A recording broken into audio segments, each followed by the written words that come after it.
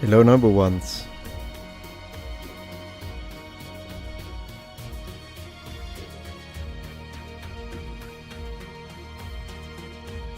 Welcome, welcome. Hey, Raf, it has been a minute. It has. And there is a reason, and I'm gonna tell you in a second. What are we debunking? Take your pick. Choose your poison. Just open the internet. My man, Ray Gonzalez, thank you so much for your support, man. Thank you for the Metatron memberships. I really appreciate that. Thank you for the support.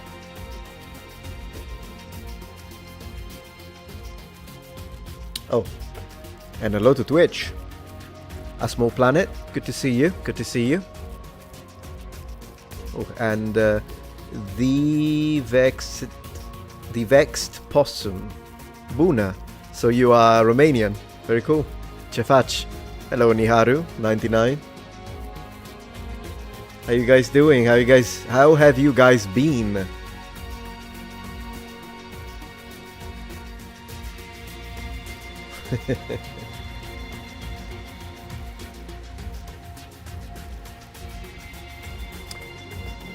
Helmet is back, of course. The helmet is back, Chris.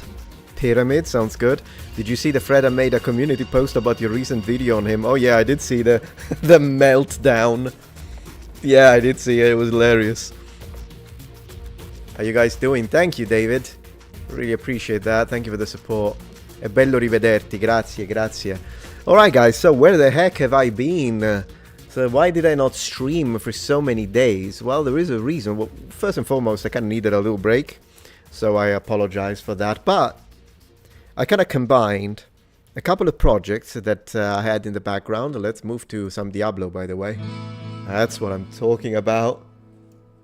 Whew. Anyways, couple of projects, guys. Couple of projects. Hello, Dr. Nos. Really good to have you here. Thank you so much for being here, for joining the live stream. Always good to see you. So, guys, why was I not streaming? Why was I not streaming? So, I haven't streamed. I skipped quite a few days of streaming because I've been working on two projects simultaneously in the background, for which I couldn't go live. The reason being that there was no live streaming. What do I mean? So I had these projects and these ideas, and I mean, I don't know, maybe YouTube will penalize them completely. They will be 10 out of 10, will get no views. Who cares? I'm doing them for fun. One is I spent a week, or I spent 7 days in the 90s, and the other one is I spent 7 days in the 15th century. Of course, it's not an original idea. People have done it, I suppose. But it's fun. I kind of wanted to do that. So basically, I spent several days where I was not allowed to touch anything that didn't exist in the late 90s. Literally anything, which was an experience you'll see when the video is edited. This one will be posted on my gaming channel. And then I did one where I wasn't allowed to touch any technology that didn't exist in the 15th century. This one will be posted here. And guys, it was oh my gosh, I cannot wait to edit the footage. Is hilarious. Even the fact that I couldn't touch tomatoes for the medieval one, guys. I mean, I'm an Italian. If that's not sacrifice, YouTube gods, if that's not a sacrifice that deserves 1 million views, I don't know what is. But anyways, the 90s one was my favorite. I'll tell you that much. Because, man, I played a lot. I played a lot of games, and I kind of chose a game each day in the afternoon on my 90s computer, and it was great. It was great. Even my videos were researched inside the 90s computer, the script, whereas there was a video that I scripted on the 90s computer because I couldn't use my modern computer, so it's there. I'll show you. And then the funny one is that I wrote the script for a video during the 15th century one by hand, because I mean, how else? So I had to write it. It was great. It was fantastic, guys. I loved it. So anyways, that's why I disappeared. Apologies, of course. I could have told you, that is, if I were a professional YouTuber that knew what he was doing. Am I right? But yeah, no, it was an experience, let me tell you that much. So yeah, videos will come out about it, and I really hope that YouTube is gonna appreciate the fun of it, but I'm not so sure. I'm not so sure. Of course, I didn't use ball pens. I'm well organized for these videos. Let me tell you that much. So anyways, what's funny is that I don't know how YouTube is going to react to that, because unfortunately lately anything that is original content that I try to make, YouTube automatically makes it fail.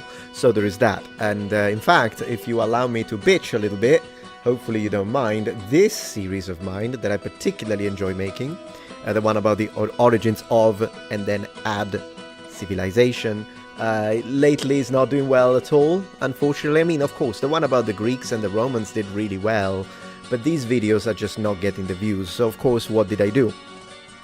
What would a YouTuber do if these videos don't get views anymore? Completely, like horrible. I'm going to show you what level of horrible. Let me give you a little behind the scenes. I'm talking, guys, 10 out of 10, gray arrow, gray arrow, gray arrow. That's a triple gray arrow. That is a complete disaster of a video. And it's the second one in a row that goes like this from this series. So, what would a reasonable YouTuber do? What would a reasonable YouTuber do, guys? Double down! I made another episode, which is the true origins of the Sumerians. It's been edited by me. When I say it's been edited, it makes me sound like, ooh, wow, he's got a team of editors. I do have a team of editors, actually, 4 editors, but I'm doing this one because these I particularly enjoy editing, among other things. Anyways, I'm already halfway through, so this one, the 6th episode of this completely disastrous series, will be posted on Friday. On Fridays. On Friday, you have a friend who would love that. I'm glad. In fact, let me see what you guys are saying about this, because we'll see.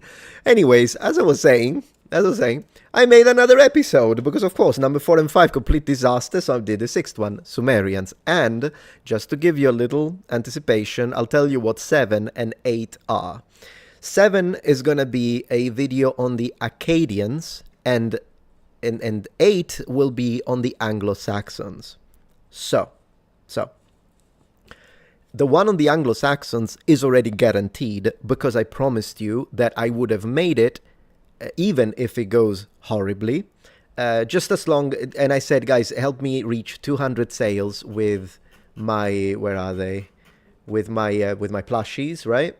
Help me get to 200 sales with my plushies, I said, and I promise I'll make the Anglo-Saxon one, and if it's 10 out of 10, who cares? It's self-funded. And we are literally almost there. In fact, I can kind of show you. We're at 185, 15 left. So as long as we can manage to place 15 plushies within 5 days, the video on the origins of the Anglo-Saxons is self-funded and guaranteed. So that one, I mean, maybe I should say, I don't want to jinx it, but I would say that probably 15 plushies, who knows, maybe even now during the live stream I might sell 2. We could see this one go up to 87, who knows, we could hit 90 tomorrow, maybe in the next couple of days. So I would imagine that the Anglo-Saxon one is kind of guaranteed. So what about the Akkadian one? Well, I'll tell you this. I do really want to make this series. I have 30 videos planned. 30. We're gonna review all of the ancient civilizations. It's gonna be fantastic, and I really want to do it. But if they keep doing 10 out of 10, 10 out of 10, 10 out of 10, 10 out of 10, it would be suicidal as a content creator to do that. So I decided to do this. Let's see how the Sumerian goes. Hopefully it goes well. Anglo-Saxons is self-funded, so whatever. If the Sumerians, so the Anglo-Saxon happens. If the Sumerians goes well, I'm hoping like a 2 or 3 out of 10. I make the Akkadian one, no problem. If the Sumerian is a complete disaster like these two, I will make the Akkadian for members. I hope I don't have to do that, and I don't mean that I'm gonna do every single video blocked, not blocked, I don't like that, but for members. But I'm saying in order for this series to even be able to be produced, I will do, maybe I'll do something like public member, public member. So hopefully having the occasional episode, 1 out every 3, with members, hopefully that encourages people to get memberships.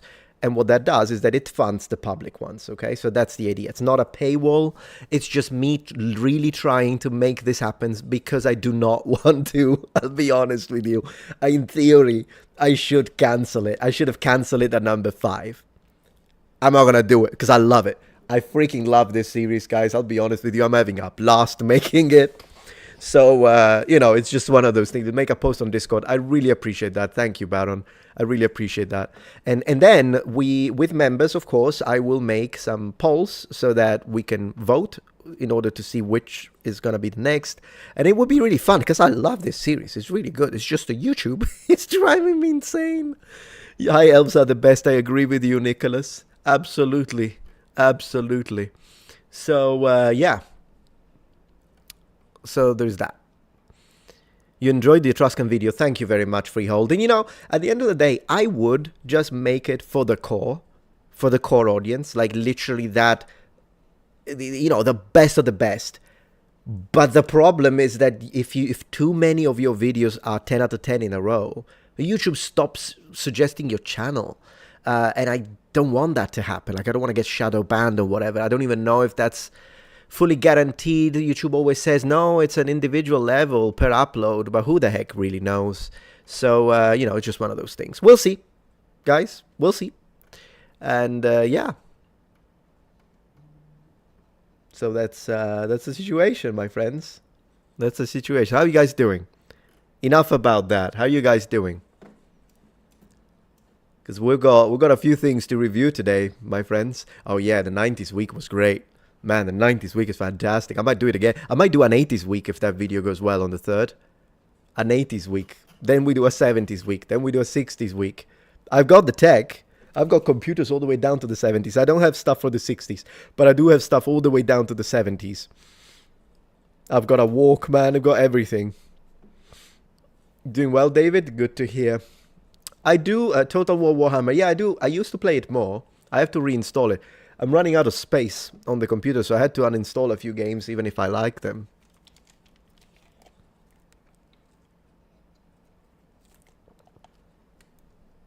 Yeah, Andreas, then one thing that I find fascinating is that even though, really, when you talk about Sumerians and Akkadians, you're talking about southern Mesopotamia and then central and northern Mesopotamia. And even though they were inhabiting the same area, Sumerians were not Semitic and Akkadians were. Man, I love this topic. I freaking love it. I don't know what to tell you. That's why I want to make the videos. Yeah. You had to uninstall because on Linux it had a bug and crashes. Yeah, Linux. Hearing the word Linux makes me think of Mutaha from Some Ordinary Gamers. If you guys followed the whole drama situation, did you? We might look into that later. We might do that. So, we'll see. Yeah, you also... Yeah, a lot of you like the Etruscan video, I know. I honestly, genuinely think that the majority of my audience is not getting the notification from that series. I'll be honest with you. Call me a conspiracy theorist, but that's the way I feel. Because I think that within the core of the audience, but even like 10%, even 10% of the subscribe base would enjoy that video. I'm not saying 90%, I'm not saying 50%, I'm saying 10%. 10% would enjoy that video. Yeah, you're not getting notification. I thought so. Yeah, I know. Maybe because we have been considered, both you and I, have been considered as elf supremacists, high elf supremacists. Maybe that's the reason, so we're getting shadow banned.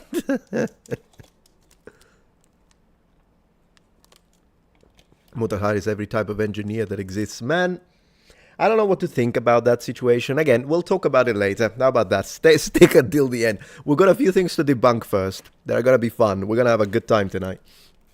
But then later, I kind of want to review that situation with Motorheart because it's really crazy. I don't know what to think. I don't want to be too quick to judge.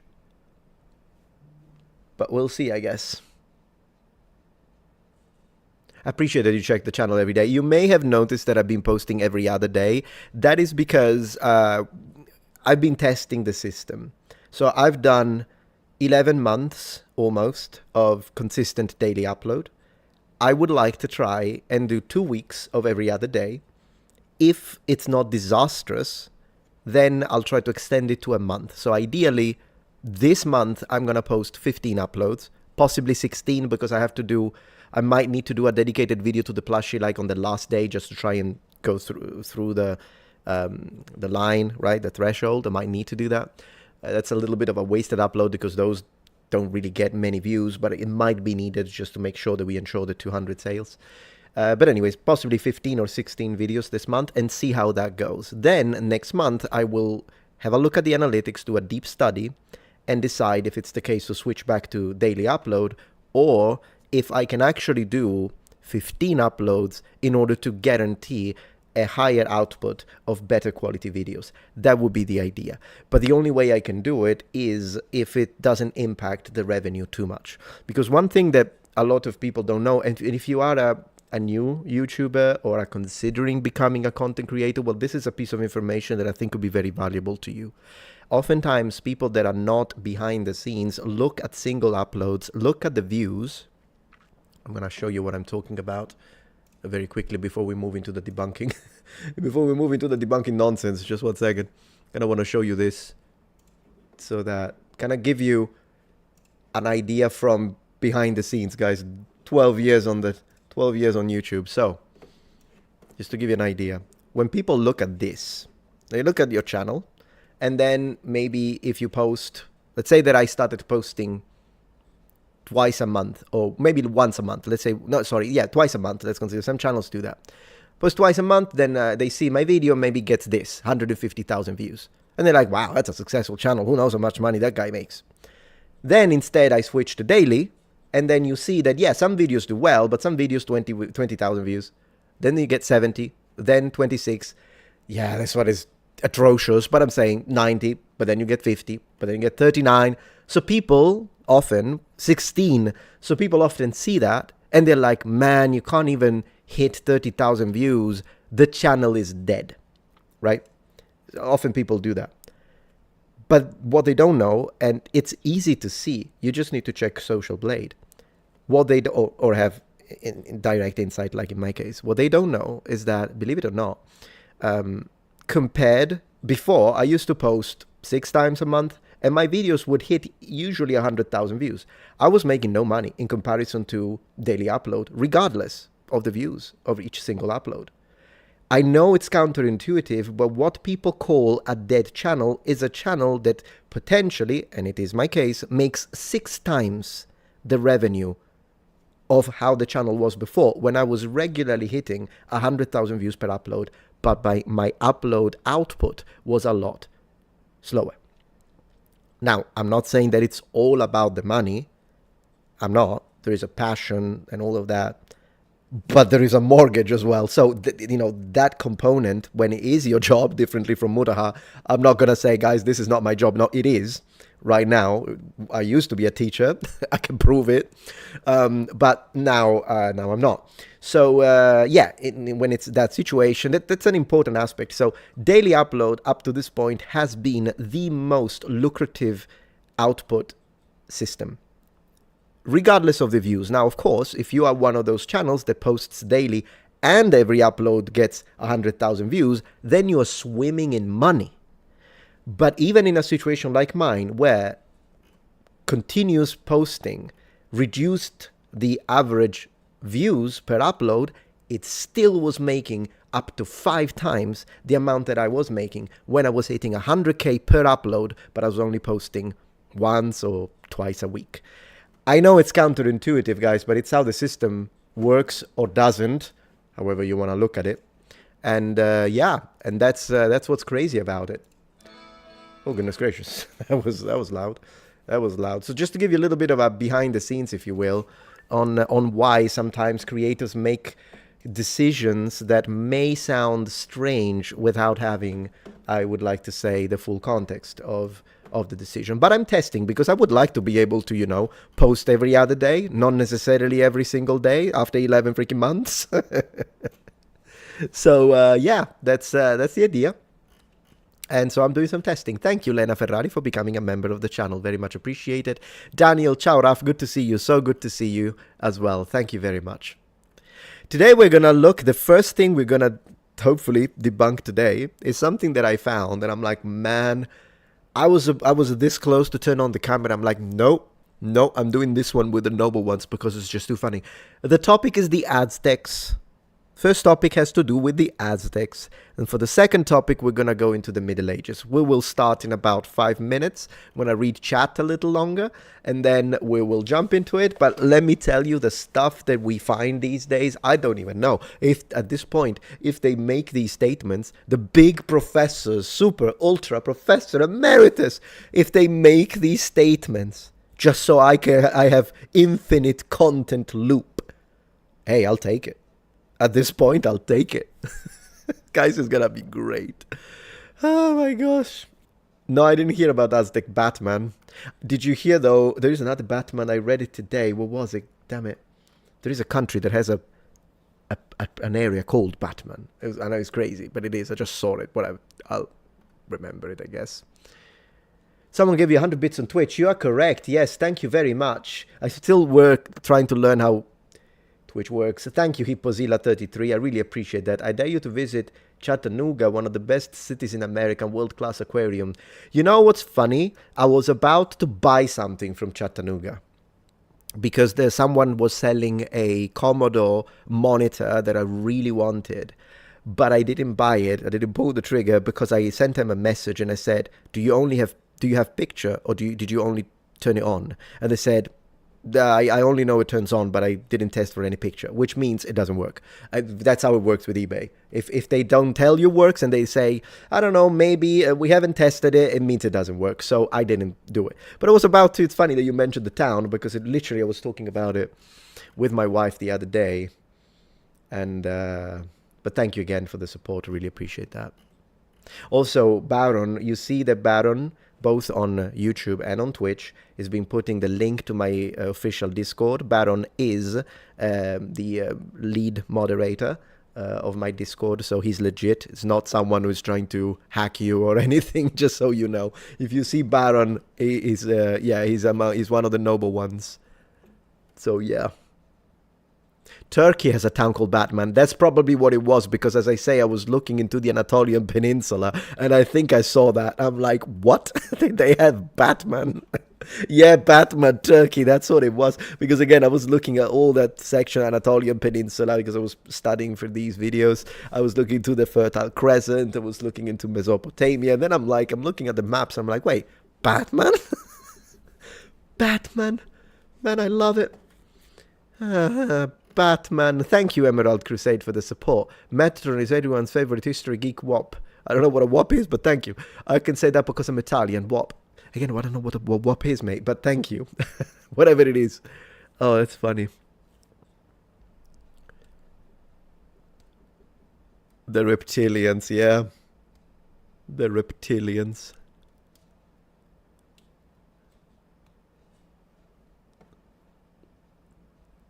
Oh, an old America. The one I knew, to be honest, is the so-called G word for Italians, which is a type of animal that it's usually, let's say, the most basic. In a laboratory, when they are running tests and it's an animal, that's the G word that was. And you know why I'm saying G word? Because if we say the N word, then I'm gonna say the C word for white people and the G word for Italians. All words should be equal, right? There is no magic word. So if you cannot say a word that is a slur, then I don't say any, and I use the letter, right? Because I don't use that kind of language anyways. I don't use any form of language like that. I don't even care about whatever political position. Who cares? I don't use racial slurs. Never have, never will. but I treat them all the same. So it's the C word. it's the G word for Italians. Hey, Dequiten, so good to have you. Greetings from Dequiten. It's so good to have you, man. Guys, if you don't, I think you all know him, but if any of you has never heard of the channel Dequiten, you click right now and thank me later, because Dequiten is really killing it. I saw you just posted the one with the Romans versus the Knight, was it? Was it Roman versus Knight? I think it was. I still have to watch it. Man, you do great work, Dequiten. So good to have you here. Much respect. So anyways, that was that, guys. That was that. Yes, it was Romans, man. I appreciate that. Very cool. I'm really looking forward to watch it. I've been a little busy, so I saw it recommended on the homepage, and I'm like, ooh, I gotta watch that. But then I just got caught up with all the videos and whatnot, editing. You understand. But I'll watch it. One of these lunch breaks, I'm spending it with Dequitem channel, 100%. I'm gonna do pasta and Dequitem. That's what we're doing. I don't know what the heck do you guys eat in Germany. It was going to say something German, but I don't even know what you guys eat. Beer. You guys eat beer in Germany. I'll do a beer and Dequitem. Hey, that's a medieval way to look at it, right? In High Middle Ages, they considered beer a meal. So, yeah. Alex, the history guy. Man, I haven't... It rings the bell. I'm going to make a note. And we'll see. Metatron, and we'll check him out, absolutely. Did you go to Olive Garden? Not yet, but I will, because I know you guys made a fun for it, and I'm a man of my word. I'm just slow. Okay, I'm just slow, but we'll go. Eisbein. Is it, what is it? Food or a beer? I'm that ignorant. I've never been to Germany, man. I wish I could go. I got a bunch of friends. Do you know Martin, the historical reenactor? I mean, I don't know if you know him, but yeah, I've got a few friends in Germany. Hopefully one day. Did you hear about the new slur for AI? No. Oh, pretzels. Yeah, pretzels are great. Absolutely.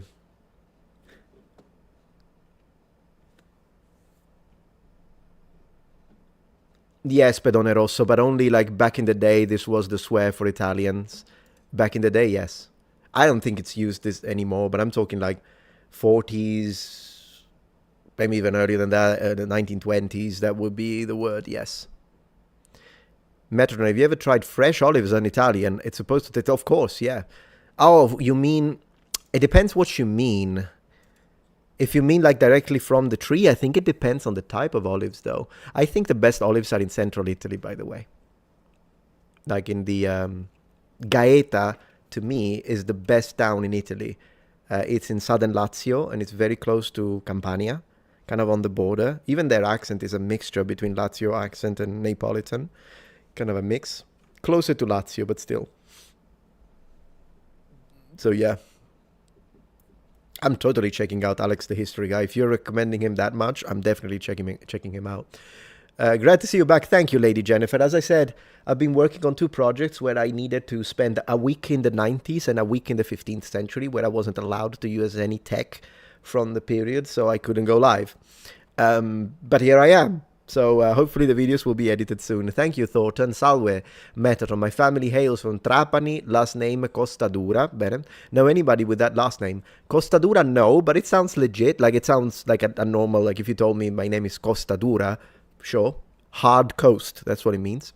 And I never met anyone with that name, but a lot of names have the section Costa in it.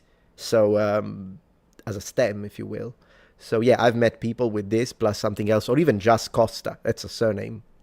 Trapani is a lovely area in northwestern Sicily. In fact, very close to Trapani. There is one of the best medieval towns in Sicily that it's absolutely gorgeous. So if you ever go and visit your family, make sure that if you visit Trapani, then you also spend some time in Erice.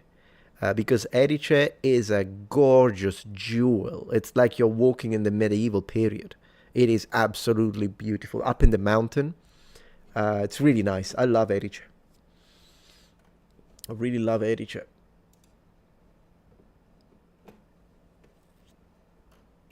Yeah. How are you guys doing today? Very well, very well. Thank you. Thank you, thank you. Thank you very much, Onyx Rocks and Gunnar, for the support. So let me read them in order. Oil, olives, and olives for eating at different variants, of course. My colleague owns olive trees in Canino and goes there for harvest each year. It's lovely. Yeah, of course, different species, I imagine, are used for different... Yeah, only rock. How influential do you believe Platonism is on the New Testament and Christian theology as a whole? Why did Platonism go to dominate late antiquity? It's a very deep question. How influent is it on the New Testament? On the New Testament itself, I wonder. In translation, maybe in some vocabulary usage possible, because of course it was written in Greek, koine. So I'm sure that there is probably some influence, I would imagine. But how, we would need an actual deep comparative analysis. So not something I can say out of the blue, but it is a very interesting thought. Thank you, Emerald. The new AI slurs unintentionally grant AI personhood. I don't know what it is, but that's interesting. I don't even need these for now.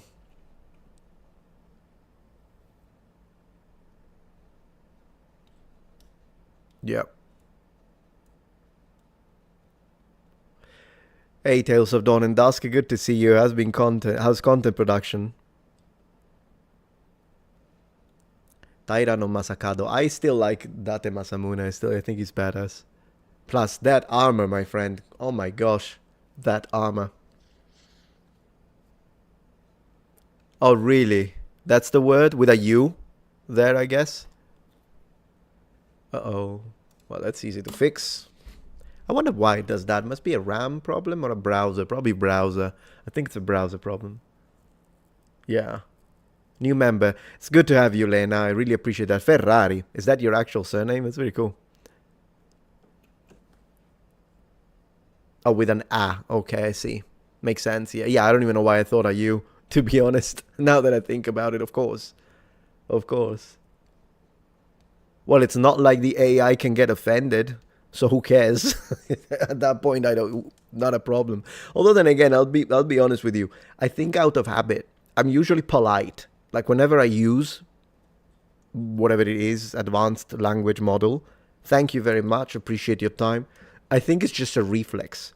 Not because I need to, although then again, if we get to Skynet, I hope it does remember at that point. I was always polite. But then again, who cares, as I say.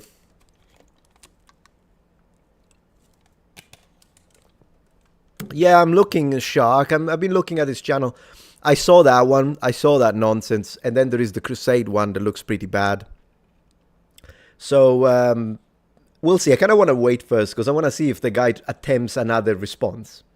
I want to see if he does that. If he doesn't, then I'll wait some time. We'll look at one of the videos. And depending on how bad it is, we might make a response. Or a debunking. Kind of depends. But yeah, one of those two. Either that or the Crusades. For sure. For learning particles in Japanese for beginners, there are so many of them. Yeah, I know. So when it comes to particles, you just gotta use them. I know that that's kind of an obvious thing, but personally, the first time I approached it the academic way at university, so yeah, you write it on your little notes, you make your sentences, you'll never learn them that way. I mean, it's good to understand how they work mechanically, or, ga, wa, and all the rest, ni, de, but you just have to do a lot of listening so that you hear them used in context, and so you connect them to the context. And the more you do that, and then the more you try and repeat it, you always have to speak when it comes to language learning. Don't just write, because you'll never learn how to speak. So try and repeat it. When you hear natives use it in a way, whether it be an anime you're watching, a movie, or a YouTube video, and you notice, oh, that's how they use it in that context. And then as long as you have a basic understanding of the syntax and the grammar structure behind it, so that you don't misunderstand, then you just need a lot to listen to a lot of applications. That's how I picked it up. I picked up the particles because I was living in Japan and I heard them used all the time, every day. Although I'll tell you this, in Japanese learning at university, they tell you, oh, the particles are very important, you fail an exam, if you don't do the particles right. But then the natives don't use them. They do, but in informal speech, Oh yeah, good luck with that. They will skip o, they will skip ni, they will skip de, they will skip freaking wa, they will skip ga. They'll do nothing, nothing. But then when you skip it because they did, they correct you. They don't do it out of malice, the Japanese. It's just because they are natives, so they just speak in a lazy way, right? Rather than nani o shiteiru, they will say nani shitenda yo, nani shiteiru instead of nani o, right? They drop it. But when you'd say it as a non-native, they'll correct you. Nani o. Like they'll do it because they want you to learn right. Okay? So there is always that. I think the only time when that stopped happening was after fluency. When they hear you, that you have a good accent, not perfect, but you have a good accent, you're fluent, usually they stop because they're like, well, this guy knows Japanese. But when you are a student, forget about it. They will skip the particles, but they will correct you when you skip them. It's hilarious. But yeah, it happens. Yeah, the Japanese gets really lazy unless it's like someone who's very educated or is speaking in a, konnichiwa, anata wa, don't even use anata, in fact, if it's informal. You know what I mean? Rafaelo-san wa, like, yeah, they use all the particles, great. But then they talk to each other between colleagues, all the particles disappear. All of them. Like, not even one left. That's, in my experience, I mean, 4 years in Japan, guys, I've seen it all. My friends. Thank you, Manumon. Choose your adventure. Accompany Hannibal after the Second Punic War on his journey till his death, or accompany Spartacus' rebellion as an insurgent. Between the two, if I can't side with the Romans, gosh. Maybe Hannibal would be more interesting to see actually how he did it, since it's kind of a longer tale. I mean, the guy was in Italy for freaking, what, 14 years? Spartacus didn't last that long. So maybe that would be a better price for your money. Better deal for your money. Joe says, did August invent the humble... Oh, Augustus. Oh my God. Did Augustus, I mean, it is related to the month, invent the humble populist emperor persona, or are there prior examples in Mediterranean history? Now, there are probably one of the... I don't want to say categorically, but round trying to think of anyone else. As a single person with fully focused power... Probably him, but I'm sure that in the Republic, among the assemblies, there would have been assemblies. I don't even know where the stress goes. I'll try assemblies. In the assemblies, probably there were the occasional senator that was like that, but probably him, because if you think of someone like Alexander the Great, he freaking thought he was a god, so good luck with... I mean, so did Augustus, though. I don't know, it kind of depends on what you mean by that.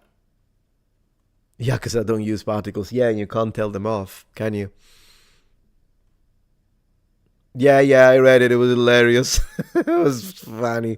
It was really funny. The guy is a gaslighter, professional gaslighter. Do you support...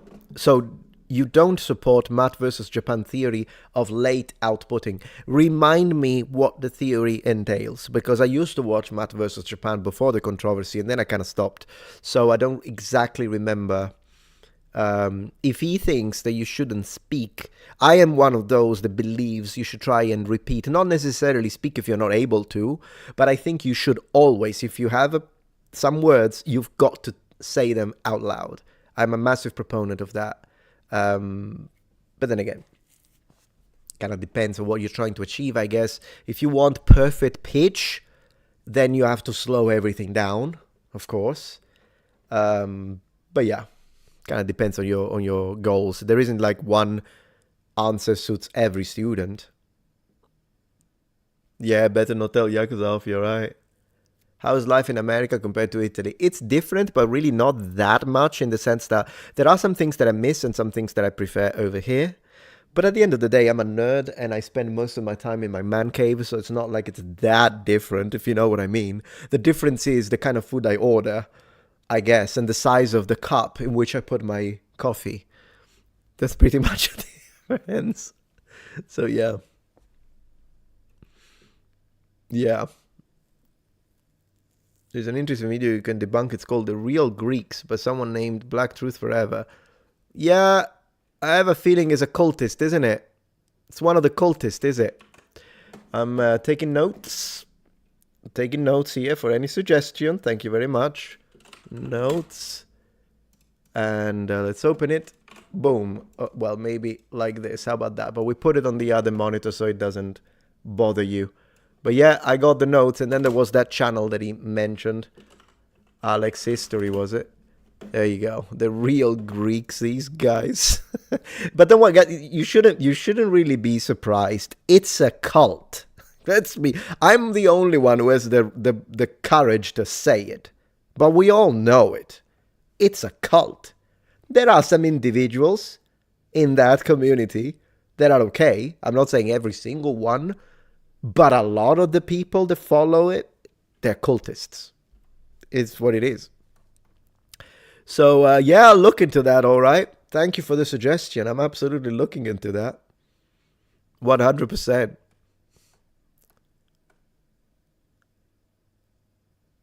Yeah, of course, every language simplifies, particularly for natives, and kind of lazy output.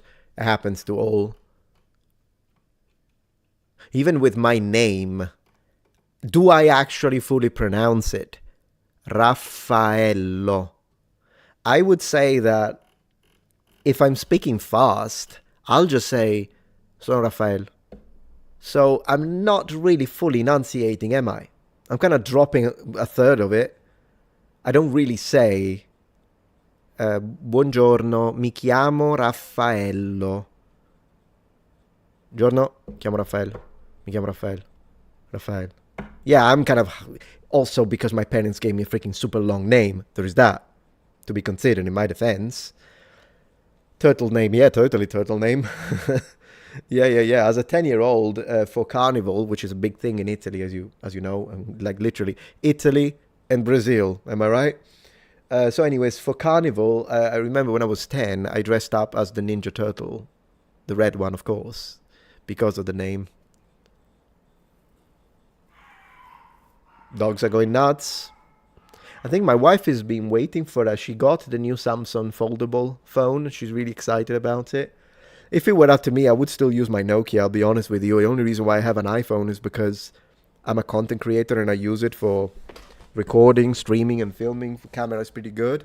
Otherwise, I would still be with the Ericsson.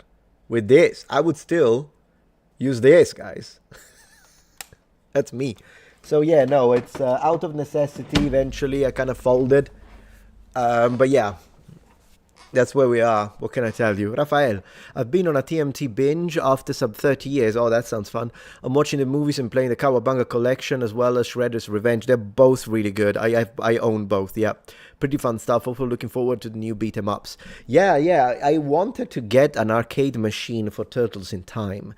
It's just that those are really expensive, and the less expensive option, which would be the one produced by Arcade 1-Up, those are out of production now. So, I mean, if I find a deal, that would be cool to have.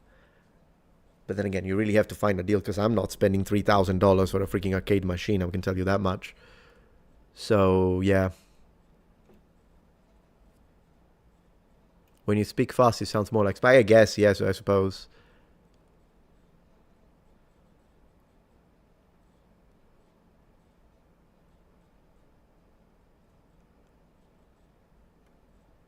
You don't understand the foldable type. Yeah, I mean, for me, it's like something that I'll look at and I'm like, oh, wow, that's cool. But like, it wouldn't sell it to me. But the wife loves it. So who cares? She likes it. She got the pink one. So yeah, it's fun. All right, guys. So how about we jump right into it? We had some good time. Let's just jump right into it, guys. Let's just jump right into it. So what have I got for you today? I got something really fun. Dear noble ones, have you ever heard of a little civilization called the Aztecs? What's the first thing you picture in your mind when you think of the Aztecs? What is it? Farmville? Peace and love? Brotherly kindness? What is it? Well, if it is like a brutal warrior civilization with human sacrifice and whatnot, well, then you're wrong, apparently. Or are you? Well, here is what we've got Here's what we've got. Here's the new nonsense that we're looking at today. We're reading from Austin Daily Herald, and the title is A Beautiful World. Columns. Ancient texts reveal Aztecs' history in their own words. All right. Let's see what you've got to me. That is a beautiful picture, I'll give him that. All right, so let's have a look at this, shall we? Let's have some fun, guys. Let's have some fun. Camilla Townsend's new book, Fifth Sun, A New History of the Aztecs, documents the story of the Aztecs from an entirely new perspective, that of the Aztecs themselves. Now, up to this point, I don't mind the idea of, okay, because usually, of course, this is contrasted to what? Spanish, medieval information. Because usually that's what we know. What we know about the Aztecs is because of European eyes. So if they translated literature and whatever from them, then it's nice to see, maybe do a little comparative analysis, a neutral comparative analysis, not let's decolonize, so whatever the Europeans said it must be bad. No, that's not professional. A neutral academic analysis and a proper comparison between, to try and see. Great. Let's see. Is that what we're going to get? What do you think, guys? What do you think? Townsend is a history professor at Rutgers, probably mispronounced it, University, and the author of numerous historical books. She also happens to be an expert in the Nahuatl language of the ancient Aztecs. Fantastic. Open quotes. I wanted to write a book about Aztec history, Townsend said, because even though there are lots of books out there, and have been for many years, they're all based on Spanish sources and give us a sense of the Aztec as brutal people, really, truly savages. In fact, they were not. They were human beings, just like the rest of us, close quotes. Okay. So, I would like to say something about this very quickly. So, this is a special super professor, so I guess take my logics and reason with a pinch of salt, a little marinara, if you will, sauce. But here's the thing. The idea that they were human beings and that they may have been savages, or, let's remove that word, brutal, these two things are not mutually exclusive, right? Like, simply because someone is brutal, I'm not saying the entire population, but I'm saying some, it doesn't mean that, but no, they're not brutal, they're not savages, because they're human beings, just like us. But that would exclude the word brutal and the word savages from the entire planet, because as far as I know, there isn't a single human civilization that doesn't contain human beings just like us. So, are we saying that we cannot call anyone a savage if they are indeed savages? Or, you don't want to use that term because that's derogatory, fine. Brutal. Can we say that there are some among us that are and were brutal? Or can we not use that term anymore if the requirement for you to be brutal is not being human? I don't know. Maybe I'm a little too pedantic. Let's continue. Let's see what Professor Emeritus tells us. So they were not brutal. Townsend took ancient Aztec scripts, which had been collected and archived, but never fully translated, good, and compiled selections in a book. That makes me think of Unreal Engine. Open quotes, Fifth Sun, A New History of the Aztecs. Great, yeah. Close quotes. The title is taken from the Aztec belief that the world has been made and remade 5 times, and that we are currently living under the fifth sun, which began, close quotes, which began a few thousand years ago. Okay, so the Aztecs were young Earth creationists. I'll read the super chats in a minute. Townsend explains almost every part of Aztec culture was rewritten by the Spaniards. Okay. They even assigned the name Aztecs, that's correct, to the native people of the Mexican basin. Those native people refer to themselves as the Mexica. Now, the article tells me to pronounce it Mexica. I heard that it was Mexica, but I don't know. Okay? So I'm happy to be corrected. If any of you is fluent in Aztec, and you want to tell me, no, Metatron, it's an H, it's an aspirated sound, I'll be more than happy to correct it. In fact, that's where we get the word Mexico from, which is kind of cool. Yeah, it is Mexica, isn't it? So I don't know what they're doing here, but whatever.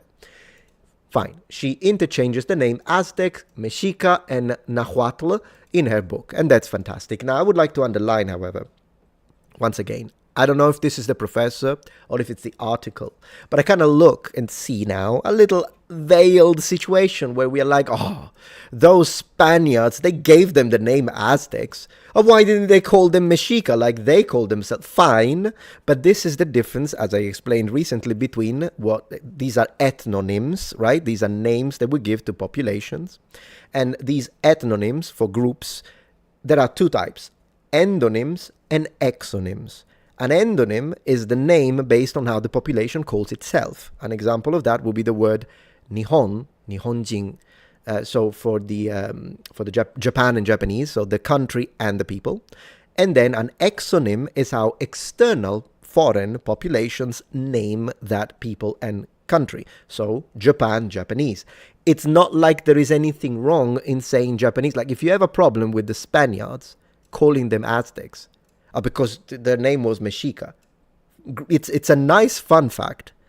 However, it's not like the Spaniards are doing anything that you are not doing, Professor, when you say Japan, or when you say Germany for that matter, because they say Deutschland. We should say Deutschlanders, not Germans. So, I mean, this is not like a naughty Spanish situation. We all do it. We all do it, okay? So there's that.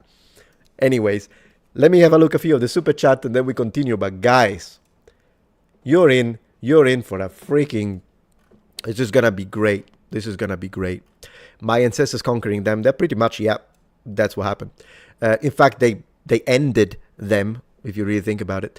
3 operator, thank you for the support. Thank you for the support. Veronica. Jean-Jacques Rousseau was correct. The society corrupted humans, so it's reasonable to believe that a society could promote brutality in members. Absolutely. Jeffersonian, they were human beings, just like us. Yes, also, just like us, they were depraved, fallen sinners who needed to the atoning work of Christ. They just showed it differently than Europeans. I, of course, as a Christian, agree. Maybe the way Christianity was presented to them by some people wasn't great, so we have to consider that. Again, not everyone. It's important to not like always do these blank statements. All Europeans were bad, all Christians were violent in period. Some were, some weren't. That could be a different discussion on its own. However, yes, you are correct. They were just like us, so let's stop saying that they were little angels and the Spanish were bad people. There are bad people everywhere, and in fact, the Spanish weren't performing human sacrifices. To me, that's a massive point, if you will. Anyways, we'll get back to that. Rey, they don't even call the Spanish by their names. Exactly. Precisely. So it's kind of it feels like a little bit of a double standard if I've ever seen one. Let's continue. This is gonna get worse, guys. You've seen nothing. 500 years ago, the Aztecs were a group of nomadic farmers who built one of the greatest empires in history. Debatable. Considering that it only lasted, if you really think about it, the Aztecs are very recent. The Inca, the Maya are much more ancient, but the Aztecs, they're medieval, just so you know. The Aztecs are medieval. We're talking 13th century, and then by the time they hit the clash with the Spanish, the Europeans, that's end of story. So I don't know if I would call it one of the greatest empires in history. I'm not trying to be an asshole here. Their capital city was called Tenochtitlan. I can never pronounce that to save my life, and was built on an island in the middle of Lake Texcoco in modern-day Mexico City. The ancient Aztecs developed remarkable techniques of engineering and architecture to build causeways, palaces, and pyramids. They expanded their empire and spread out across the Great Valley of Mexico, assimilating neighboring tribes and building transport routes to both coasts. Now, this is all correct. In fact, one of the things that they did have, for example, was bottled water. I don't know if you knew about that one. It's pretty bottled, not with plastic, but I'm saying they did that. They would sell it in the markets. So the Aztec civilization is a fascinating civilization. I would like to underline, however, since I believe what they're trying to do here is to tell us how peaceful and beautiful they were. When we read the word expanded and we read the word assimilating, this often, not always, but often involved war. Not always, because there were some allegiances and some trades. But when whatever tribe didn't want to assimilate or did not like the expansion, they would chop each other's heads off, just for context. Townsend describes an advanced culture. I'm gonna pull a Peterson on you, define advanced. Open quotes, they had aqueducts bringing fresh water from across the lake on the shore. Ooh, I have something to say about that. They had concerts in front of the temples where the Aztec king lived. They had libraries of painted scrolls. It was a beautiful and impressive sight. While I agree with the last sentence, I would like to say this. They are a remarkable civilization, but guys, aqueducts, I wouldn't say advanced for a 13th century, 14th century civilization, because they have aqueducts. We had aqueducts in Europe, in the Roman Republic. I'm talking like, gosh, maybe I'm starting to think the oldest aqueduct, is it Assyrian? Might even be Sumerian, definitely Akkadian. Anyways, probably 7th century BC if we involve the Fertile Crescent, BC. So these guys had 1,000 years plus more, 2,000 years, 2,000 whatever the heck years. I wouldn't consider aqueducts to be something advanced for a medieval culture.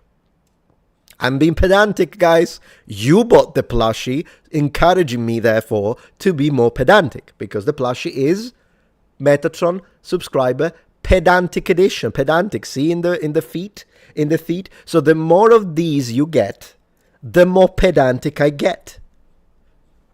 It's a byproduct. Beautiful world. Let's go. Okay. They had aqueducts. Then in 1519, during the leadership of Montezuma II, a Spanish conquistador named Hernán Cortés landed in the Gulf of Mexico.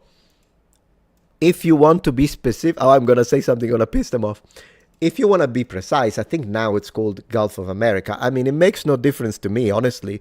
It would be funny if each American, what do you call them, administration changes the name. I will always follow the current name. So if now it's the Gulf of America, I'm sorry, whether you like it or not, that's the name. But if the next administration changes it back to Gulf of Mexico, heck, you can call it Gulf of Potatoes. If that's going to be the name, I'm going to be precise because I expect precision here, am I right? Anyways, I guess the professors who's built her entire career on the history of the Mexicas not going to do that, is she? Gulf of Pasta. In fact, guys, we should go for... How about we create a third party in America? We stop with this bipartisan system. We create... Never mind the Greens. We create an actual centrist party, and we say, if, as a promising campaign thing, we say, if you elect me, Gulf of Pasta. Election 1. Italian Americans are voting me. I'm telling you that much. The Italian Americans are voting me. I don't know about the rest, but the Italian Americans are voting me. Anyways, with 500 men. They had advanced weaponry. Even that, and the aid of conquered... the Spanish. Now, okay, because for a moment, I'm like, you're going to be joking. She's correct. The Spanish did have advanced weaponry. They had advanced weaponry and the aid of conquered neighboring tribes. Yeah, basically the enemy of my enemy is my friend logic. When they ultimately attacked the Aztecs, which resulted in the empire's annihilation. Correct. I mean, it was a case of asymmetrical warfare. It is something that happens. Warfare is always a sad human reality. But that's what happened. I'm glad she's not twisting the facts on that. Thank you, Daniel. The Muppet Party, Gulf of Pasta. I think we should go for Gulf of Pasta. It's much better. It's the Gulf of America now. Please stop that naming it. Oh my gosh, dead naming it. Yeah. I'll tell you this much. I don't even care.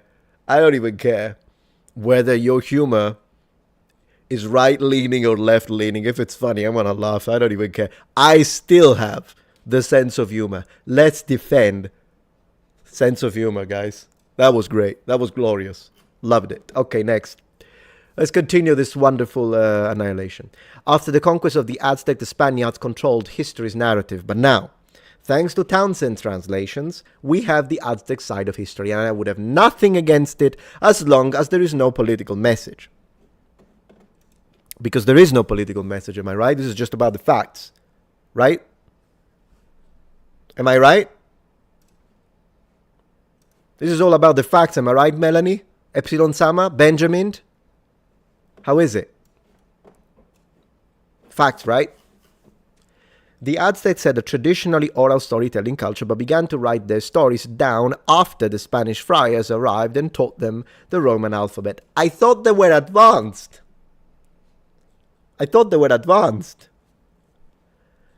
The friars were trying to teach their indigenous students how to read the Bible, but their education also provided a way for the Aztecs to write their own histories. Good. Good on the Spanish friars, I guess. One thing Townsend discovered in their research was that the Aztecs were a far more peaceful people than the Spanish history has taught us. Man, you gotta do some proving here. In fact, their side of history of the story is quite different from the Spanish version. Let's go. Open quotes. There is a widespread misconception that the Aztecs thought the Europeans were gods. Close quotes. Yes, yeah, great, fine.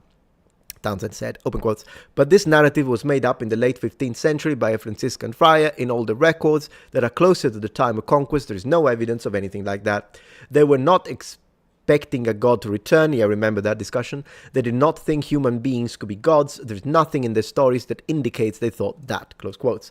Now, I'm fine with this. When it comes to this one here, I heard of it, never looked into it, so I cannot tell you, yes, that's complete nonsense, or no, she's wrong, that we actually have records of that. So I don't know about this one, so perhaps we could look into it for a different video. She's starting to sound like a hack. You heard nothing. Let's go. She found women in Aztec culture were powerful and children were revered. I knew it. I knew it.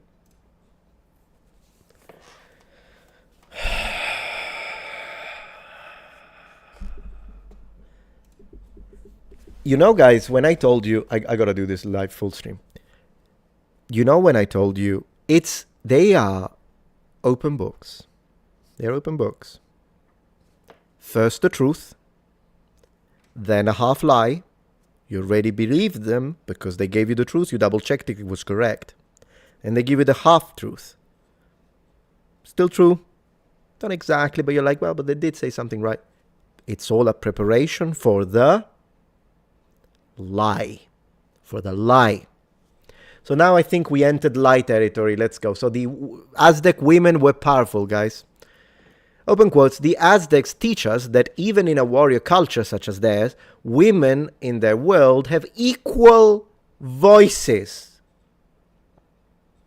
Women were not afraid to speak up.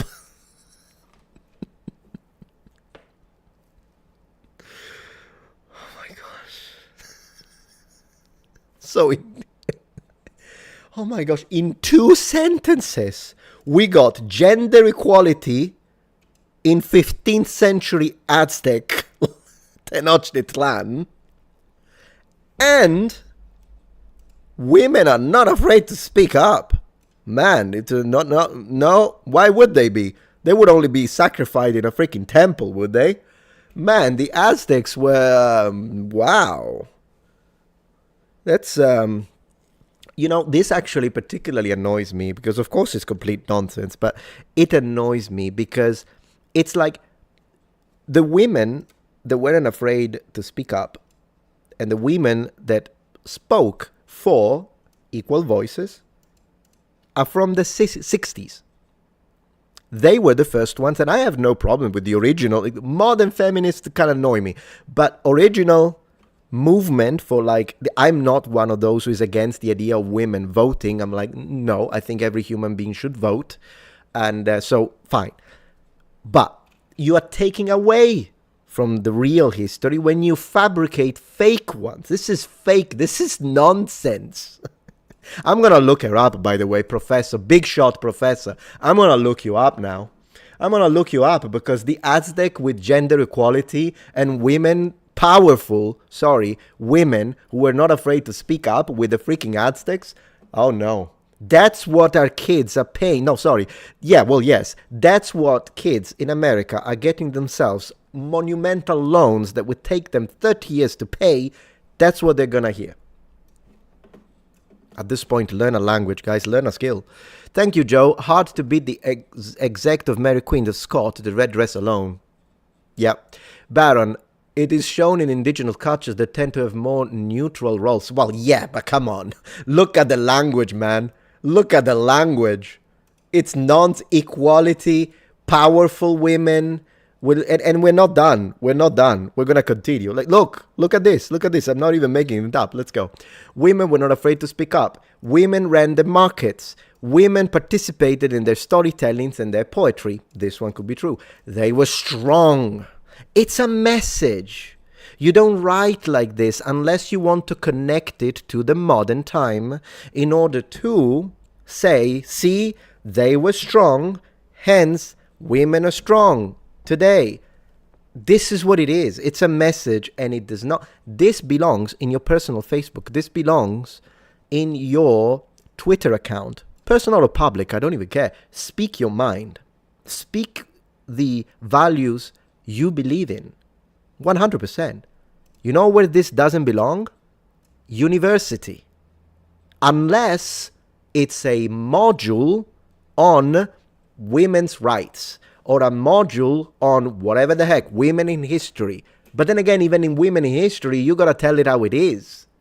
You're not supposed to twist it. This instead is being taught clearly in history classes because big shock professor, books. You know how university is. When professors make books, those books become the book used in that class. That's how it is. It's a system. It's everywhere like that. Italy, my professor of civilizations and ancient history was a wonderful 12 credits exam course. His book was the course's book. It's a thing.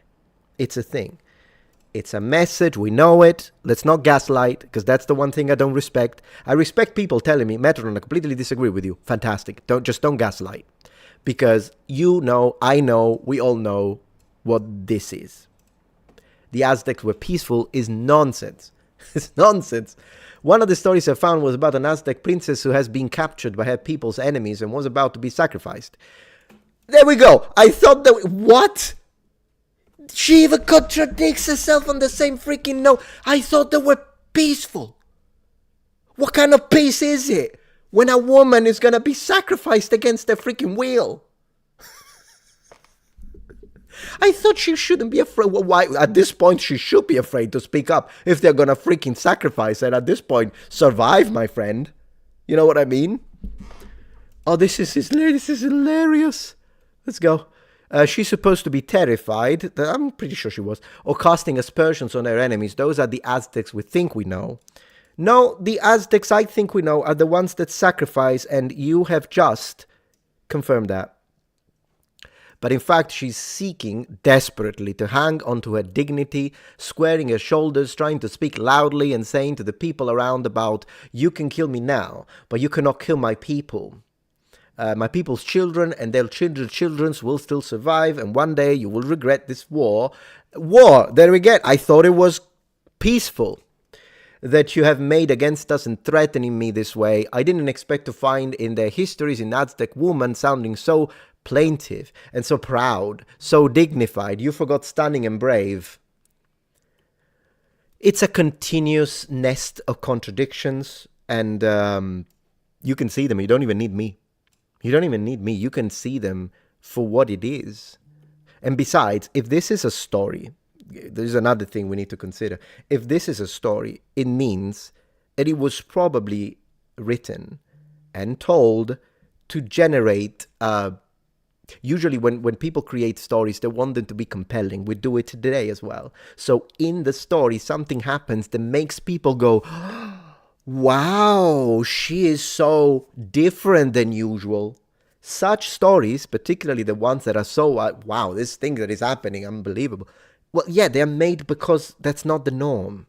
Okay, that's a special thing.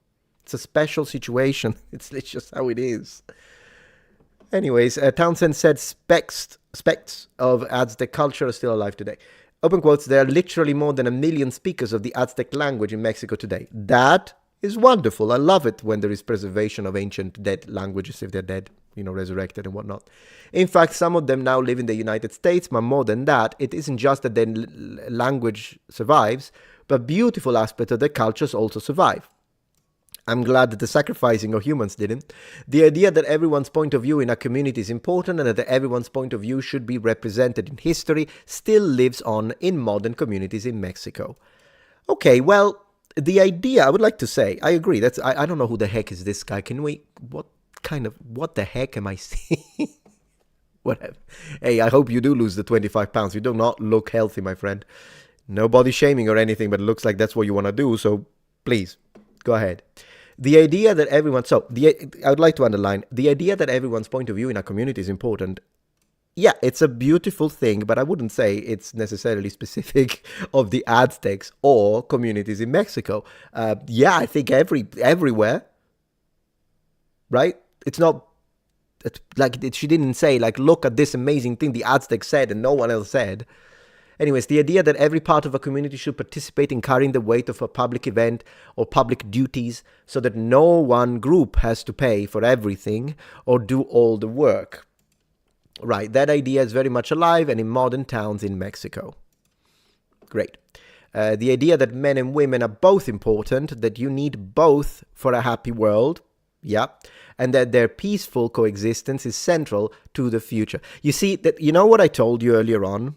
And I told you, when they have these messages, what they do is that they will take something that supposedly, usually they twist it, but even if it did happen, something happens in the ancient period or something happens in the medieval period. Look, they did this. We should do it in modern times as well. That's the message. Once again, it's irrelevant whether I agree with the message or not. Of course, I agree that both men and women are important. In fact, I strongly disagree when people say that one is more important than the other, and you find them on both sides. People that say, oh, men are horrible, that's bad. Do you condemn those too? Likewise, people that say, oh, women, they are all W-H-O-R-E. Yeah, I disagree with that. Interestingly enough, these type of people never have a problem with the former, only the latter. Regardless. I agree with this statement, but it does not belong into a history course. This is my point, and I'm going to nail it to death. This message is not supposed to happen in a history course or at a university, because otherwise it becomes, this is your message, agree or disagree, irrelevant. You're using your position of power to indoctrinate your students who desperately need the freaking degree, and therefore they are forced to sit down and listen to your nonsense. And it doesn't matter if it's something that I agree with or not. Happy world, I'm not learning it for the freaking Aztecs, I can tell you that much. The idea that children are, of all people, the most important, I agree, and must be loved. Loved, yes, that's obvious everywhere, from Africa to Japan to India to America, everywhere. And laughed with is still very vibrant, very much alive in modern Mexican villages. I'm sure I would have a great time, by the way, in Mexican villages. Latino brothers and whatnot. Out of the scope of this discussion. So I think it is very true to say that Aztec culture does live on today. Fantastic. One of the most beautiful parts of Aztec culture, according to Townsend, is that it was based on reciprocity and mutuality. Let's see. Open quotes. Men and women needed each other, as did grown-ups and children. Different communities, different townships, all conceived of themselves as being important, but of others as being important as well. They always made sure that everybody was represented. You see what I mean? It's like representation, inclusivity. You know what she's doing. You can agree with it. I agree with freaking representation as long as it's done historically correct. I've been saying this forever. I have nothing against it. But guys, it's so obvious. Like, even if you agree, we agree. You may disagree with it. Great. But even if you agree, please don't try to gaslight me and tell me, no, I don't think she's actually doing just history. Come on. They believed very much the society would function better if everybody had a say over their own future. It would never have occurred to the Aztecs to have a population of people who were always destined to be enslaved, because it was so. But they did have slaves, though. So what are you talking about? They had slaves. So of course it actually did occur to the Aztecs that some people should be I did see the gifts, I will recognize them in a second, but I mean, it's a culture. She's twisting history. The Aztecs had slaves. Now, given the brutality and the numbers of humans sacrificed, as explained by medieval, late medieval, and early modern period European accounts, are indeed most likely exaggerated, right? Because we are told of the opening of a grand temple and then 10,000 people being sacrificed in 3 days. Yeah, that's most likely exaggerated. But did they sacrifice 1,000 over a month or so? Yeah, very likely. But to be fair, it's not even the numbers that matter. Did the Aztecs perform human sacrifices? If the answer is yes, regardless of whether it's 5 people or whether it's 10,000 people, it's an abhorrent thing. And so it precludes you from saying they were a beautiful, inclusive, where everyone was represented. Well, what about the representation of that poor girl that is being murdered in a temple against her will? Even if it's with her will, that's brainwashing, still a victim. Am I the only one who can tell it how it is in these days? Because this is, you know, even if you hate my guts, you know I'm right in this scenario. Am I right? Look at the mental gymnastics just to connect to the message that then you're going to spread for your virtual points. And guys, before anyone says, oh, Metatron, you always have problems with people that are particularly progressive. No, I just debunked a Christian conservative 3 videos ago. So shut it. It's not even true. But in this case, yeah, this is nonsense and I'm going to call it out. This is complete, utter nonsense. And it's mental manipulation. And people are paying for it. Your kids. In fact, you, if you're helping your kids. To have a population of people who were always destined to be enslaved because it was so important to them to feel that everybody had a stake in society and that everybody feels respected. Everybody feels respected. There is so much we can learn today from their cult. I'm going to look her up. Let's go to the second section of this. Then I'll recognize all the super chats and whatnot. I'll do it in a second, but give me a second. Professor Townsend. Let's see if we can find her. Let's see if we can find it. Again, no harassment, guys. We're just gonna point and laugh. But no harassment, please. Let's be real. Let's be real. Townsend, professor of, I don't know, Aztecs at this point. Ooh, found her. Man, I'm a detective. I'm on fire today. I'm on fire, guys. I am on fire.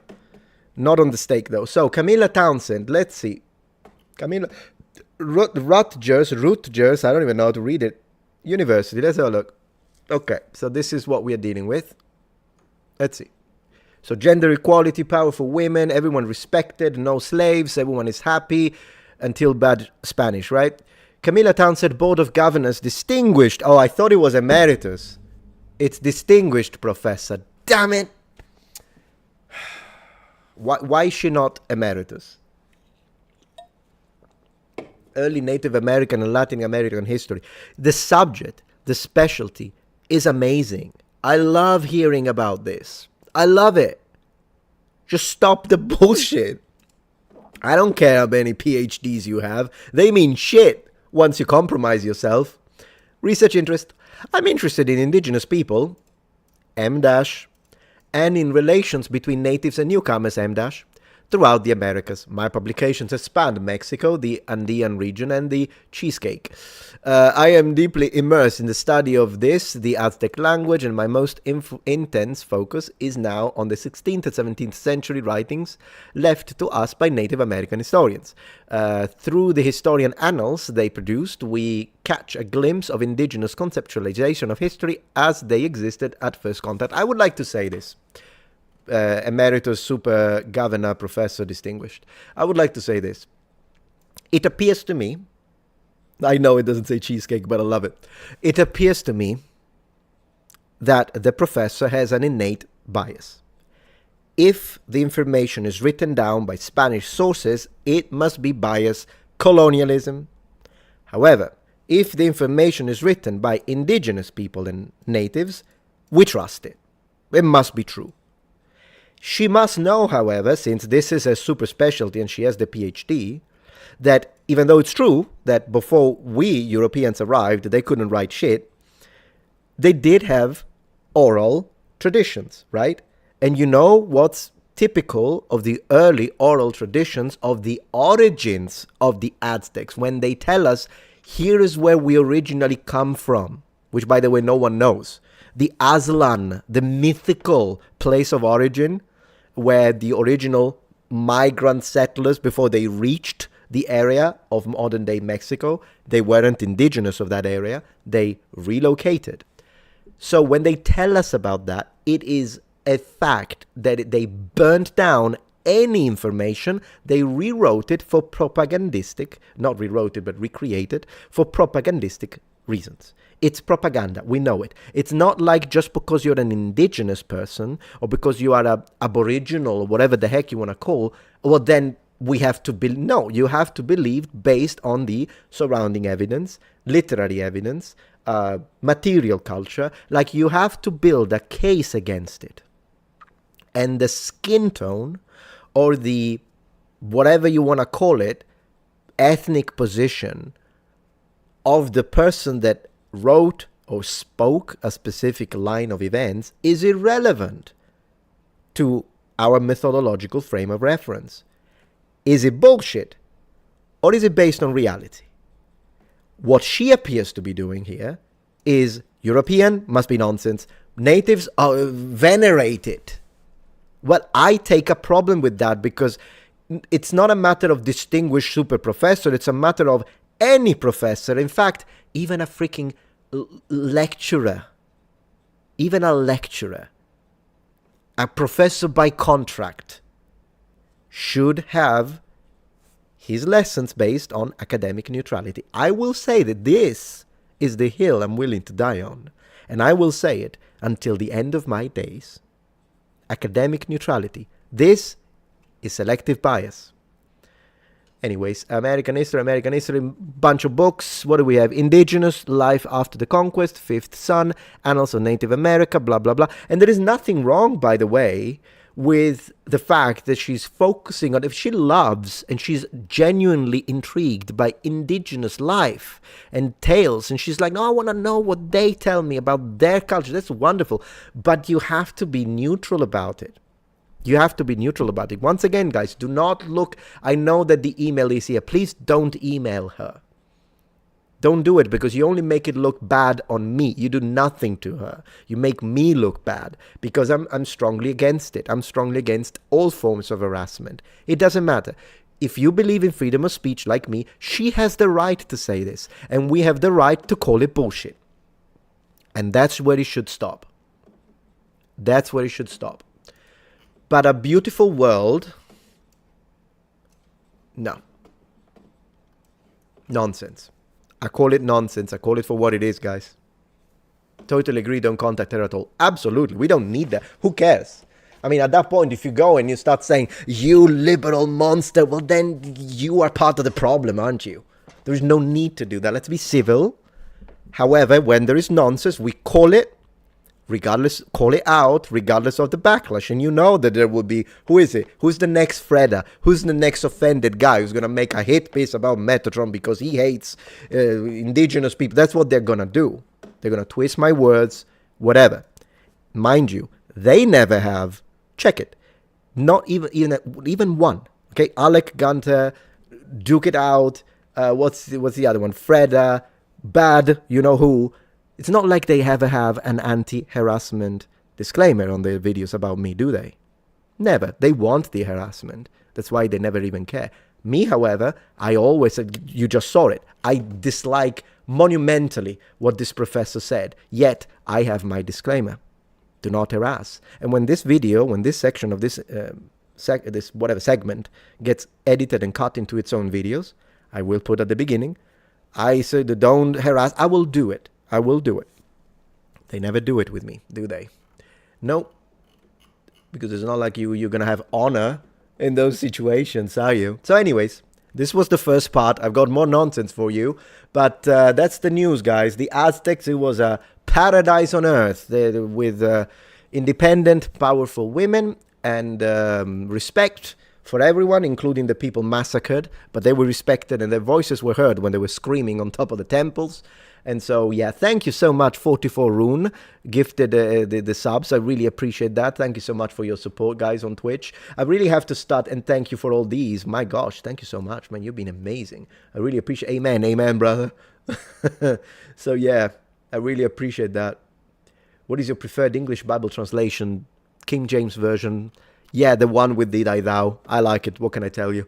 I do understand if you want the simplified version, but for me, give me Did I Thou, verily, I say unto you. I just love it. Justin, what are your views on how inclusive medieval Cordoba in Spain was versus the rest of Europe at the time? Is it over-exaggerated? I've honestly never heard of this, so I'm putting it in my notes for a possible... I'll look for it. If I find some good stuff, it's going to be the next upload, guys. So, we'll see. We will see. Even the slaves. So, well, yeah, the slaves loved it. They loved it. What if they were religious martyrs? Well, the problem is that the religious martyr, like imagine, for example, for a Christian perspective, when you have a martyr, say, in the Roman period, and a Christian gets burnt because he's like, no, I will not reject my God, and he gets burnt, and now he's a martyr. It speaks good of him, not of the people that burnt him at the stake. Therefore, even if these were religious martyrs, as you can say, it's possible, Baron, it would only speak well of the person who has been strong and steadfast in their faith, much respect, but the people that murdered her or him, regardless, yeah, they are horrible. Like, it doesn't change, right? It might give us some extra details on the person who is being whatever, but it still does not speak of a inclusive, respectful, beautiful, and peaceful society, even if martyrs is what it is.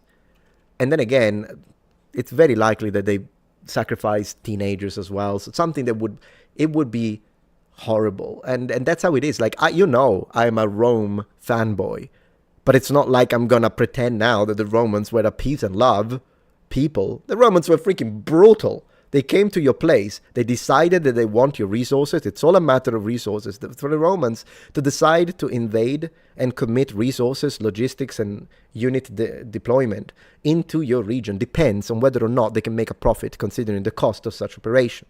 The Romans were methodical. So once they decide, yeah, they've got tin mines, so let's go. And they come, they battle, they defeat you, and then you still rebel, they will cut the right hand of every single able male in your community. That is atrocious. It's horrible. It's brutal. But I'm not going to hide it because I'm a Roman fanboy. I'm a fanboy of the good Romans. Let's put it that way. I'm a fanboy of their achievements. But I'm not going to hide the brutality or say, well, yeah, but the Gauls that were murdered that way, they were still represented and respected because they were an inclusive Roman society. They call them half-beasts, for crying out loud. And when I say half-beasts in the Roman context, this is a great life. When I say that the Romans call Germans and Gauls, the Celts, they call them half-beasts, it's not an insult. You think, oh yeah, because they were insulting. It's a legal status in Roman law. So, you're a half-beast, uncivilized, you have no rights, nothing. After we colonize you, or conquer you, we can give you citizenship, right? If you behave, pay your taxes, maybe serve in the army, or your son, who cares? We don't care what you look. You know, the Romans, they were not racist, they hated everyone equally. So once you do, you behave, you subdued, then you're like, yeah, you can have citizenship, no problem. Yeah, you're a citizen, you're a Roman, great. But what happens if you rebel after that? And we know what happens, it's in the annals. They lose it. It's a transitory. It's not, well, we are inclusive towards everyone. If they rebel, the Romans tell us they lose citizenship. We take it, which means they're half-beasts again. They're half-beasts again. So, am I going to deny that because I'm a Rome fanboy? No. It's what happened. Do I agree with? I think it's a good thing to consider a whole people or a set of population to not even be fully human. No, it's a horrible thing. I laugh because of the idiocy of, it's like, it is, once you look at it this way, once you contextualize what some of these people are. She's not even one of the worst. I've seen much worse. She's fine. I mean, she's not fine, but my bar is so low these days that when I see this compared to Simon Elliott, I'm like, you know what? Maybe she's not too bad. I mean, she is, but yeah. So interesting idea, but as I say, it doesn't really change the final results of this evaluation, does it?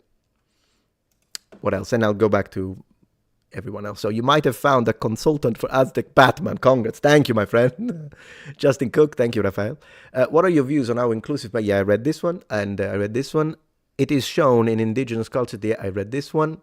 I'm just making sure that I didn't skip any, because I don't want to be disrespectful. Gulf of Pasta, I agree. And yeah, I really honestly think we should call it Gulf of Pasta. And that would be everyone happy. Italian Americans, 100%. Italian Americans. Let's go. So yeah, what else have we got here? Man, what a day. What a day. What did the Romans think about the Etruscans? So that changes depending on the period. Because, of course, as you know, there is a whole line of Etruscan kings that were ruling Rome. So at that point, they were different. So make no mistake, they are two different people. They are two different people. Funny enough, the Greeks didn't think so at first. They thought that the Romans were another type of Etruscans. But then the Romans become who they become. The Etruscans are gone. Well, mostly integrated, we could say, because, you know, a lot of the stuff, like even some Roman gods are originally Etruscan, some Roman military tactics are originally Etruscan, some Roman work, metallurgy, and steel crafting is originally Etruscan. So some of the Etruscan stuff continues in the Roman. They influenced it very much. But at the end of the day, they still lost. The Romans won. And after the Romans take their place, this is disgusting. Why am I seeing spiders and what the heck? When once that happens, then then the Greeks are like, okay, these are Romans. It's a different thing. It's a different thing. But yeah, no, they were different. How they thought about them? Well, after a while, they became the enemy, and then they started the city of Veii. I don't even know how many times it became under Roman control, under Etruscan control. Now we're the Romans. Now we're the Etruscans. Like they kept going at each other, so they were the enemy. And once you become the enemy, you can imagine. You can imagine. Oh, yeah, for sure. Eastern Near East practice of human sacrifice, 100%. Yeah, totally. Akkadian culture, Sumerian probably. Babylonian. Yeah.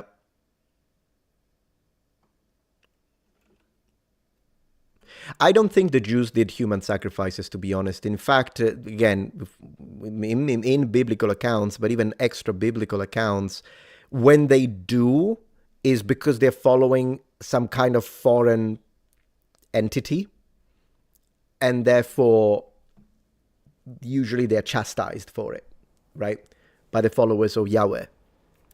So there's that. So I think no, I would say. Animal, yes. Animal sacrifice, absolutely. And mind you, there are some connections between, you know how in the Bible there is the whole discussion of burning when they do the animal sacrifice. It needs to be a specific animal, and then they need to take their organs, and then they need to use the fat around the viscera and the fat around organs, like around kidneys. They take that and they burn it. They burn it because it produces a smoke. And it says in the Bible that this smoke calms Yahweh while he is in the tent.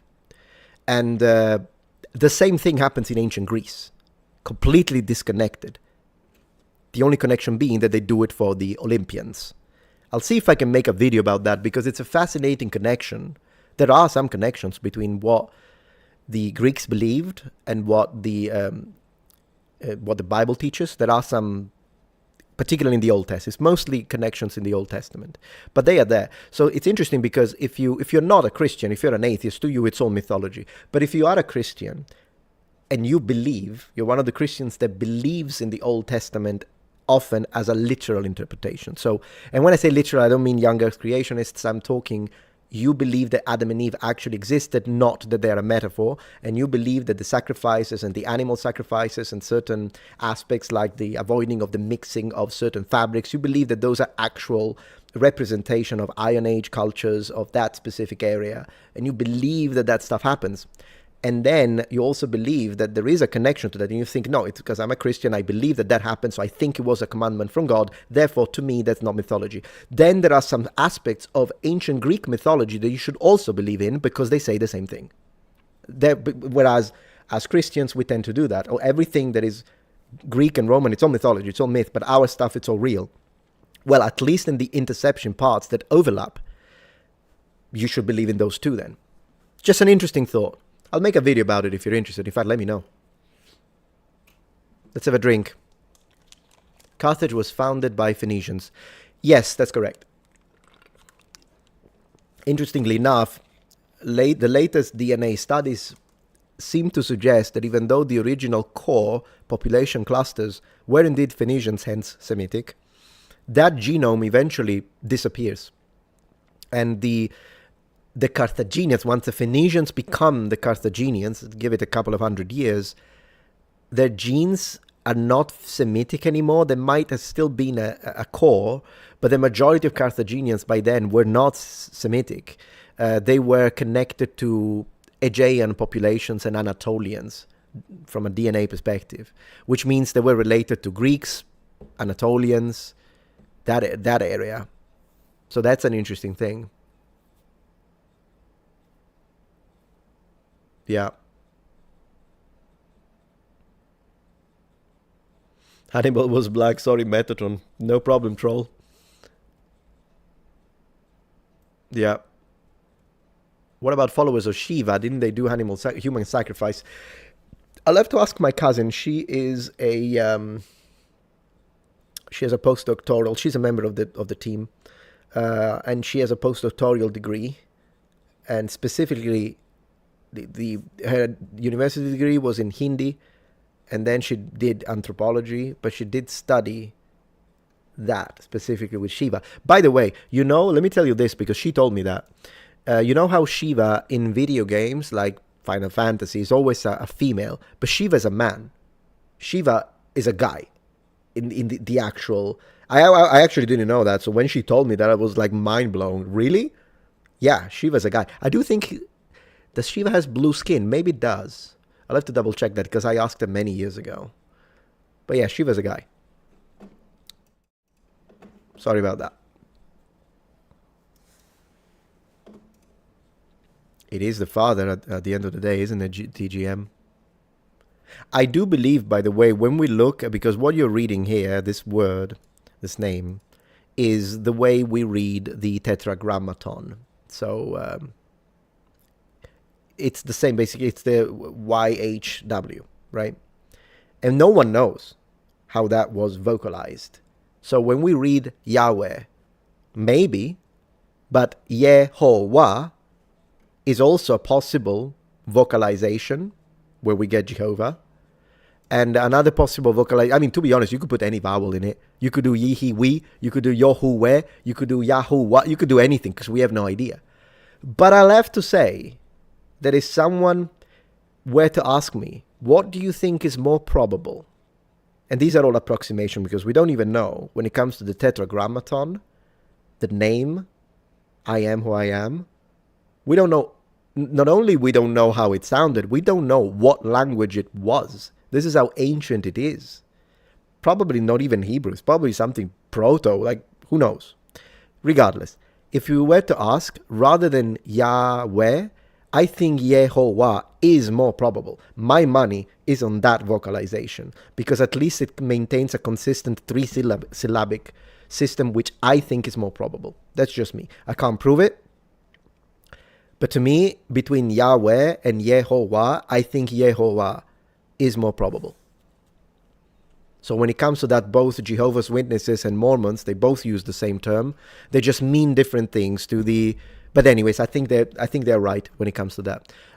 When I say that doctrinally they mean different things, it's because to the Jehovah's Witnesses, Jehovah is God the Father, whereas to the Mormons, Jehovah is Jesus Christ in his pre-human form. So it's the Son. That's a doctrinal difference between the two. But the name itself, I think is more probable that Yehovah is the correct vocalization, but that's just me. I can't prove it. So, Take that for what it is. Gulf of Pizza is another good one. You know what? I think Gulf of Pizza takes the cake. And let me tell you why. Gulf of Pasta was nice, but Gulf of Pizza is perfect because Mexicans do have Mexican pizza. Gulf of Pasta, guys. Gulf of Pasta. Yeah, Ganesh is the elephant. Yeah, it's the one with the... Yeah, exactly. Yeah. You're still going on the Gulfs. Yeah, I know, it's not a J, of course. That's English. That's English. It's just like when you say Jesus, but it's... goodness gracious. Yehoshua. It's not... There is no J, of course. That's the English version. In fact, that J, it has to do with Latin transliteration. So when you say Jehovah, you're speaking English. There's nothing wrong with it. Just like there's nothing wrong with saying Jesus. You don't have to say Yehoshua the entire time. Or Yeshua, or Yeshu, as probably he was called by his friends, Jesus. By the way, a very common name. In fact, in the Bible, when you read the name Joshua, it's the same name in Hebrew. There's no difference. In English, we translate them, one as Jesus and one as Joshua, so we can differentiate them. But if you read it in the original language, they have the exact same name. It does help. Of course, they are not the same person. One is a lot more important to the story. But they are the same. It's the same name. It's the same name. Makes sense. Phoenicians came up with coins. Oh, yeah. Metatron, Professor Dave has a video about the history and type of Italian pizza. I would appreciate a review. I'll look into it. I'll look into it.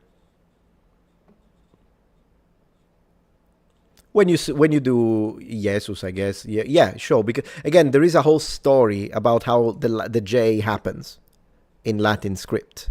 There is a whole story. I might make a video on the second channel now. You know what? Let me write it down so I don't forget. Because I don't really want to go into it right now. I usually don't do too much languages and linguistics on the main. I try to do that for the second. But let me write it. So J and E in medieval script Latin.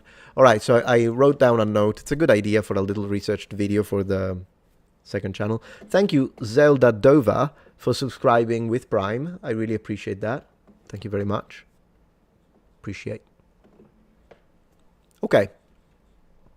Pineapple pizza with gravy. Oh my gosh. Yeah, put anchovy while you're at it. Why not? Okay, so let me... Sorry, I clicked the wrong thing. So let me see. How's the stream going? Let me check the quality of the stream. And then we're going to move to the next. So far, 6 members. Thank you very much, guys, for the super chats and becoming members. I really appreciate how generous you are. I really appreciate that. All right, let me close the tabs that we don't need. And the next thing that I wanted to talk about, it's a very interesting topic, at least to me, and it's this. You ready for it? Okay, does anyone know what this is? Does anyone know what these are? So here's the thing. If you watch good YouTube channels, or if perhaps you read history, you're interested in this period and these things, then you already know what these are. However, if you get your knowledge of history from TikTok, you haven't got a clue. So, how about we jump right into it? Okay, so this is a moat safe. This is a moat safe. And the first thing I would like to say that there are a lot of TikTok accounts. I'll see if I can find a couple to show you just a laugh. But there are several TikTok accounts that are pushing this idea. This has been going on for a few years now. It's not a new thing. That these were medieval graves and that they were built in order to prevent the undead from rising. Some speak about the undead in a zombie fashion, but most refer to vampires. Now, I will grant you that medieval people did believe in vampires. They did believe that vampirism is a thing, and we can spend a couple of words on it. We can spend a few words on it if you're interested. In fact, I have another tab here with the idea of medieval vampires that, yes, there are sometimes some burials that when you see this, for instance, this is kind of a sickle. It's the blade of a sickle. We don't know for sure that they thought this was a vampire, but it's a possibility. that some people may think, well, this could rise. So I'm going to put a blade here so that if it does rise, it will cut its own head off, which will kill the vampire. So, yeah, vampirism is a thing. From a medieval perspective, though, we shouldn't really see it as black magic, like in a Warhammer sense. They would consider it more as a type of, it varies depending on the region, but if you look at Eastern European tales, it's perceived more as a type of sickness. So you get sick and you become a creature. So there is that. It's more looked at into that, but people did believe it. And so sometimes there are some burials that do give us the impression that, yeah, they did put something through his freaking mouth. So yeah, it's possible that indeed, yeah, there we go. So it is possible that some people did believe that. I mean, why not? Imagine some rural communities, many people die. Imagine the shock of that, right? Half of the people you know are dead because of some disease that you don't understand scientifically. And now they're dead, and then you're worried that this could have some implications, some further implications, definitely mess with your head when something like that were to happen. And so the idea that some people, particularly if they weren't very educated, because educated people in the medieval period, for instance, knew that the earth was not flat. That's one thing. Everyone who could read and write and read the classics knew that. And we can see that in statuary, archaeology, paintings, the earth is represented as a globe. But if you don't know how to read and write, maybe you live in a little rural area, and generally speaking, you're a hardworking person, but then all of these things happen after you got attacked by some crazy people because of wars, and now this, and someone tells you, hey, look, it's vampirism. I heard it from another village. They rise from the dead. Maybe they believed it. I mean, yeah, I can see that. And so if someone tells you there is a remedy, then you enter the realm of superstition, and sometimes people will believe anything. So yeah, people did believe in vampires, but this has nothing to do with vampire. You see, vampire graves, grave robbers, exactly. So some of you are already saying it in chat, and I appreciate that. So let's talk a little bit about this. What a moat safe is, first and foremost, contextualizing it from a temporal perspective, it's a Victorian era invention. And in fact, it's not even widespread in all over Europe. We find it initially mostly in the Scottish Victorian sphere. Now, could you find some cages in England? Yeah. But generally speaking, it's a Scottish thing. What were they supposed to do? They were not supposed to keep the dead in because the dead, they are rising. Fear, you see, this is a grave from the Victorian age where the fear of zombies, nonsense, and vampires was prevalent. False. It's because of robbers. So, in this period, there was a non-regulated need of dead bodies to perform autopsies and also for medical students to practice. It's a Victorian period, remember, so we're 18th century, late. And so they needed the bodies because they wanted students to practice, or some students wanted to practice. Where do they get the bodies? At night from a freaking graveyard, just pick up a couple of bodies. Now, of course, if it's your grandma, you don't appreciate that. Hence, some people started building the cages, which made it virtually impossible for a couple of grave diggers, because then it became a thing. You could sell it, right? Initially it was some crazy, stupid students, but then some people are like, well, we could make money out of this. We could sell it, right? So we don't tell them where we got the body, type of thing. So it became a profitable endeavor.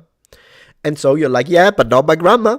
You motherfucker, it's not my grandma. So they built the cages. And someone does it. You heard of it, like, okay, how much is that? And they tell you, this is how much I paid. Okay, well, can you hook me up? Because, grandma wouldn't appreciate. So they started doing this. There are various versions. Some have stones on top of it, but I'd say the most common is just the iron cage. And yeah, it makes it extremely difficult, if not impossible, for people to just do this and not get noticed. Because you'd have to make a heck of a lot of noise to try and cut through actual iron bars. This is all this is. And interestingly enough, even though I always tell you, guys, be very careful with Wikipedia, because Wikipedia tells a lot of nonsense when it comes to this, and I really want to point this out to show you how absurd TikTokers are. The level of laziness is unbelievable. This is one of the very few cases in which it's not even a matter of a Google search, yes, but you need to find the proper article written and reviewed, peer-reviewed. No, Wikipedia would have been enough. Wikipedia supplied schools of anatomy since the early 18th century. A construction designed to protect graves from disturbance. British authorities and whatnot, sometimes they had a blind eye. This is correct. Now, it's a very superficial look, the one we see here on Wikipedia. And I'll see if I can find some better sources, maybe add them when this gets edited into its own video. So even if you are here present on the stream, do keep in mind that I do sometimes add some stuff on the edited content, because I'm like, when it becomes its own video, I have more time to be like, well, let me see if I can find something more. Like, and we see some professor is nonsense and pushing nonsense and telling us about this. But yeah, in this case, believe it or not, all a freaking TikToker had to do was to check freaking Wikipedia. Freaking Wikipedia. Unbelievable. Aren't they intriguing, though? I mean, I would want a cage like this. It looks metal. Look at these. Look at these. With the big... I don't know, guys. What do you think? Which one are we... I'm going to do a poll now. Which one are we voting for? Do we like the stone and iron? Or do we like the full... Ooh, goodness gracious. This guy, how rich is this guy? He's got a full tower.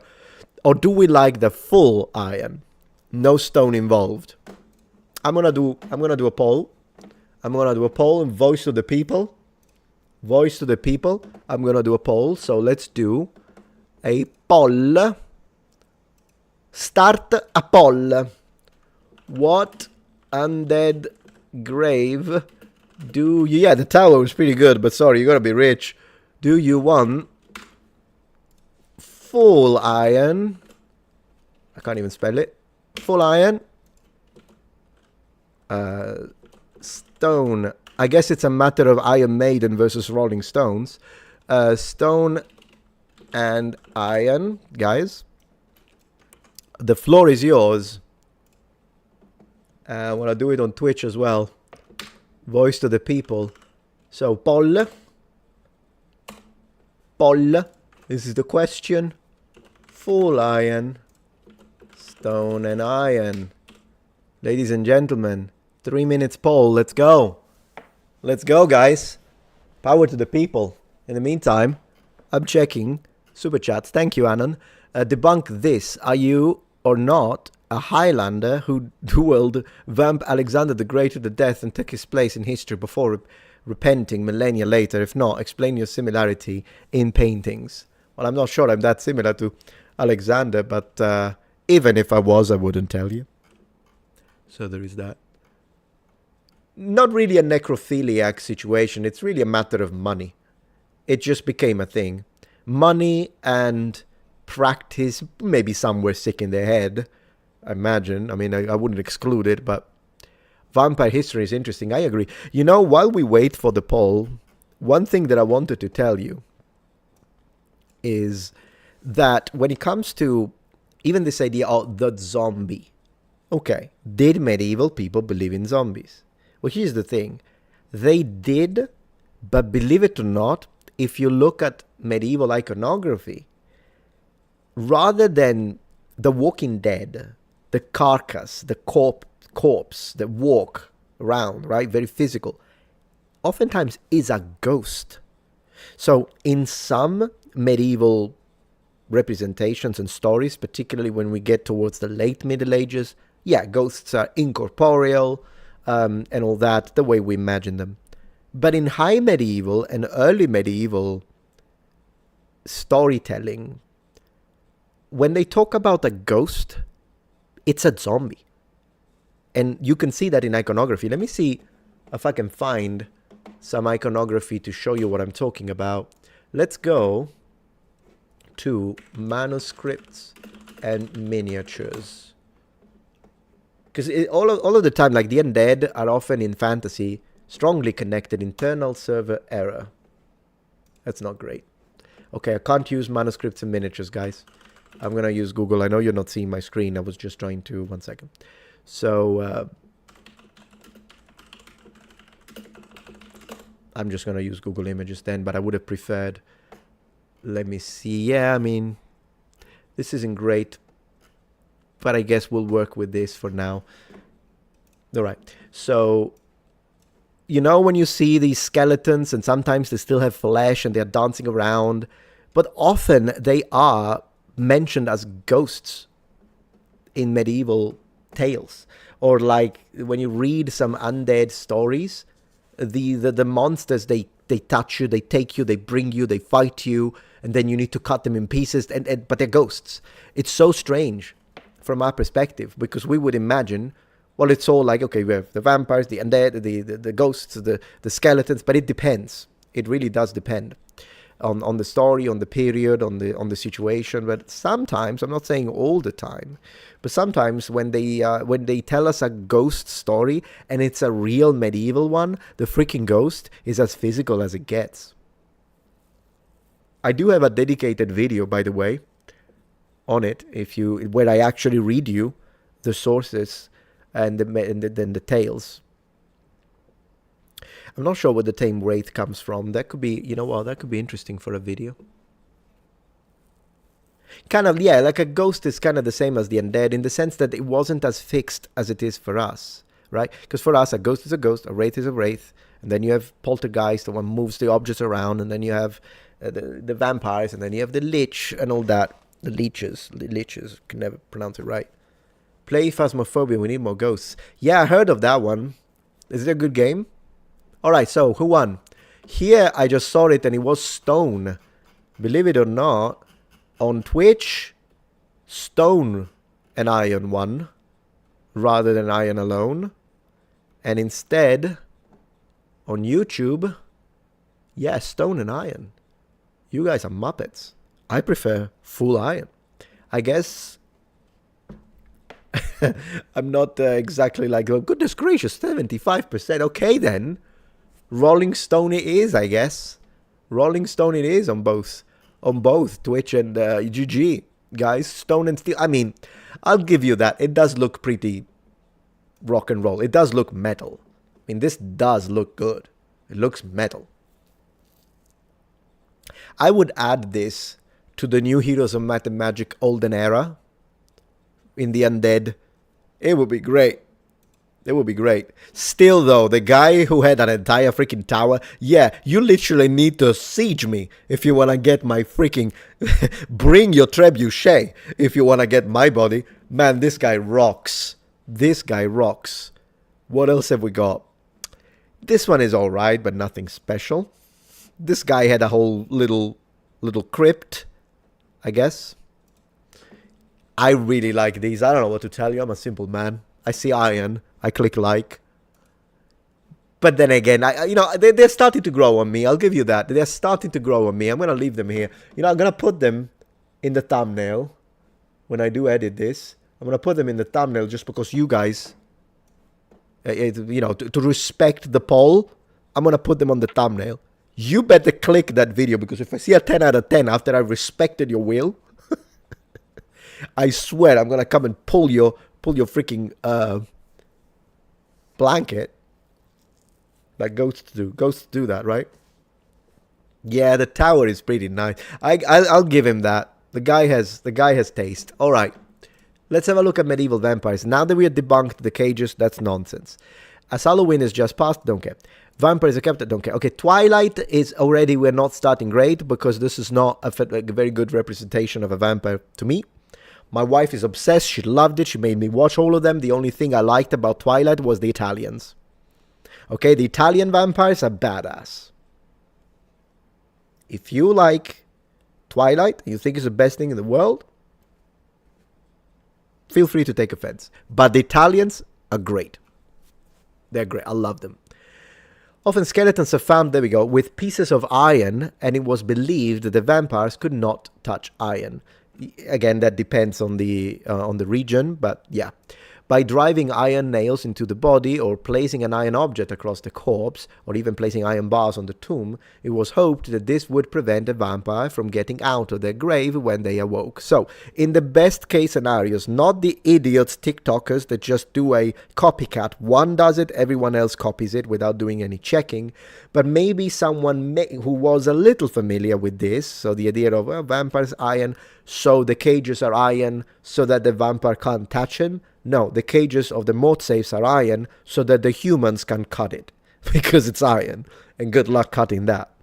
In the Czech town of this, guys, the only word I know in Czech is zmrzlina, to say ice cream.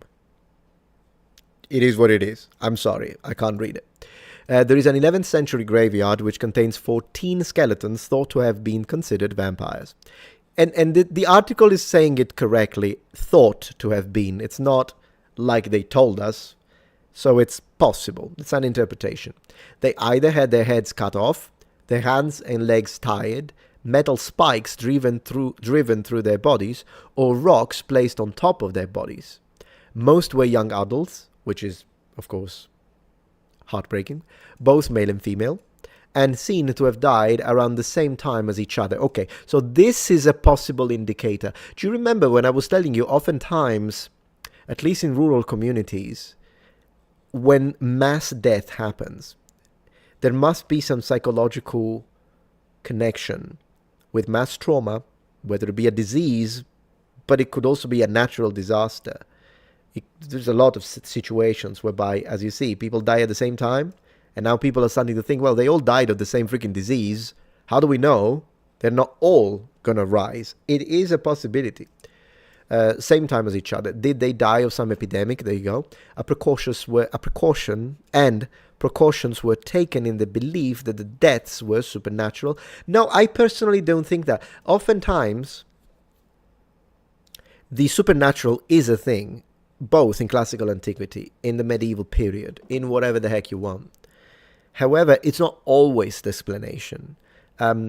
When we look at, for example, the explosion of Mount Vesuvius, which the Romans did not know was a volcano, for those who have missed my episodes, I'll put some links in the descriptions. I know that when you look at Mount Vesuvius now, you literally see the cut, right? And you're like, yeah, obviously it's a volcano, I can see it. Well, it had a full peak. It looked like a normal mountain. The peak exploded. Hence, it looks the way it does now. And you can see that in representations of the mountain from the Roman period. It looks like just a regular mountain. And the Romans did not know it was a volcano. Sometimes we ask, why were they so stupid to build? Well, we still do it, but regardless, they didn't know. It's very likely, in fact, that any memory of a previous eruption, which we know happened, was prehistoric. So by the times the Romans settled the area in the Republic, there was no collective memory of something that happened in the Stone Age. Regardless, when the volcano exploded, and we read Pliny the Elder, Pliny the Younger, the various emperors, letters of this, letters of that, there isn't a single one, and I've read them because I made a few videos on the topic, there isn't a single one that says, oh, the gods were punishing us. They don't say it. They say, what is the natural cause? What is the cause and effect, the causal link? Why did this happen? They try to figure it out. Sometimes they're wrong, particularly when they try to figure out why, after an eruption, the surrounding area, after the lava solidifies, it becomes fertile. They thought it was some kind of fat. They were wrong, but we know now what it is that makes it fertile, which is true. But they don't try to say, well, maybe it's a blessing from the gods after the terrible destruction that has occurred. We don't see that. They're very pragmatic, at least the classics in classical antiquity. Now, yeah, some people may have thought that way. I mean, we do. How many people do say, oh, I hope that, God protects us. And unfortunately, sometimes I read it. As I say, I debunked one the other day. Sometimes there is a natural catastrophe and people are saying, oh, you're being punished for your sins. Some people say that. So I'm sure the people said it in the medieval period too, but we shouldn't think that that's the to-go thing because these people are superstitious. No, particularly in classical antiquity, it's not always the to-go answer. Usually they try to look at the natural explanations before they move into the realm of the supernatural. And this happens both in classical antiquity and in the medieval period. It is a fascinating discussion. Talking about Czech, I'm Czech. Hi, what about that KCD2 I asked? Yeah, so the last video, hi, what would I say? Ahoy. So, yeah, no, the last video made on Kingdom Come Deliverance was a complete disaster in terms of views. So for now, I have no plans on talking about it again. I apologize.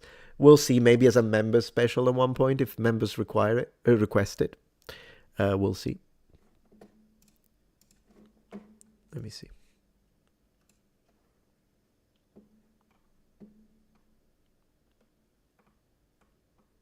I'm trying to see if I missed anything here. No, I never read Dracula. I imagine you mean reading the full book, not reading the occasional chapter and stuff. So no, I never read it. Watched the movies, but the old one was great. And Nosferatu, which was clearly based on that, even though it was kind of a copyright situation, wasn't it? Yeah, Nosferatu was fun. You voted for Iron, yeah, like me. Let's go, Iron Maiden. Which wasn't a medieval thing, but still Banshee. You know, I wish I could do a series on the undead and how they were perceived in the Middle Ages. I only did the one about ghosts because it flopped. So I was gonna do vampires and then werewolf. I mean, with werewolf, we can go really back. The Romans believed in werewolves and all that. One on witches. The algorithm seems to penalize me every time I do that. I know it sounds like I'm whining. Am I? I'm annoyed by it simply because I enjoy these kind of nerdy topics in connection to history, if you will. So it is annoying that when I have a good idea, like, oh, let's make a full video all about the vampires and a video about whatever the heck, and then it doesn't work. It's I'm sure you can familiarize with that. You can sympathize, maybe. Whining, no, just pedantic. You're absolutely right. You're absolutely right. Okay. So let's see. And here they say, or was there some kind of empiric equivalent to the Salem witch hysteria in this small medieval town, which resulted in these people being killed? Yeah, that's also a possibility. Who knows? It was common as well as using iron to place heavy weights, usually stones, on top of bodies, as again, it was believed that this was a way to prevent vampires rising from their graves. So the idea is possible. It's not 100% because they don't say it, but it is possible in the medieval context. It's just that it's not connected to these. These are two separate things from two separate periods for two separate reasons. Stones could also be placed in corpse mouths, and it was believed that vampires could tear their way through funeral shrouds with their teeth. Man, that's scary. Can you imagine that in your mind? Like you're in a medieval village. Picture this. You're in a medieval village and you hear noises from the outside when it's pitch black, no lamps, no electricity, beautiful stars though. You would see an amazing sky with no light pollution. Still, it's really, maybe you're close to a wood forest and you hear sometimes some noises, and then your brother tells you, this sound you heard, it's a vampire trying to bite their way through the... Oh, goodness gracious, I couldn't sleep after that. In fact, what is potentially the earliest grave of a suspected vampire comes from 4,000 years ago. That is correct. The Romans did have some beliefs that had to do... Vampirism is ancient, but it does change a lot. And as I say, oftentimes it's a sickness, which is why I like the way it was done in the Elder Scrolls, which is literally a sickness that can be healed before you transform, and you take it by entering in contact with the vampires. So it's kind of cool that they do it that way, because it is the most historic. The idea of black magic or the idea of a curse are more later. I think the most ancient perception of the concept of a vampire has to do with an actual disease. Now, whether or not it makes it an undead, a half-dead, almost died of the disease, was kept alive by this weird situation, yeah, that depends, but sure. Again, in the Czech Republic, the grave was situated away from other graves. Of course, we are in imagine Bronze Age culture. In the burial site, and the victim, a male, was weighed down with 2 big stones on his chest and head. Just to make sure, because, you don't want just to have the one on the chest, but then this guy just kind of moves it around, right? You don't want to have to deal with that, and then he's knocking on your door. Just do 3 at this point, am I right? As this is so similar to medieval examples of anti-vampire weapons, it has been widely considered, particularly by the media, to be the earliest example, of the legend of vampires. However, as myth, many things we can never be sure, yes, and many are hesitant to place such a label on such an early burial. You know what? Who wrote this? This is from History Posts. Let's see if we have a name. This was posted on 2016, pretty early on. It's well written. And it's definitely better than Super Professor Emeritus did on the previous article we checked. I don't know what to tell you guys. It's these, yeah. I don't know if we can. This is well written. It's these are a little superficial. We would have to dig deeply, and it would be nice to actually look at the sources. But they even added the pictures. This is pretty good. I like this one. This is my favorite. Let's see if they tell us about it. This is a sickle. Sickle, yeah. Where is it? Where's the sickle? Oh, there we go. A skeleton from Poland. Ooh, it's the Polish. And I love the Polish. Polish are great sports. I love freaking Polish. It's always great. You know what? You know when I met Polish on Heroes of Might and Magic Facebook pages. It's full of Poles. They drink a lot and they are great. They're so funny. There's something about the Poles. It's just so funny. A skeleton from Poland with an iron sickle placed across its throat. Yeah.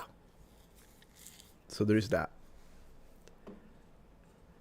And then it goes into medieval Icelandic saga features. Yeah, the Draugr, the ones that, of course, Skyrim was inspired. Skyrim is such a mixture, by the way. I know I'm all over the place in this stream, but this is me. What can I tell you? It's so fun because Skyrim is such a mixture between... I think they wanted to make a video game based on the Vikings and the Norse, because they thought that was cool. But at the same time, they're like, but what if we made a video game like said that looks inspired by ancient Rome and Romans? And then they did Skyrim. They took literally both and they mixed it, didn't they?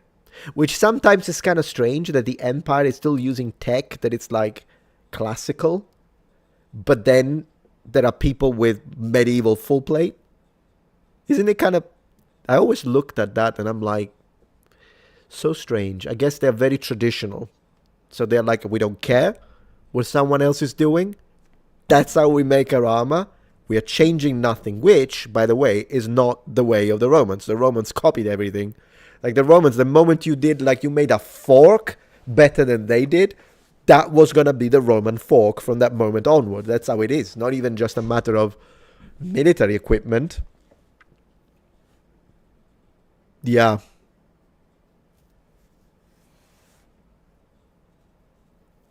So it's just one of those things. Anyways, yeah, so guys, these mod safe, just a brief debunking for the second episode, the second thing here.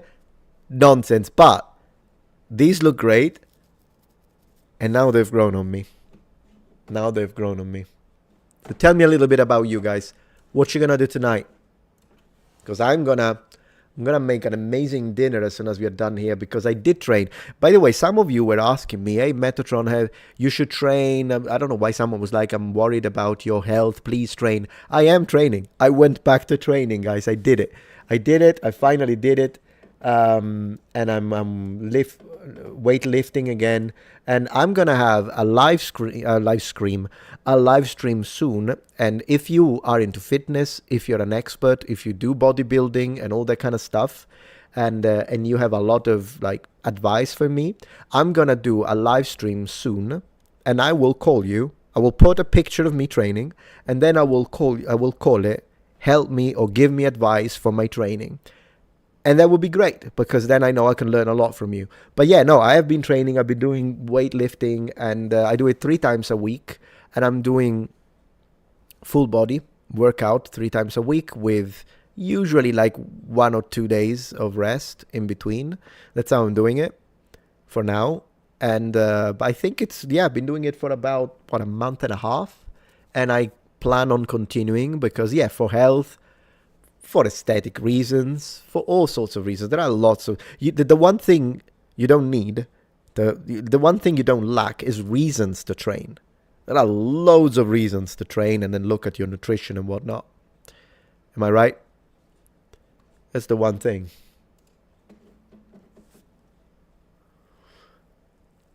Good night, Lady Jennifer. Thank you so much for being here. Appreciate. Playing Empire of Sin. Wonder what game that is.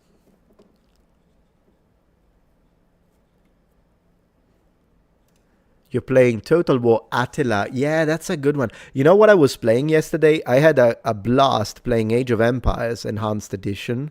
It was really fun. Age of Empires 2. I really had a good time. I played as the English against the French. And I won, but I'm so slow. I play it for fun. I don't play it like that I'm trying to do a certain number of actions per minute. Like, I'm not... I just like to role play it as I play it. So I'm like, oh, I'm in this area.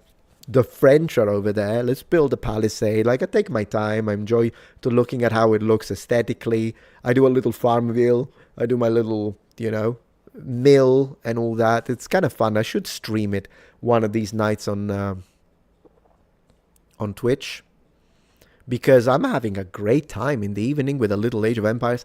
And I do have Age of Empires 4, but sometimes there's something about 2, particularly the Enhanced Edition. If you download the Ultra Definition module, it looks really good on a 4K monitor.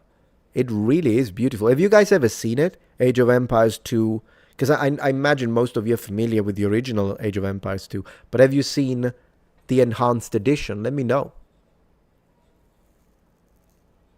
You like playing Call of Duty. I'm not a COD guy. I will play it occasionally. It's not that I dislike it. It's that I would rather put... I will put 2,000 hours on Civilization before I do 10 matches of COD. I'll play it. It's fun. But yeah. Do you do free weights? Yes, I think I do. Explain to me. I do a lot of body workout as well. I like doing my push-ups. I don't do push-ups every day, though. I don't believe in the everyday thing. Unless it's abs or calves, I guess. That would be the exception. But any other muscle group I enjoy, I prefer letting it rest. So, but I do enjoy doing push-ups. I like free body workout. I really do. I try, the way I do it though, and that's something I changed from when I was in my 20s, is I don't necessarily care about the number of reps when it comes to push-ups. I don't have to prove anything. Like before, I was all like, oh, I can do 15 in a row, I can do 20 in a row, I can do 25. Now I don't care. I prefer to make each count. I go as deep as I can, slow, go back up, try to do the form correctly. And if that means that instead of 20, I'm going to do 10, I'm going to do 10. I really don't care about what number I need to tell people, look at me. I think I'm gone. I think I'm past that section in your life that we all go through where we're all about, look at me, I'm special. I don't care. Just want to make it count. And that's what I try to do with my curls and whatever it is, bench. I don't particularly care about the number, the weight. I would rather, ego lift, exactly. I will rather lift a smaller weight, but work on the negative and do very slow. I will move very slow, work on the negative, and do full range of motion. Which, for me to do it, because then it becomes more intense, for me to do it, I have to lower the weight. And personally, I don't care. Like, I really don't. I don't have to prove anything. So, yeah, that's just to tell you how I'm doing it. Eat protein, dude. Oh, yeah, no, I am eating protein. I'm going for a high-protein diet. And one thing I like doing is, before going to sleep, I either drink casein, but I don't do that every day. So on the days that I don't drink casein, I will eat cottage cheese. I like doing that. But I have increased the protein intake, but I still eat carbs. And I think, not because I say it, I don't know anything, but I like watching videos from like Athlenex and other channels like that. And one thing that they say is that it's good. You shouldn't like completely remove carbs. In fact, some carbs together with protein help with the absorption of protein because of something called metabolic peak or something like that. I don't remember because again, I don't know anything. I don't know what I'm saying. But what I'm saying is I'm not removing carbs. Never, ever. I don't even care. I don't care. Like, carbs are going to stay. Just so you know, carbs are staying. Carbs are staying. Thank you, Joe. I love doing club weights. It feels better than the conventional dumbbell weights. What are your thoughts on Civ 5? I don't think I've ever tried club weights. In fact, I don't even know what the difference is. I like Civ 5. I love all Civilization games. I liked 6 more than 5, but one thing that 5 did better than 6 was the fact that you could become the Pope. I don't know why they removed that from 6, because I freaking love it. One time, I became the Pope. I was playing with my university homemates and AI. And it was funny because there was this vote, right? So we all vote, and I am a candidate. I want to become His Excellency. I will be the Pope, whatever. And so the AI votes against me. Particularly this civilization votes no. And so I don't get to be the Pope. The AI becomes the Pope. So what I did in good medieval fashion is I declared war, invaded their territories, burned all their cities to the ground, murdered the entirety of the population, including the Pope. And then, because there was no Pope anymore, we do the election again, and I candidate myself. I will be Pius, the freaking 15th Leo IV. And now it was so funny. My friends laughed their heads off. All the AI voted yes. It was great. All the rest of the AI was like, oh, yeah, no, totally, yeah, he's the Pope, totally, you're the Pope, bro. You are the vicar of Christ, that's you. And I was like, amen, brother. So that was great. Yeah, I will never forget that game of Civilization 5. It was great. I loved it. It was so funny. All the AI was like, yes, and they all voted me. It's like, vote him because that guy's gonna call a crusade. So yeah, that was great. How often did that happen in real history? Well, there have been crusades, of course, and you had multiple popes. You have the Pope in Avignon and the Pope in Rome, and they excommunicated each other. So, I mean, history does get very interesting when it comes to these things. And, of course, the election of a Pope sometimes could take months. Never mind the white smoke now. It took them, 3 minutes to elect the Pope Leo. By the way, what do you guys think of the new Pope? Took them 3 minutes, literally. By the time they ordered McDonald's and the fries were delivered, Habemus Papam. But in the Middle Ages, sometimes it could take months. Like, these guys were locked in the conclave, hence the name, cum clave, with the key. Locked in. If you guys don't get us a pope, cardinals, you're not getting out of here. That's how they did it. Right? And it was important because he had so much more. Like, today, the Pope is, of course, a very important figure religiously. Politically, however, it's not as important as it was in the Middle Ages. In the Middle Ages, the Pope had armies. They could literally excommunicate kings. And the whole situation with the Holy Roman Empire, which sometimes when you read the history is funny, because of the thing whereby the Pope is like, I elect the bishops in your empire. And then, which wasn't an empire, and wasn't holy, and wasn't Roman. Still, Holy Roman Empire. And then the Holy Roman Emperor is like, these guys, you're going to use them as spies. I elect the bishops in my territory, because it's my territory. And the Pope is like, no, you're not. And he's like, yes, I am. And so it's fascinating how that goes, the back and forth, by the way. So yeah, no, there is a lot of stuff. So yeah, no, medieval history and papal history is fascinating. There is a lot of... so there's that. And again, if you want to think of, like, because usually when we think of crusades, we think of the First Crusade, 1099, 1096, and usually they are against Islam, Muslims, and that kind of stuff. But there was an official crusade before that, and oftentimes there was military intervention against other types of Christians. This did happen, like in the south of France. There was a type of Christians. I do not remember exactly their name right now. I'm sure some of you will. I made a video about it many years ago.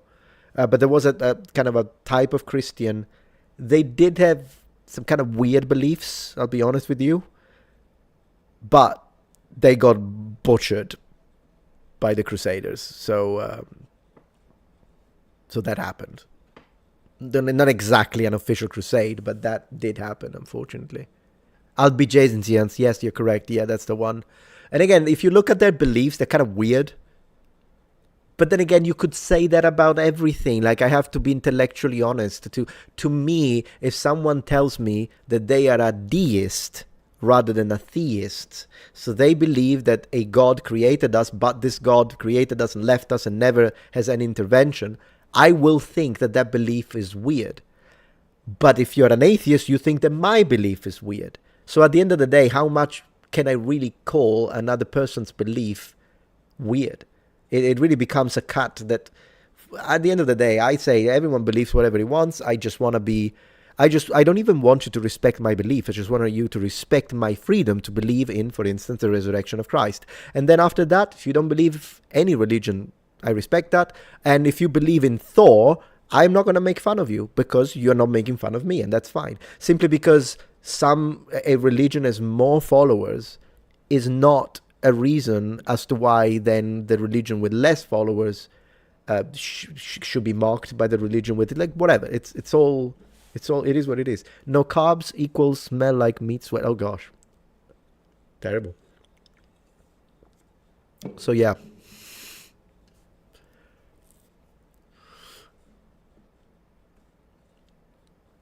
I'm a baptized pagan atheist. I don't care what others believe, respect for all. How can you be a pagan atheist, though? That's what I don't understand. If you're atheist, you don't believe neither in the Christian God nor in the pagan gods. So that's the part that I'm a little confused. Or do you mean you're pagan by culture, like you were brought up? Your parents were pagan, maybe? That's what you mean? I'm not sure. Yeah, what the heck is that? I don't know what that is, to be honest. But yeah, sure, cool. Yeah, respect for all is good. I agree. The only part where I say I don't respect is if someone's beliefs, or lack thereof, interfere with someone's freedom or with someone's safety. That I will not respect at that point. But as long as that doesn't happen, then I don't have a problem. You can believe whatever the heck you want. Don't care. Somberland says, Metatron, what do you think is Jesus' true birthday? That is a fascinating question, and I have a dedicated video, if you're interested. To give you a quick answer to what I believe, don't take it as, oh, Metatron believes himself to be the last authority. I've been asked. I will answer what I think. Personally, of course, it's not the 25th of December. That's obvious. This is a pagan, in fact, date that the early Roman Church decided to use in order to make it easier to preach to the pagans. That's it. So they're like, we need to convert these heathens. We'll give them a date they like, and then let's tell them it's our God too. That was the idea. So 25th of December, no. You say, was it July? My opinion is April. I think it's in April. Yeah, exactly, the summer solstice. And it's not on year 1. I believe he would have been born between 4 BC and 8 BC, but I think it's more probable that he was born between 4 BC and 6 BC. So if I had to give a guess, April 6 BC or April 4 BC, I think makes more sense for the actual real date of Christ birth. That's what I believe. If you want to know why I believe this, which has to do with census, some Roman information, and some information when it comes to Roman Judea, then yeah, April makes way more sense. It does to me. I've looked into it a lot. I didn't just come up with this. I've been looking into it for a few years. If you want the details as to why I came to that conclusion, both me and some members of the team, then I would suggest you to check out my video, my dedicated video, When Was Jesus Born? I think is my question. / title. Yeah, of course, that would change the age he was. 100%, that would change it, yeah. It wouldn't. What wouldn't change, however, is the that his ministry lasted 3 years. That still doesn't change. That's the same. But his age would change, yeah.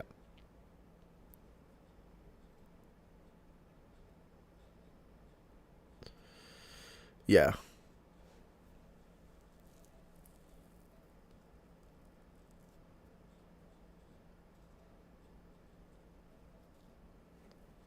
Yeah, Xiao okay. Xiao Xiong Mao. It's little panda in Mandarin, isn't it? I remember you saying apple sounded similar to evil. In Latin, yes. Could the tree of the knowledge of good and evil possibly be misunderstood as the tree of the knowledge of good and apple? No, because here is the thing. In the biblical tale, there is no apple, as I often say. It's a fruit, possibly round, and that's all we know. The apple was introduced in the Latin translation when you use in the vernacular, simply because, as we say, malus and malus, the only difference being phonemic vowel length, is apple and evil, or evil and apple. That's it. So basically, because it was the apple that caused the fall of mankind due to Adam and Eve's transgression, then they did the kind of linguistic connection, but that's non-existent in the original text. All we know in Genesis is that it's a fruit and it's round. Could be an orange, could be a date, could be a grape, or could be a grapefruit or a fruit that doesn't exist anymore. We don't know. So when this was written, we have no idea what kind of fruit they had in mind. Not an apple, at least it could be, but we don't know. Round fruit. And however, do remember that there are two trees in the Gan Eden, so the so-called Garden of Eden. There are two trees. One is the tree of the knowledge of good and evil, but in this case, it wouldn't be connected with the fruit in the original text because there is no apple in the original text. And then the other one is the tree that if they eat, they will become immortal. And that's the reason why they're cast. People often forget that there are two trees in the story. One is the one for the knowledge, and then there is the other tree that if they eat, then yeah, that could be a problem, and so they're cast out, and then they put the cherubs with the flaming swords to prevent them from returning. There is a lot, actually. I wanted to make a video. I've already made a video on Adam and Eve, but I did want to make a second video on Genesis because there is a lot that can be read through the lines. For instance, you know how I have already mentioned that I am an old earth creationist, in fact almost a theistic evolutionist. Not quite, but anyways, in between old earth creation and theistic evolution. I do not believe in young earth creationist. If you do, I respect you, no problem. But I don't believe in the literal 7 days of creations, meaning a 24-hour time. I believe they are eons, ages. Yom is to me is a representation of a period of time that is very long, and the extension of that time depends. But what's interesting is that when you look, you know how in the Bible and I was watching a video from Alex O'Connor, and I like Alex O'Connor a lot, but I think he misunderstood something linguistically. He's a fantastic philosopher, but linguistically sometimes he falls short. And there was one section where he was saying that in Genesis there is a prophecy that doesn't happen, and so it's false. The prophecy being, if you eat on the day that you will eat from the tree of the knowledge of good and evil, ye shall surely die. They eat, they don't die. So that's a false prophecy. It's not, though, because in theory they become mortal. So it could be, in theory they weren't mortal before the fall. But the other, still in the story, right? Even if you don't believe in it, at least let's be coherent with the story. Just like you, if you're an atheist, just look at this as we are reviewing the consistency and inner logic of Lord of the Rings, for crying out loud. You can still have a consistent logic in it, as long as the way things are written is correctly interpreted. And for those of you who are of faith, then this could be an interesting, not necessary for your salvation, but still interesting. So, and that's one interpretation. But the other thing is that there is this idea that one day for God equals 1,000 years for us. And therefore, if that's the interpretation that we use, then when the prophecy is real, because Adam did die on day 900 and I think it was like 45. On 945 or 68, I don't remember, years old, which means he died within the day from the perspective of the entity that spoke, being God. So he did die in the day, but the day lasted 1,000 years. He died within the 1,000 years. He did not reach 1,001. So the prophecy did happen. That's a linguistic thing that is interesting. Once again, it could be written within the text to make sense, but I'm saying the inner logic of the story is not broken if you look at it from a linguistic perspective of the interpretative analysis of the text. And so that's one thing. The other thing, and there are a few other elements like this in the book of Genesis, which is one of the reasons why it is one of my favorite books. And the other thing that I really like about it is, and this really makes me think, when Cain kills Abel. So Abel is dead. What happens? God comes back. Where is Abel? I'm not my brother's keeper, but God actually knows, obviously, and tells him, you're cast out. And then there is the curse. Anyone who sees you and kills you will be whatever. But before that happens, what does Cain say when he's being cast out? He says, I'm going to paraphrase, so I didn't memorize this text, this scripture, but you can double check it if you want. What Cain tells the Lord is, but if I go, those guys will kill me. They are gonna kill me. Exactly. Who the heck is they? We are at the very beginning of mankind. We have Adam, Eve, Cain, Abel, eventually Seth. Who's they? And to me, that could be a way to interpret the word Adam. Because in Hebrew, it's written with the article, the Adam, which to me means Homo sapiens sapiens. We are related to Adam, but only us. So if there is that they that are very warlike, it could be, Neanderthals. Like it could be a pointing to other hominids that do not belong to the same family as the Adamites, which is us. And at that point I can understand it. Someone like Cain saying, if we are looking at this from the... And again, even if you don't believe in this and you think it's just a story, okay, but it's a story written in a specific historical context and people knew about prehistory. Maybe they knew about the other humans, like the Denisovans, or as I say, the Neanderthal. And so it's possible that that's who they're mentioning. Like those guys are nuts. The Neanderthal, I don't want to deal with them. Again, I'm not saying that this is, oh, look at me, that my interpretation is correct. No, I'm just saying it. And so, to me, it makes sense. It is logical. And if you look at the text, it kind of feels like it. Interestingly enough, even the name for Eve, if you read it in Hebrew, it's literally Adam with the feminine suffix added. It's not even a name.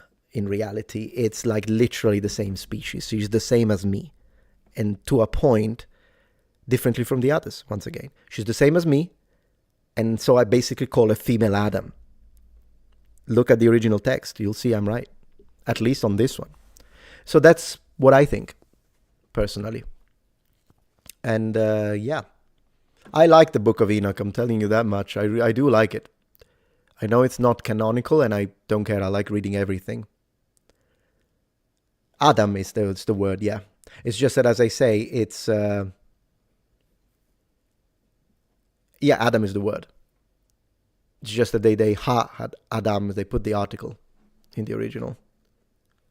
And we lose the article in translation. Yeah, but I was first child in the family, so they baptized me as a baby. Well, I mean, it doesn't really matter. If what matters is what you choose at this point as an adult, because a baby, you didn't have any say into it. I'm personally not pro baptizing babies. I know it's a Catholic thing. I was brought up Roman Catholic, but I do agree with Protestants when it comes to that. I prefer when it's because then again, Jesus was baptized as an adult, so I like the idea of following his example. Just me. Just me.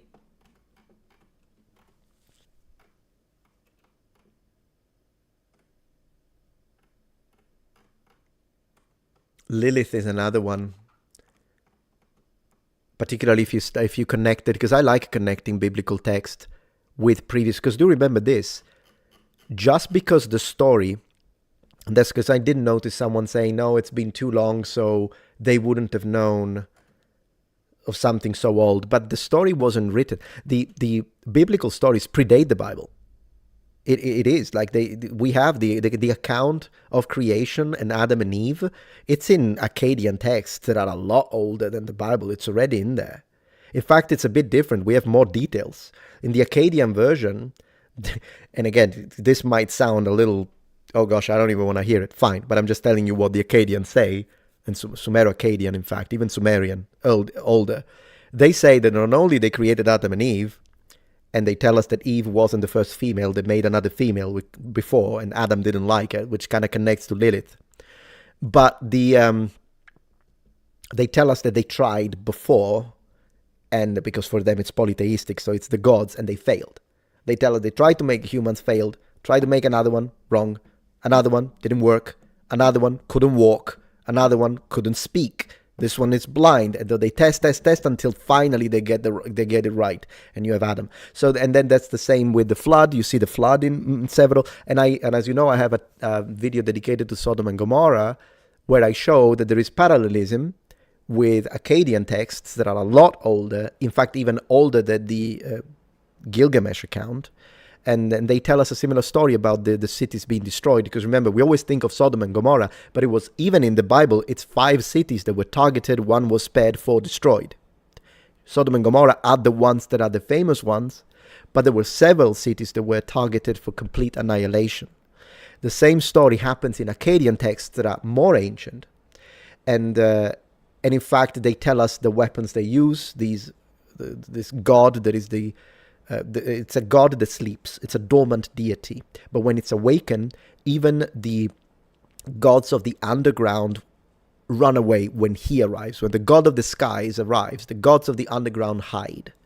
And so he arrives and he unleashes his weapons, one of which sounds exactly like the fire and brimstone in the biblical tale of Sodom and Gomorrah, sounds exactly the same, and even gives us more details. So and I love the Akkadian text for that, how they destroy the city, they kill the humans, they kill the plants, they kill the animals, and then even the water is undrinkable, and fruits, trees, after this weapon is deployed, bear fruits with no seeds. Like, there are a lot of interesting, then we have a similar situation. You know the story how Sodom is destroyed, and then there is the famous wife that turns around and is turned into a statue of salt. Something similar is described in Akkadian texts. So once again, if you think, well, the book, and it's books, plural, but if the books in the Bible is too recent for them to know anything prehistoric, right, but the stories, who knows how far back they go?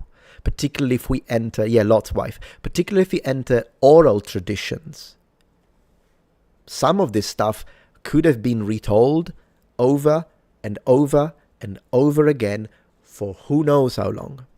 Yeah, exactly, oral history. And then when it's written down in different cultures, in the Fertile Crescent, in the Near East, in that area, right, in Mesopotamia, then when they are written down, and then in Israel, when they are written down, that's why sometimes they vary, because there is a lot of, even Egyptians have the idea of a savior, similar to that of Christianity. So a lot of these stories are extremely ancient. If you look at the cult of Mithra, there we go. Yeah, exactly. So a lot of this probably is stuff that is so ancient that goes to the very beginning of mankind, and it was just passed along and then changed, kind of a game of telephone, if you will. I personally do not have a problem with the idea of maybe some of this stuff is connected to prehistory. And then again, who knows? Of course, if it's prehistory, there is no writing. That is the line, the threshold. Once you start writing, you're not prehistoric anymore. But yeah.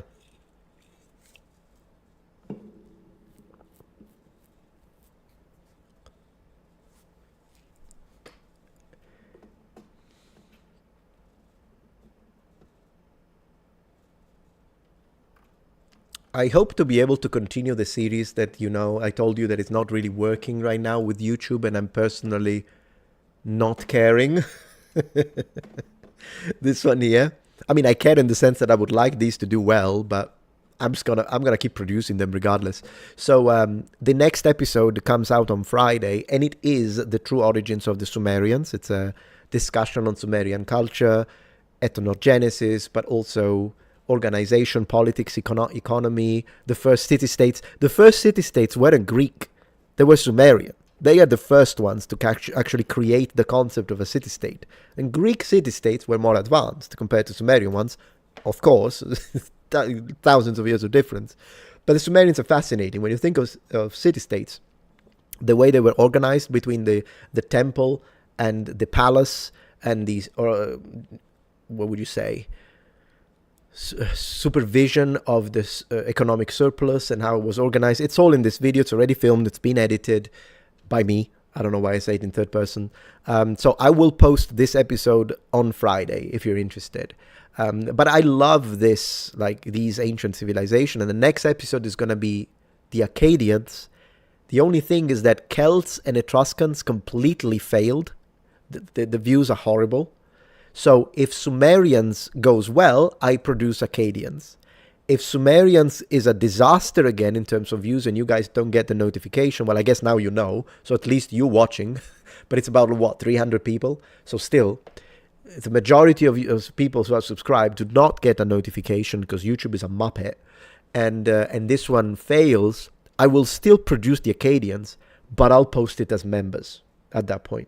Because I have to figure out a way. In theory, I should cancel the series, but I don't want to. I love it. So I'm thinking if this doesn't do well again and it's a disaster, then I could do 1 every 3 is a members video, because maybe that way I can encourage people who like it, the series, to become members of the channel. And that would mean that then I can use the self-funding of members to actually continue the series, so I don't have to cancel it. It would be, because it's such a, I had a blast researching this one. I loved it. Spent every minute that I was reading freaking Sumerian culture and language. It was fascinating stuff. You're always on top of my notification. Appreciate that, David. Thank you very much. Thank you, Goldilocks. What Egyptian savior? It's a whole story. Again, it has to do with Mithras. But it's a very long and deep topic, and I read it years ago now, maybe for a video. Let me see if I could put a video about it. It's not exactly the same, but there are some similarities. That's what I was saying. Goldilocks, thank you. Video idea or question to answer. Positions of power. Would you rank, evaluate, or compare and contrast the different historical positions of power? Where on the echelon would modern leaders be? So I'm not sure how to compare it with modern leaders, but for example, on this video, I do speak because the Sumerians, so I did do it on this video, and I can continue if it's something you're interested in, maybe even a dedicated video. But here, what's interesting is that because they were city-states, each city-state had a different type of monarch with a specific word in Sumerian. And I do tell you the word on the video on Friday. And so sometimes some were a priest king, others had a lord of the farmable land, some kind of administrator, still, who acted as a link between the gods and the humans. But others had a warrior king, so, and they have different names for it. And so that could be interesting to see. But yeah, no, that's an interesting topic for sure. Thank you for the idea. You can't spell, that's fine, don't worry about it. Not a problem.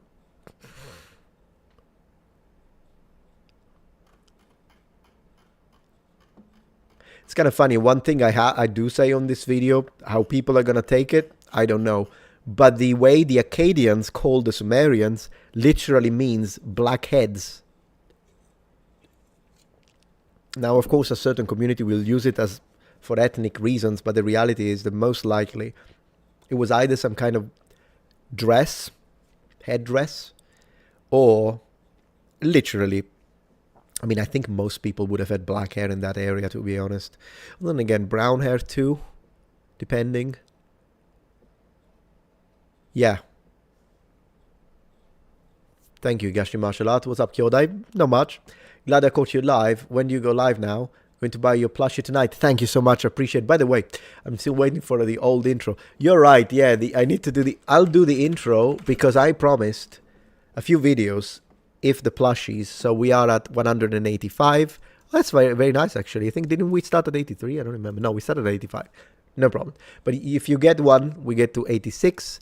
So once we hit 200, I have promised that I will make the video on the origins of the Anglo-Saxons. That's going to happen, however it goes, because it's funded by the plushie, by this guy here. And then I'm also making an old school helmet video, which will have the old introduction. So I know it will flop with the algorithm completely. Might even not hit 8,000 views, I don't know. But I will make it. I'll make a video dedicated to this, which, as I told you, it is a closed helm in the sense that it's a type of armet, but to be really pedantic, it's actually a transitional sallet, if you look at the back. But really, functionally, it's an armet. I'll make a video on this and show you the original, and I'll do it old school. Because, again, it's funded by the... So if you like this idea, please get a plushie, because it's happening if we hit 200. The reason why I say if we hit 200 is not because I'm trying to do some nonsense bullshit content creator. It's because we are 92% funded. So if we get to 199, everything gets refunded and the whole thing flops and I get nothing from it, which I wouldn't have a problem with you because I understand. You know, these are difficult times. So if someone says, some people do say it in the comments, Metatron, I'm so sorry, but I can't afford it. I'm like, no problem, man. I really appreciate the thought. So if it happens, I mean, obviously, if we reach 199, I am buying the last one just to make it go through at that point, of course.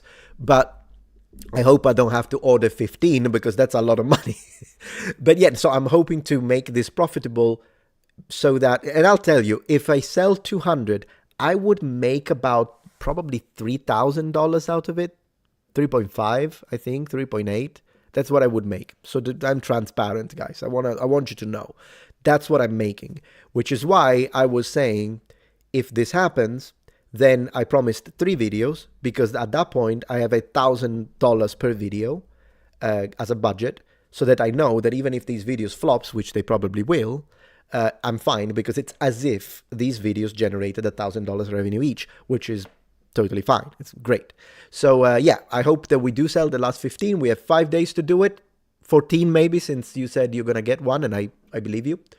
So yeah, hopefully that's happening.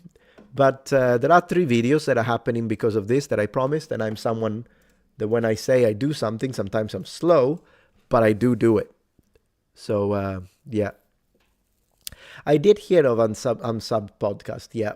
I don't know, Donut Operator. Would you ever want to be on an Unsub podcast to go to Creator Rate? Yeah, I would love to. If anyone invites me, I'm more than happy to go. And personally, I don't know anything about Unsub podcasts, so I don't know the type of podcast. I think I looked them up the other day, but I couldn't find much information. But in general, whoever invites me and is a channel or a podcast, if the topic is something that I feel like I can contribute, then I will go. And I personally don't care about... Yeah, Unsub is amazing. I'm glad to hear that. And I'll watch them, for sure. I'm sure they're really cool. But as I say, sometimes I think some creators get invited, but they don't go because they're afraid, not in this case, but they're afraid of guilty by association. I don't care about that. They already do it. So I don't care who invites me. Whoever it is, I'll go. And I'm more than open to do it. Yeah, anyone. Whether it be people that maybe, even if the Afrocentrists invited me, I would go. Yeah, we disagree on almost everything. Not everything, though. We agree on some things like the Green Sahara. And I'll be happy to go as long as they're civil. Once they call me racist, it's an automatic no. But I'm saying if it's someone civil and they invite me, I would go. Likewise, if it's a podcast and it's a podcast that has a political theme, I don't care. It can be a centrist. They can be right-wingers. They can be lefties. If they invite me, I'll go. I don't have a problem with that. Who cares? I was invited once by Nerdrotic, and I went, no problem. Some people try to shame me for it. They can go to hell. I don't care. I would be invited. Anyone invites me. Yeah, they're not political. That's what I noticed, that they're not political. They love guns, so do I, so that's good. We have something in common. But yeah, so as I say, I don't care. I'm sure, yeah, I don't care about guilty by association regardless. So, oh, thank you. Someone did buy a plushie. Appreciate that, the guys. Happened live. 14 to go, guys. 14 to go. So yeah, that's what I do, because I believe in free discussion. I believe in discourse. And I do not believe that simply because someone is invited and acts politely, that it automatically means, oh, so does he agree with everything that they think or push? No, I'm just being polite and speak. You got it? I appreciate that, Higashi Mashalati. Man of your word. Thank you so much. That was me. I appreciate that. Thank you so much. So guys, 14 to go. 14 to go. I really hope it happens. I think it will at this point. 5 days for 14. As long as we sell 10, I can buy 4 and gift them to my family at that point. But yeah, no, it would be nice if like a whale at the end, like, you know what a whale is? A whale is like when you have subscribers or fans that are very rich. So imagine if a whale arrived at on day 2 days left and they buy 200. That would be crazy. That would be crazy. I don't know if it's ever gonna. I mean, when I say I don't know if it's ever gonna happen to me, I don't know though, because someone called Elf, something Elf, he gifted me 100 subscriptions with Prime on Twitch on one day, and I was like, unbelievable. I never thought that would happen to me. I see it happen, but I see it happen to massive people like Queso. He's so funny, by the way. I freaking love Queso. So yeah, it happens to him, but I didn't think it would happen to me. So you never know. You know, we get some kind of either rich or financially responsible. Yeah, either way. And but thank you so much. Someone else bought a plushie. Appreciate that. Thank you, and thank you for becoming a member, Goldilocks. Appreciate that. So it would be so great if that happened. Also because the way these plushies work. Because, you know, I did one before. It's just at that time was a charity event, so I didn't make anything from it. It was, but I think my cut was like $3,800, but I gifted all of that to St. Jude's Hospital in Tennessee. So that was that, because it's a cancer, children for cancer and stuff. I really wanted my first plushie to be entirely for charity. This plushie, however, is for content production, so I would keep the money and reuse it to justify videos, and normally I can't. And in that case, we sold, I think, 204.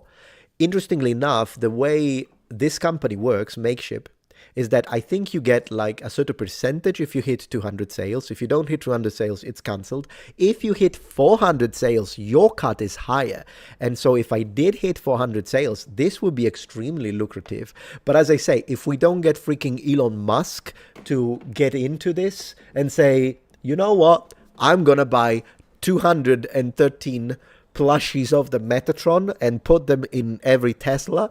If that doesn't happen, I don't think it's ever going to happen in my lifetime that a Metatron plushie sale actually hits the 400 marks. But I'll be honest with you, 200, I'm already extremely grateful, because when we started, I didn't know if this was going to happen, I'll be honest, because I'm like, yeah, the plushie is adorable. I love the pedantic thing, but I don't know how it is. Like, I'm not that kind of influencer that is all about, come on, guys, blah, blah, blah. So it's one of those things. Anyone has a link to the plushie? Yeah, I can give you a link to I have it. I have a link to the plushie, ladies and gentlemen. I have a link to the plushie. Here it is for whoever is interested in supporting the creation of more and more pedantic. Thank you so much, guys. One more sold. I really appreciate that. Maybe I should do more live streams dedicated to the plushie. If I was an influencer. I do not use that word to indicate myself, by the way. I heard once someone telling me, oh, you're a YouTuber, so you're an influencer. I'm like, don't you dare. Don't you dare. Don't you dare. But yeah. So, again, thank you so much, guys, for anyone getting the plushie today. It's, I do believe it. I do believe we're gonna do it now because 12 left. I do believe it's gonna happen. And so that's great. That's great. And if Elon Musk joins the chat, then we get some of that Tesla money. SpaceX, one less rocket. What is it? One step for man. We could say one plushie for Metatron. And, he has so many space rockets. Just make one less. And thank you. Someone else got the plushie. Appreciate, guys. You're awesome. So I'm saying, you could do one less rocket and one less account of Path of Exile. Who knows how much that cost? And just get 200 Metatron plushies. Am I right, Elon? It's like nothing. It's like penny on the dollars for him. But yeah, anyways, regardless of the whale, maybe a whale from China. Like I heard there are some Chinese gamers that when they go in, they go in. Like literally, you get like 3 or 4 of those Chinese gamers that are really dedicated to gacha games, and they can support the entire ecosystem of a game on their own. I've seen that. I've read it. It's insane. There are games that are still alive because of the whales. That's the term, by the way, the gaming term. The new Tesla Roadster with the Metatron plush interior option. That would be great. You know what? I think Tesla had some style. Have you seen the pictures of Tesla with the mustache and the hair? Well, I think Tesla had style. It looked great. Tesla looked great. I personally think he was popular with the women. If he was into women, I don't even know, to be honest. But if he was into women, I think he was popular with the ladies. Smart. Nice mustache. Whenever I look at 1950s dress codes, not talking about Tesla now, but whenever I look at the way men and women dressed in the 1950s, for me, it's peak. Peak. I don't even know why we gave up on the hat on a man with a coat, a suit, a vest, and a tie. The hat is like frosting on the cake. Tip of the spear, top of the line.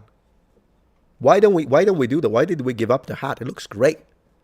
It's kind of the detective look, if you will, but at the time, if you look at the actual videos from the late 1800s and early 20th century, I shouldn't say 1800s because 1800s means from 1801 to 1810 or 9, in fact.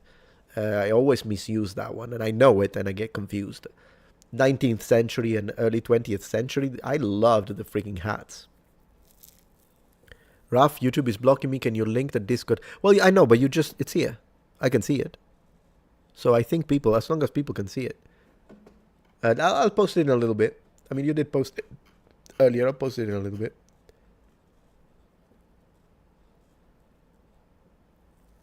It is in sub mode only, yeah. Yeah. The reason why I keep... Oh, well, yeah, you do want the Discord, so I'll copy-paste it. It's fine. Here it is, guys. For anyone who wants to check out the Metatron Discord. Done. Thank you, Baron. Appreciate that.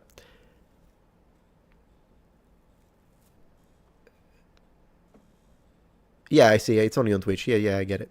It's there now.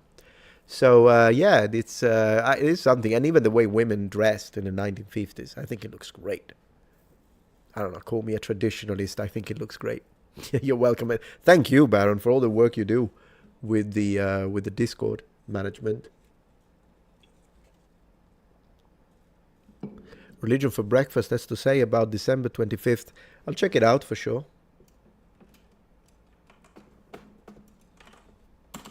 Added. Wow, guys, we're gonna hit 200 tonight. If you keep being this awesome, we're gonna hit 200 tonight. Again, thank you so much. I did not know this was gonna happen, and I really appreciate your generosity. It really means the world to me. I really appreciate that. Also, because let me tell you this much, and maybe I shouldn't indulge in this that I'm about to tell you. I know it's not the right spirit, okay? But I'm just being transparent with you. So, the whole situation with Freda, some of his minions came over under the comments, and they saw that I was trying to push the Metatron plushie. But at the time, I had only sold very few. It wasn't many. It was like 40. And they were all making fun, laughing. Ha ha ha, you're such a crappy YouTuber. You can't even sell your plushies, blah. Well, serves you right. Who's laughing now? You know what I mean? I probably should do it. I shouldn't even give him the time of the day. But thank you for that one. I really appreciate it, guys. I really appreciate it. Lydia, yeah, from Skyrim. Will you roast him again? So I'm going to wait, Raphael, to see if he does a response, because up to this point he only did a post which he didn't. It's just gaslighting. He didn't take responsibility for anything. And fine, whatever. It looks like damage control to me, but whatever. So, yeah, for now, no. If he makes another video, also because he completely ignored Shad for some reason, so just focused on me. I think I got under his skin more than Shad, but regardless. So if he makes another video, then yes, I'll respond in kind. We can continue this online war. As far as I'm concerned, I leave 1 or 2 slots max for drama. Everything else is going to be historical content. But drama, maybe one. And a month. And so, yeah, if he does that, we could continue indefinitely. If not, maybe in the future, I was gonna look at a couple of his videos, the one on the Crusades and the one about racism being a medieval construct or whatever the heck it is. I'll look into those videos. If they are response worthy, I will respond. If they are debunk worthy, I'll debunk them. So yeah, I'm still looking into it, but maybe next month, because I've had enough Freda for a month. What do you think, Gaius? What do you think of Octavian's plan to deceive the empire into thinking that it's still a republic, and now they still wanted an emperor after him? Yeah, I mean, I don't remember the plan exactly. But for sure, yeah, the idea that I'm the prime, the primus, the first citizen, I don't call myself like a monarch. I think I know what you're talking about. I'm not sure it worked, but at the end of the day, it's all propaganda, isn't it? The Romans were masters of propaganda. Maybe not as good at it as 20th century totalitarian propaganda, whether it be the Soviets or whether it be the Austrian Painters Fun Club or whether it be the fascists or I mean, Franco in Spain, whatever. So, yeah, because, of course, that level of propaganda is superior in its evil because they're more effective. They have tech. And also, I think one of the things is that I think the Roman propaganda was aimed at the public. Modern propaganda is aimed at children first and the public. But if you look at the way the fascists and the Soviets rewrote the texts so that the children would be indoctrinated is not necessarily something that I can imagine. For the Romans, they really didn't care, the Romans, and I think the reason is because it's not like the kids didn't really matter that much when it comes to power. If anything, the Romans were great at protecting kids with the whole half moon necklace for little girls and suns for little boys, which was a representation of this is a citizen. You touch it, you're finished. There are very heavy penalties within Roman law when it comes to messing with kids. Unfortunately, those don't extend to non-citizen or slaves, unfortunately. But at least in that sphere, we don't really see legal protection for children in other cultures in the same way we do in Rome. So that's one thing that I think it's really nice about Roman.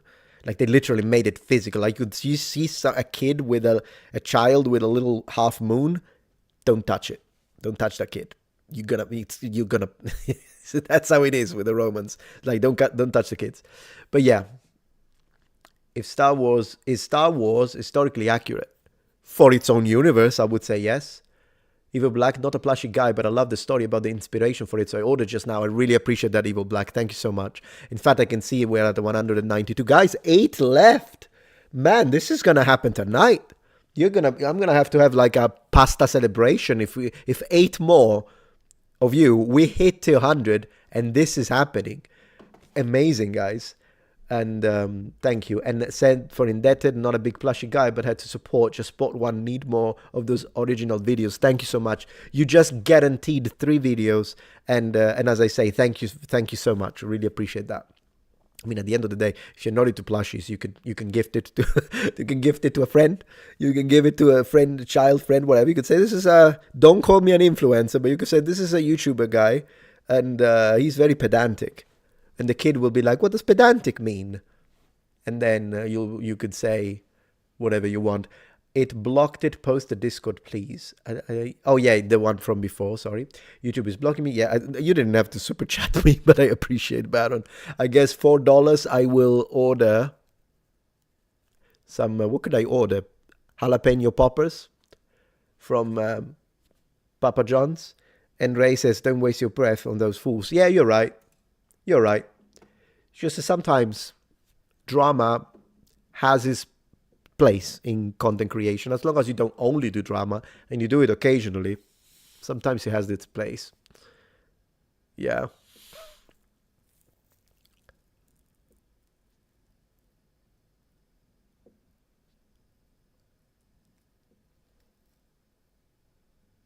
What protection did foreign merchants and diplomats have in ancient Rome? You know, the one about diplomats, I actually don't know. I'll have to ask the classicist, the one that doesn't exist, and a member of the team, Professor Canestrelli. He's usually really good with that. So I'll ask him. When it comes to, yeah, merchants absolutely had legal protections, yes. How was OG? What's OG? Can bring more viewers. Yep. Thank you, Ray.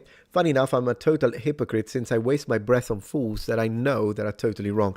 Yeah, I think it does happen. It has a certain level of addictive negativity sometimes. I think as long as you manage it, because if you spend 10 hours scrolling down and complaining and arguing with strangers on the internet, you got to reevaluate your time management, man. And I tell that to myself, literally. Olive Garden. Yeah, we still have to go. We still have to go. Yeah.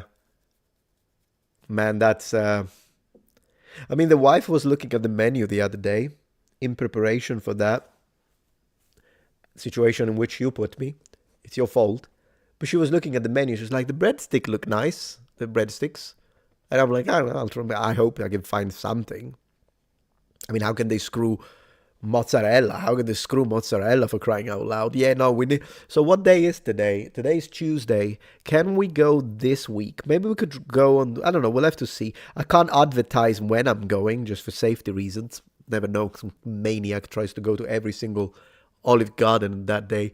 But I'll go and I'll let you know after I'm gone. After I've gone, if I survive Olive Garden. They say the breadsticks are the best. I'll try the breadsticks then. Watch me just eat bread. No. I'll try several things. We'll see how it goes.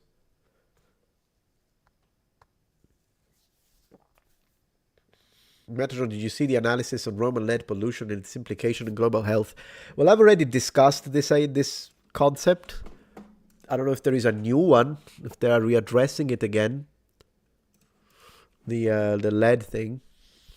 So like the Romans were warlike because of lead poisoning. Is it that one again, or did they extended it? Matty, thank you. What if ancient cultures never fell or are revived? I mean, it's one way to look at it. Genre is called ancient punk and may overlap with sci-fi. Wow. We know Stargate. Other recommendations? Stargate is great. I can't think of anything else, though. I actually rewatched the original Stargate movie a few days ago, and it was great. Still good. Still great. Freaking love it. They might just hire you as a menu consultant. I'd probably rewrite the entire thing. I really don't think they would. Well, they would fire me on day 2. This guy complains too much. I watched them misspell margarita. Oh my gosh. It drives me nuts when they spell it margarita. I'm like, that's the drink. It's margherita with an E. But anyways. Olive Garden, yeah. You used to be a waiter there? I see. We'll see. Did you get to eat for free at the place because you worked there or no? Italian try Olive Garden. Is it historically accurate? Oh my gosh, that video. I really hope that video does well. I'll still do it because you guys made the fund. We raised like $70 or $80 in super chat specifically for me to go to freaking Olive Garden. So that's my budget, I guess. But I swear, I'm going. Whether the algorithm blocks it or not, I don't even care at this point. Thank you, Veronica. Just encourage you to watch my debunking video. I'm entering my 4th year in the PhD program majoring in political theory. I'm an expert here.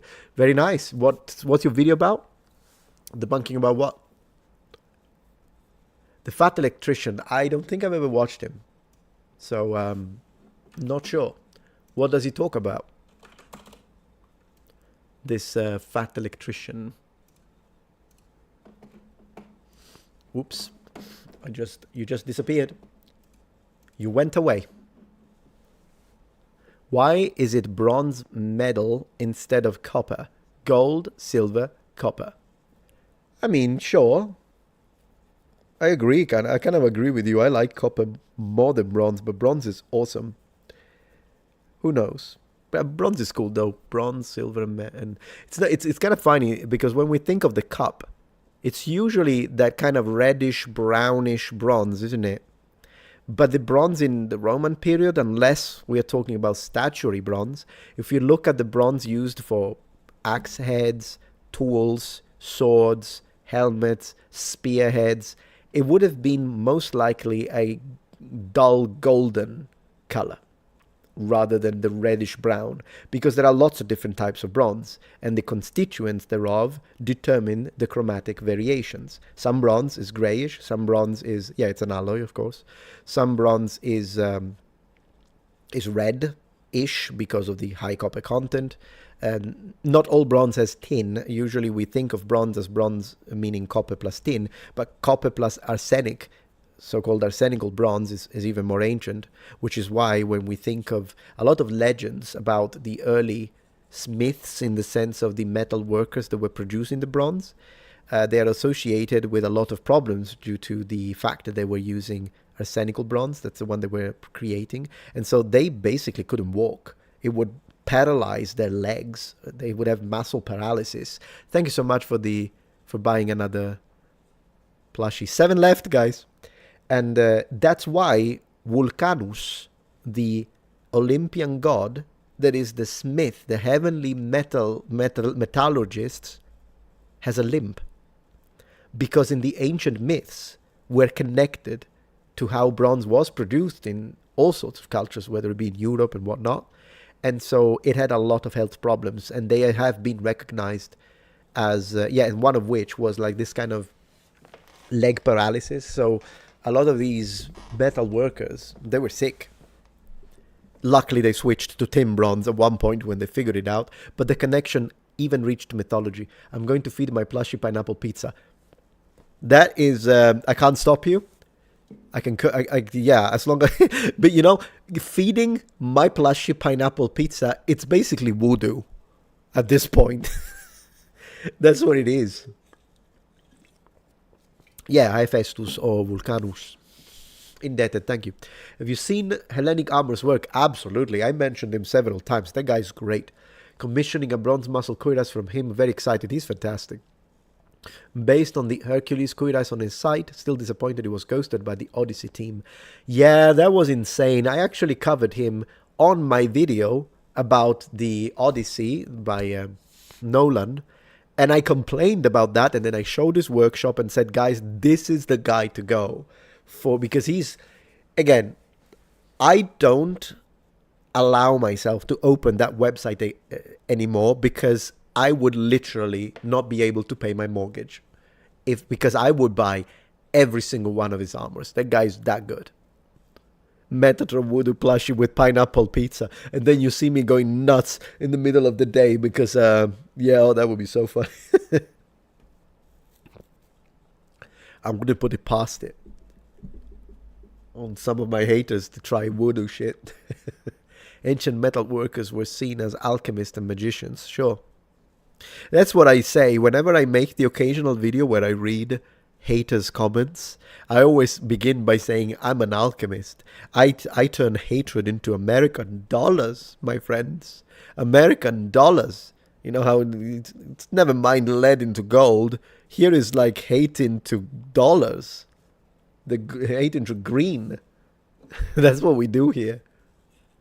Because of course, you know, as long as you have thick skin as a YouTuber and you don't let it bother you, which it does, it can. So I'm not, you know, the gorgeous lady from a Fox who, unfortunately, she just couldn't stand the online harassment. And I do understand that. It can get to you.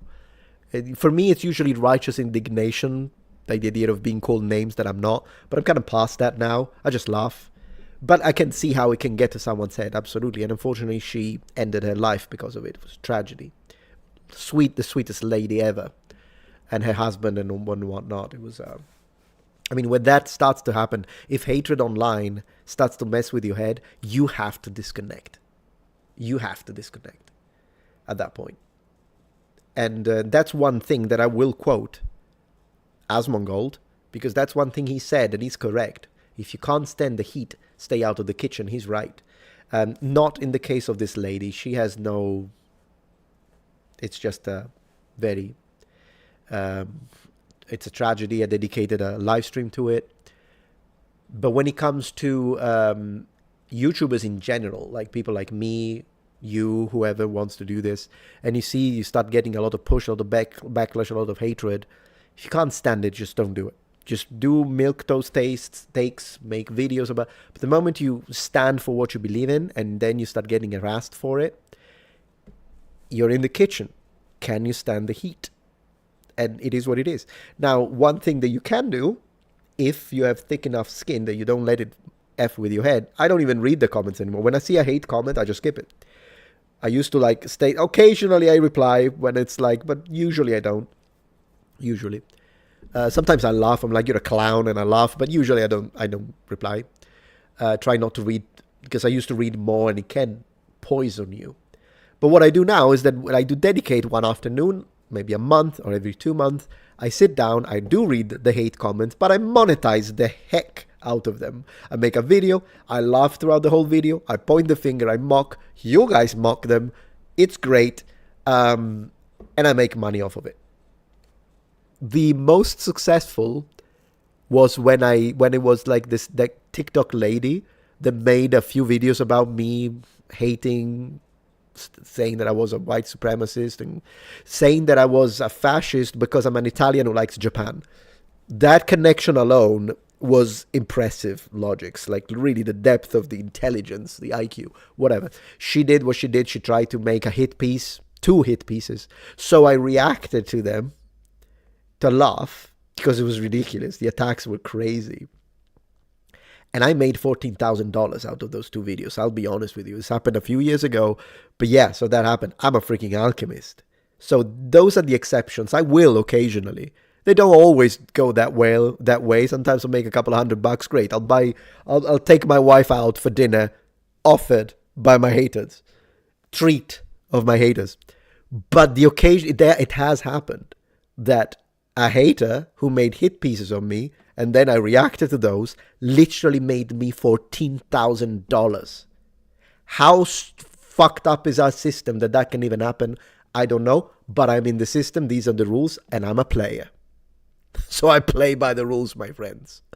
And so, yeah, that's not even trying to flex about it. I'm just trying to say that, yeah, if you can, hatred can be used to make money, believe it or not. Of course, I didn't cash. 14,000 means I need to pay taxes off of it. So like 3K goes into taxes. But hey, the rest, there you go. Keep hating at that point. You know what I mean? But I do try not to do it too much, because I don't want this to become a channel that literally feeds off of it. But the occasional video, guys, just excuse me for it, because if it happens again, I'll take it. I encourage flexing on haters. Yeah, sure. Absolutely. Absolutely. So just to let you know why occasionally you see that I make a video like that, and people tell me, aren't you wasting your time? Shouldn't you why do you even give them the day? 14K. That's why I give him the day. Because I know it also makes kind of a little victory, isn't it? People that are so like obnoxious that they like there's this subreddit where they're like, I really hope that Metatron's wife leaves him. I'm like, what? Why? What did I do to you? Why would you? We are happily married. We love each other. Why? And so when you see that and you think, man, you know what could make these people really, really mad? Success. And so the idea that I take their hatred and turn it into money, and I'm talking substantial money here. You know how many people, how much did I have to work as a teacher to get 14K? I think that's what really makes them seethe. And it's, again, I shouldn't indulge in it, but the occasional video, you'll have to, if you don't like it, just skip it. But the occasional videos, guys, let me do it, because, I mean, what can I tell you? Of course, it's jealousy, yes, but there is something about the internet, I think, that connects us. It has pros and cons, of course. And as someone who was brought up in an era where there was no internet, since I was born in the early 80s, and I had no internet in the house when I was a teenager. So now I see that internet, on one way, it connects you to wonderful people. You meet people that you would have never met before. And that's great. I love it because, you know, you live in freaking Madagascar and you are awesome. We both like Heroes of Might and Magic, and we are connected in a way that could have never happened geographically. I love it. But it also exposes you to scum, like the worst possible toxicity. And I don't think we are hardwired for it as a species. It's too recent. Which is why, for some people, it really messes with their heads. You got to manage it. You gotta manage it. Who made you earn more? Rome didn't exist or Freda? Right now, Rome didn't exist, but we'll have to see how it goes with the Freda response. Let's give it some time and I'll let you know. Ray says, for that exact reason is why they hate you. You're happy and they're not. Simple as that. Yeah. And at that point, you know, I actually wish them well. I hope that they can fix whatever it is that they need to fix, whether it is find a good job, find a person that can love them, or find Jesus, whatever it is that they need in their life. I sincerely wish them that they can change. Because what a horrible existence it is that while you spend your time knitting, someone else spends, you paint miniatures. After this live stream, I'm going to make pasta, I'm going to turn on my Amiga, and I'm going to play some old school game, Lotus. And these guys type and hate. I wouldn't want to be them. I'll be honest with you. So I seriously, I can't even pronounce that word. I honestly hope that they change, and there was a period, and they grow out of it, and now they're happy, and who knows? Yeah. So yeah, Age of Empires. I'm playing Age of Empires 100%. I'm totally playing Age of Empires tonight. So anyways, that was just to let you know why sometimes I make choices, because people do wonder, like, why do you even bother making this? And that's why. But I promise that I will not ever become a channel that literally every video is freaking a drama. No. Occasional. Helps paying the bills. But so does the plushie, and I really appreciate that, guys. In fact, I very much prefer dealing with the plushie than having to deal with the haters, I'll be honest. Oh, thank you. Someone bought another plushie. 6 to go. I think it's going to happen, guys. I'm going to prepare. I mean, I don't want to sound too pushy, but I do appreciate, guys. Thank you so much for supporting the plushie situation. I'm going to tell my wife that we sold so many plushies, so she's going to be happy. I want to tell her that. 1 second. There we go. A little behind the scenes. You know, I am still live.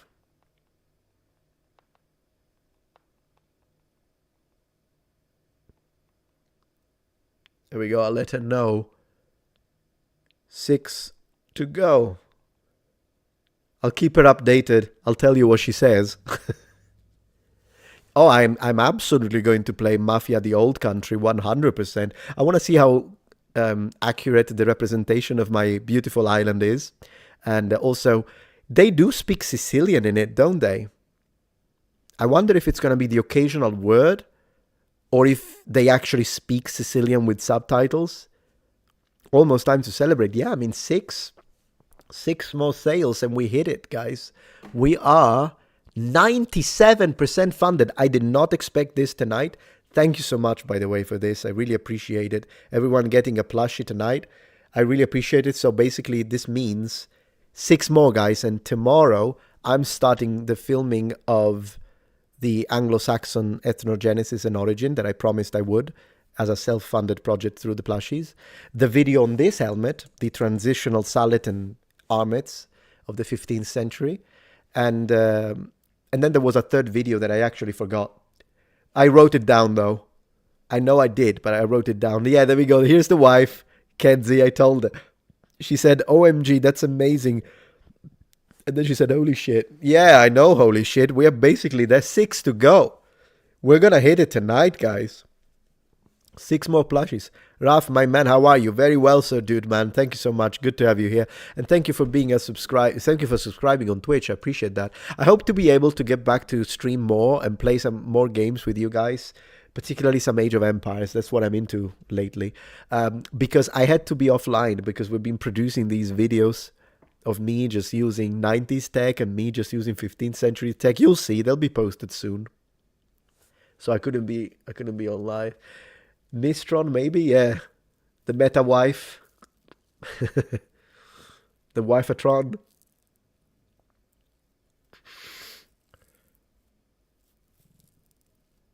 Sorry to hear that, big guy. Very sorry. Don't worry. I understand if someone has a bad experience online and they don't feel comfortable with purchasing stuff from creators. That's totally fine. In fact, I would say, since I think in this case, as I was saying, I promised 3 videos in exchange for this. Maybe don't buy the plushie now if you are a little iffy, and watch and see if I do deliver. And so maybe the next situation, because we are, after the plushie is over, there is some merch that we're going to probably produce in the near future at one point. And when that happens, maybe if you see, oh yeah, Metatron did deliver what he promised, then at that point you can see that I do it. What a strange way to use the word. That I do it. Do. Do is pretty good. Usually my favorite thing in English is where were we? We were here. Where were we? We were here. Or even better, where were we? We were here is my favorite. But do is pretty good. I do it. So that's totally fine. If you've had bad experiences, that's fine. Don't worry. So yeah, since I see many of you are mentioning Andrew Wilson. When it comes to Andrew Wilson, I disagree with quite a few positions that he has, both historically and his content in general. I find him a little abrasive. But I'll tell you this much. I changed my opinion on Andrew Wilson as an individual, as a person. I used to think, man, is this guy evil or what? But I changed my opinion completely because I actually respect him now. And not because of his opinions, but because of what he, and particularly his wife. My respect for his wife as a fellow Christian is like gone up 500 points. So I personally have I disagree with some of his positions, not all of them. Some of the things he debunks, I'm with him. Other things that he says, I'm like, no, you lost me there. But I'll tell you this much. He posted a video when he was attacked online. He's into the whole political sphere, and I don't even know if I ever want to enter a space like that. But anyways, he made a video because he was attacked online by some kind of extremist on the opposite side, and they targeted. They said some horrible things about him and his wife, and he reacted. And I watched that video, and that changed the way I think about Andrew Wilson now. And he spoke about a personal experience he had when him and his wife lost their kid, because he lost a son. So if he appears angry, let's look at the context and what they went through. So I watched this video and it really touched me. So remember, I misjudged him. And often, particularly if you're a Christian, we shouldn't do that. We should judge, but we should judge righteously. That's the way you interpret it. And so the level of forgiveness that him and his wife had for the person who killed their son, at that point, the politics don't matter. At that point, I'm like, man, that really did touch me. So I have zero problems with, I disagree with some of their takes, as I say, and I do find him a little abrasive at times. But my respect for his wife is stellar. And because I took the time to look into them as a person, I changed my mind completely on Andrew Wilson. So I have no problems with him whatsoever. In fact, happy to have a conversation at one point. Just to tell you, sometimes I think the political brain that we all have at one point puts us in positions where just because someone has an opinion and we think the opinion is bad, we immediately think, oh, bad person.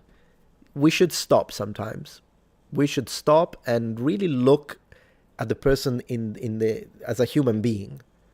Not as, oh, that's a lefty, oh, that's a conservative, oh, that's this and that's that. And so, depending on what I am, that's going to immediately translate to enemy, inside, outside, right? Inner group, outer group. I sometimes have to catch myself into it because I do, particularly with extremists. They piss me off. But we don't know what's behind people and why they are the way they are. So anyways, that's just to tell you that. You say, I appreciate the way he's representing debate. We have to learn to argue constructively. Rachel. Yeah, Rachel is great. I think Rachel is great too. So yeah.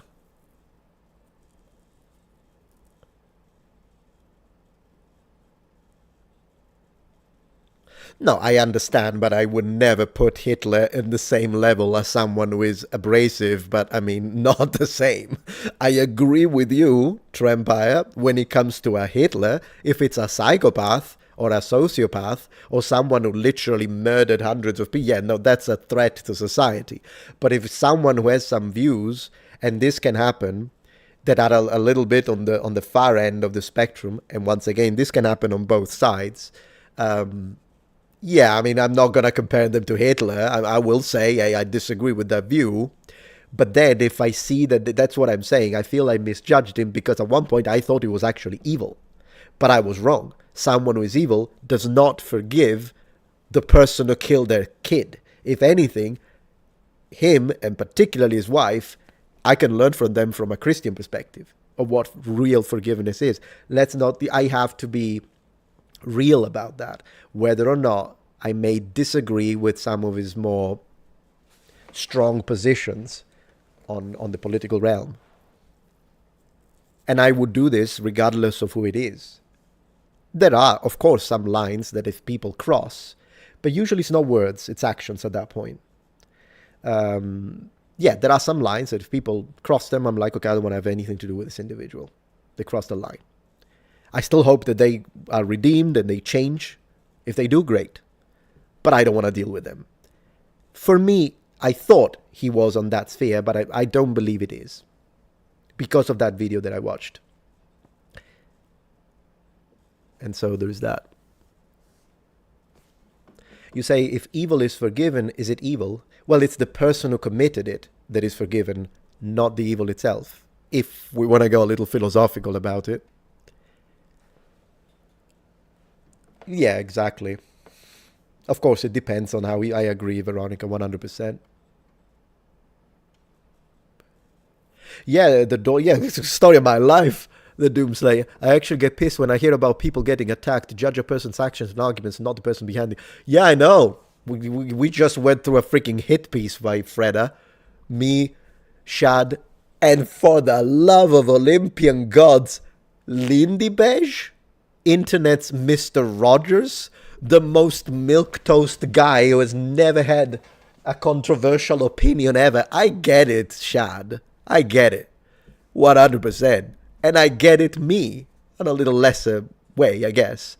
But I get it. I do say things sometimes when I believe it, I'll say it. And I get it. I piss people off. Fine. But Lindy Beige? What the heck did Lindy Beige do to even deserve to be put on that freaking monstrosity of a hit piece? That's still so funny to me. I don't even know. And I talked to him, by the way. I'm not going to say anything because Lindy, Lindy just wants to stay out of it, and that's fine. I respect that. Me and Shad was actually pretty good about it because I said, no, I'm responding. And Shad was like, oh, I don't know if I want to respond. I don't know if I want to give him the time. And I'm like, it's fine. If you don't want to respond, fine, but I'm responding. And after I said that, Shad is like, well, if you're responding, then I'm responding. Because Shad was like, I'm with you, bro. And I appreciated that. But Lindy was like, again, I'm not going to say what he said because he said it on a private thing, and I respect that, privacy, whatever. But yeah, that's just how Lindy is. But I'm still amazed that Lindy's face is on a... Yeah, anyways. Thank you for not bending the knee. So, Texan, the thing that I want to tell you about that, and by the way, due to your name, I hope your family and friends are okay. I really do, due to the floods. And my prayers always towards you guys and anyone who is experiencing everywhere hardship. But this is recent, so that's why I'm saying it.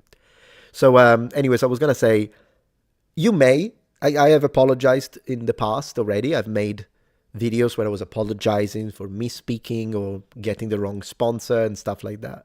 And who knows, maybe in the future I will make an apology video. The one video I will never make is a video where I apologize for a position that I hold and believe in. Never gonna happen. Never gonna happen. When they're like, oh, but you're getting cancelled. Fine, cancel me. Never gonna happen. Never gonna happen. If I believe it, I'm gonna double down every time. Thank you, Loro222, for becoming a subscriber with Prime. You're gonna get quite a lot of Age of Empires on Twitch, my friend. And I appreciate Sir Dudeman for subscribing. And also all these bits. Thank you so much. I don't want to get you in trouble, but someday, far, far into the future, you could do a video about why many musicians are so happy to use Luciferan symbols and inverted crosses. Yeah, I think it's just people trying to be edgy, but it does backfire. Did you see what happened with, since we are talking about this, did you see what happened with Penguin? Moist Critical. He made, a few years ago, a music video, and it was super edgy. And they wrote this song, and it was very sexually charged. The song is very sexual. Fine, they're all adults, whatever. And then on this video, they are wearing the upside down cross and whatnot. I'm not calling them Satanists. I'm saying they're doing it because it's edgy. But man, that cost him a lot. Sony dropped him because of it. Yes. So Sony was going to sponsor Moist Critical. I mean, 16 million subscribers. Who knows the amount of money we are talking? And it's not even money because the guy's loaded. He wasn't even happy for it because of the money. It's because he loves Sony. And for 2 years, he was hoping that they would change their mind. They dropped him because of that video. And then eventually, after 2 years, he just came clean and he said it. Not came clean, but he said it. He was transparent. It's like, you didn't know? Yeah. Sony. So he made a video that I watched, and he said, guys, it's never going to happen anymore, so I'm just going to say it. Sony dropped me because I made this video, and they say they will never work with me, and they cancelled a collaboration that they were going to have. It's a bit of a shame, isn't it? I mean, but I do understand. Like, on one hand, because I'm a creator, I want to be like, oh, Sony, what are you doing? Come on. But then I do understand them. They don't want to be associated. I mean, this is normal, by the way. Sponsors, that's why I was complaining about Freda putting the sponsor on its channel. It's difficult. Sponsors don't want to be associated with anything that can be perceived. It's just, it is what it is. Sponsors don't want to be associated with anything that can be perceived negatively by possible audiences, particularly when we're talking about large numbers. It's just this. It's the nature of marketing. It's just how it works. You can agree with it. You can disagree with it. It's just how the world runs within this space specifically. And I get it. It's a song about his genitals and sex and all sorts of stuff. And I don't know if they mentioned orgies. I don't remember. I watched it. Of course, I got curious. And then I can see why. I don't know if there is mentions of drugs. I don't remember that. Maybe not. So I don't want to say anything that is not true, so maybe not, scratch that one. But I can see why Sony doesn't want to be associated with the freaking Antichrist and the upside down cross. I can see that. So yeah, you can see both sides. On one hand, it sucks because the creator is like, but I'm a good guy, it's just a freaking song. Right. But there is some imagery, and that imagery has connection. So it's the same reason as to why I get a freaking yellow dollar sign when I speak about the Austrian Painters Fan Club, that, as you can see, I'm not even using the term because I'm going to get demonetized because of it. So I don't know what to tell you. I don't know what to tell you. And yeah, of course, and company, yeah, of course, because they don't care, Nobby. It's not like they do it. They will. That's it's just how it is. When companies promote one thing instead of the other, and this is controversial, so we're not going to show it, but this one is fine. When companies do that, it's not because the suits actually are showing what they believe in. I could respect that. Corporations, they do something that they think, or at least the people in the marketing department and PR think that will get them social points. But when they, yeah, the Austrian Painter Fan Club, yeah. But when they fail, which they do, and then they get fired, the companies revert back. I mean, what happened with, what is it? Target. So under one administration, Target is all about representation and LGBT flags everywhere. But then they get backlash and everything disappears. And now under this new administration, Target is all about the American dream, the American flag, yay patriot, dress old school.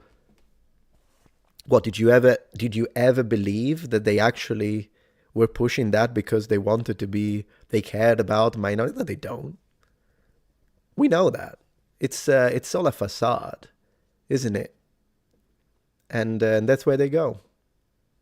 It's money bags at the end of the day that don't care about you, obviously, yeah. And I know that with several sponsors. There are some sponsors, like for instance, Viking Jewelry, the guys that make my rings. We are buddies. They have been sponsoring me for so many years that, yeah, we're good friends. And it's like a, how can I tell you? It's like a family thing now. So it's they're friends. It's not about money anymore. It is as well, but it's also about, you know, mutual respect, and we know each other. We spoke about each other. Sometimes they tell me stuff. Hey, I had a difficult time with my family. Like, hey, no worries about it, and all that. So I have a nice. They're a lovely sponsor because of it. But then there are other sponsors. Like I had a lot of trouble with what was it? Atlas VPN. They sponsored me for years. Now they're gone. They don't exist anymore as an entity. They failed.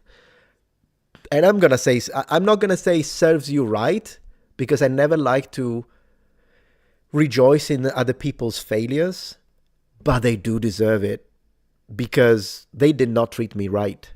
And what they did, and I'll tell you, I'll be open with you, they sponsored a series of videos and we agreed on a price. And then they did that for a few years. And it was a fixed price. Usually that's not how it works. It depends on views. But with them, you've been sponsoring me for so long. Let's do fixed price. Fine. Fixed price means, though, that if the video goes extremely well, which it did, you still pay the same price, even though you should pay me 20 times more. And it did happen. So one of my videos about Greece got 1 million views. They were put there as a sponsor. They got 1 million views of range. But this, and I still was like, well, a deal is a deal. You pay me the fixed price, which was, to be fair, nothing compared to what they should have paid. But then, sorry, if I put you on a video and the video flops, well, at that point, you can't come and bitch, tell me you're not going to pay me or you're going to pay me a smaller amount. Oh, wait a second. How does that work? And so that's what they did. That's what they did. And so, yeah, a video didn't go well. And they're like, well, you know what? We're going to decrease the amount of money we give you. I'm like, what? After you got 1 million views like that, after so many years? Well, bye-bye then. And so we interrupted any business relationships, and then they failed. So now I work with, what is it? Ghost VPN. And here we are. So, yeah, some sponsors are like this. As you say, they only care about the money. Other sponsors, you can create a nice connection. Yeah. It's like you're not surprised they failed. Well, yeah, if that's how they treated. Yeah, sure. My jeans are blue. Yeah. Oh, yeah, the Sydney Sweeney thing. I made a post. I've seen people getting mad, and I'm like, what the heck? Didn't they do Beyonce with jeans as well? But whatever. So I saw some people getting mad with it. I'm like, whatever. But first and foremost, she's stunning. Anyone who says that she's ugly, they're out of their mind. Sydney Sweeney is stunning. And yeah. So I made a post and I said, I actually made a post on Twitter and I said, Sydney Sweeney has good genes. I made a post. I personally don't think there is anything racist about it. And plus, as someone who's been called racist for no reason, I automatically side into innocent until proven guilty now. So she's hot and they hate her for it. Yeah, I agree. You know, that's one thing that I want to say, and please correct me if you think I'm wrong. But this is one, there are lots of differences between men and women. And sometimes we are good, we men exceed at some things, but then women exceed at other things. And what I'm about to say is not every woman like that, but let me say this. When guys see a hot guy, like when I look at, I don't even know who, Keanu Reeves, Arnold Schwarzenegger, I want to be him. I'm not jealous. I'm like, oh, this guy's awesome. I want to follow him. It's probably something that we have hardwired since the prehistoric period. It's like you want to follow the successful, cool, strong man, because if you associate with him in the Paleolithic, you're going to get stuff. You're going to get resources. You're going to get shelter. You might get women, right? I'm just really speaking to you in a Stone Age sense, Mesolithic period. So I think it's hardwired for us. When I see a cool guy, muscular, good-looking, strong, successful, I'm like, man, this guy's cool. I want to be him. I want to be his friend. Women, however, again, not everyone, but sometimes when women see a beautiful, successful, gorgeous girl, they hate her for it. And I don't get it. Why the is it a competition thing? They have to start saying women do that. Women do that. Women will say like, no, to me she's just a 3, and she's like gorgeous objectively. She's like gorgeous, and yeah, she's a 3. But then what they will do, my cousin does this. My cousin Valentina, she's a wonderful person, but she does this, and we tell her every time. Still a wonderful person, but this thing, she will tell, you will show her a Sydney Sweeney, and she will tell, or a, what's the name of the other one, whatever, and she will say, no, I don't know, she's a 3. Okay, there are thousands like that. And then you show her an ugly woman, and she'll tell you, I don't know, she has something. She has pretty eyes. It's something like, I don't know what it is. They feel threatened, maybe. And again, if you're a woman and you're like, I'm not like that, great, good, great, fantastic. I'm not saying everyone, but some women are like that. And I think that's what's happening with the Sydney Sweeney thing. Apart from the political situation, because everything is political these days. I can't drink Mountain Dew without this being, I don't know, what do you mean by Mountain Dew? Yeah. But setting aside the political stuff, I really think sometimes that's what happens, and I don't know why. Yeah, I don't think it's a lot of women, but there are women that are like that. And as a guy, I am having a hard time understanding. Yeah, that Andrew Wilson from The Crucible. Yeah, that one we were talking about earlier.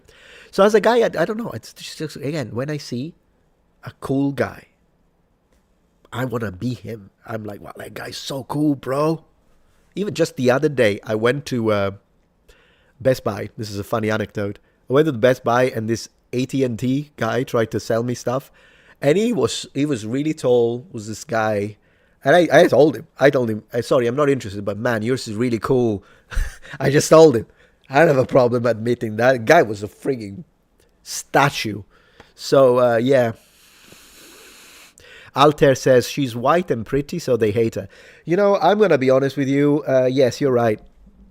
For some people, there is the hating on white people component.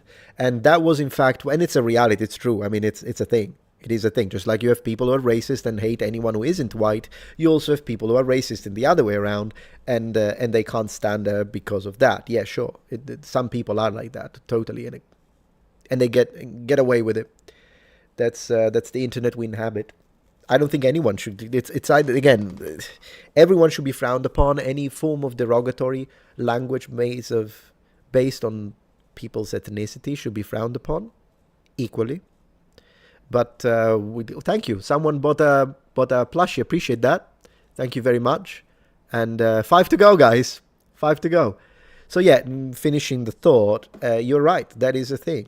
And that was one of the main areas of contention that I had with Alec Gunter, the guy who made the hit piece of Me Before Freda.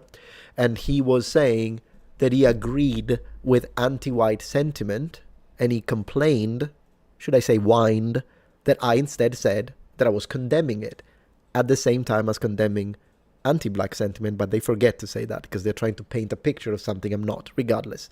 He was saying, no, I think it's right to be anti-white, and then he went into this whole explanation how, well, whiteness is an in-group, out-group concept, and then he was all going into this sphere, and I was like, okay, if that's what you have a problem with, fine. That's not what I'm talking about. And then at one point he said, of course, if you mean that you're anti-white in the sense that you hate people because they're white in the ethnic sense, they're white skin, then that's wrong. And I'm like, well, then you agree with me, you moron. And you agree with me. But he had to twist the whole thing. That's the only thing I'm complaining about. When I complain about anti-white sentiment, that's what I'm talking about. I'm not going into, but this and systemic that and systemic this. I'm not talking about that. I'm talking about you don't like a person because they're white. Okay, that's it. And I condemn that, as anyone should. But here we are, guys. I love it. I love it. I'm starting to. I think it's an art form. The way my words are twisted has become a form of abstract art. Yeah, exactly. Who gives a shit about skin color? That's how I see things. That's how I see things. But we live in a society that makes me far right, according to some people. So what can I tell you? If I'm far right, then this is a picture of Santa Claus. Yeah. What can I tell you guys? But yeah. Racism is a two-way street. Change my mind, Metatron. Not sure what you mean, the Doomslayer. So if you explain, I might need a little more definition. OG says, hey, well, I'm far right than with ya. So you're more right than me, I think you mean. Well, sure. I mean, it's not difficult. I'm very centrist myself. On some things, I lean right. I think that's quite obvious on the traditional stuff. And on the social aspect, I'm very live and let live. I mean, as long as consenting adults do whatever you want, freedom. On the, on some things, I'm very of course, I'm a Christian and very traditional for my life, though. You live your life however you want. And on some economic things, I lean left, believe it or not. But here we are. What can I say? I've been thinking of making a channel to troll my haters about politics and culture war and just call it a moderate take. No hate, no toxicity, just facts. Man, they are gonna explode. You would see a plethora of response videos. Metatron made a far-right extremist channel. I'm thinking about it, guys. I don't know. I might do it. I might not read the comments on that channel, though. If I do it, it's a troll channel. Although I will share my opinions. I would. But it's just going to be normal stuff. Like stuff that no hatred, no toxicity, opinions. And maybe some you'll agree, some you'll disagree, depending on where you lean politically, which I respect, of course. But yeah.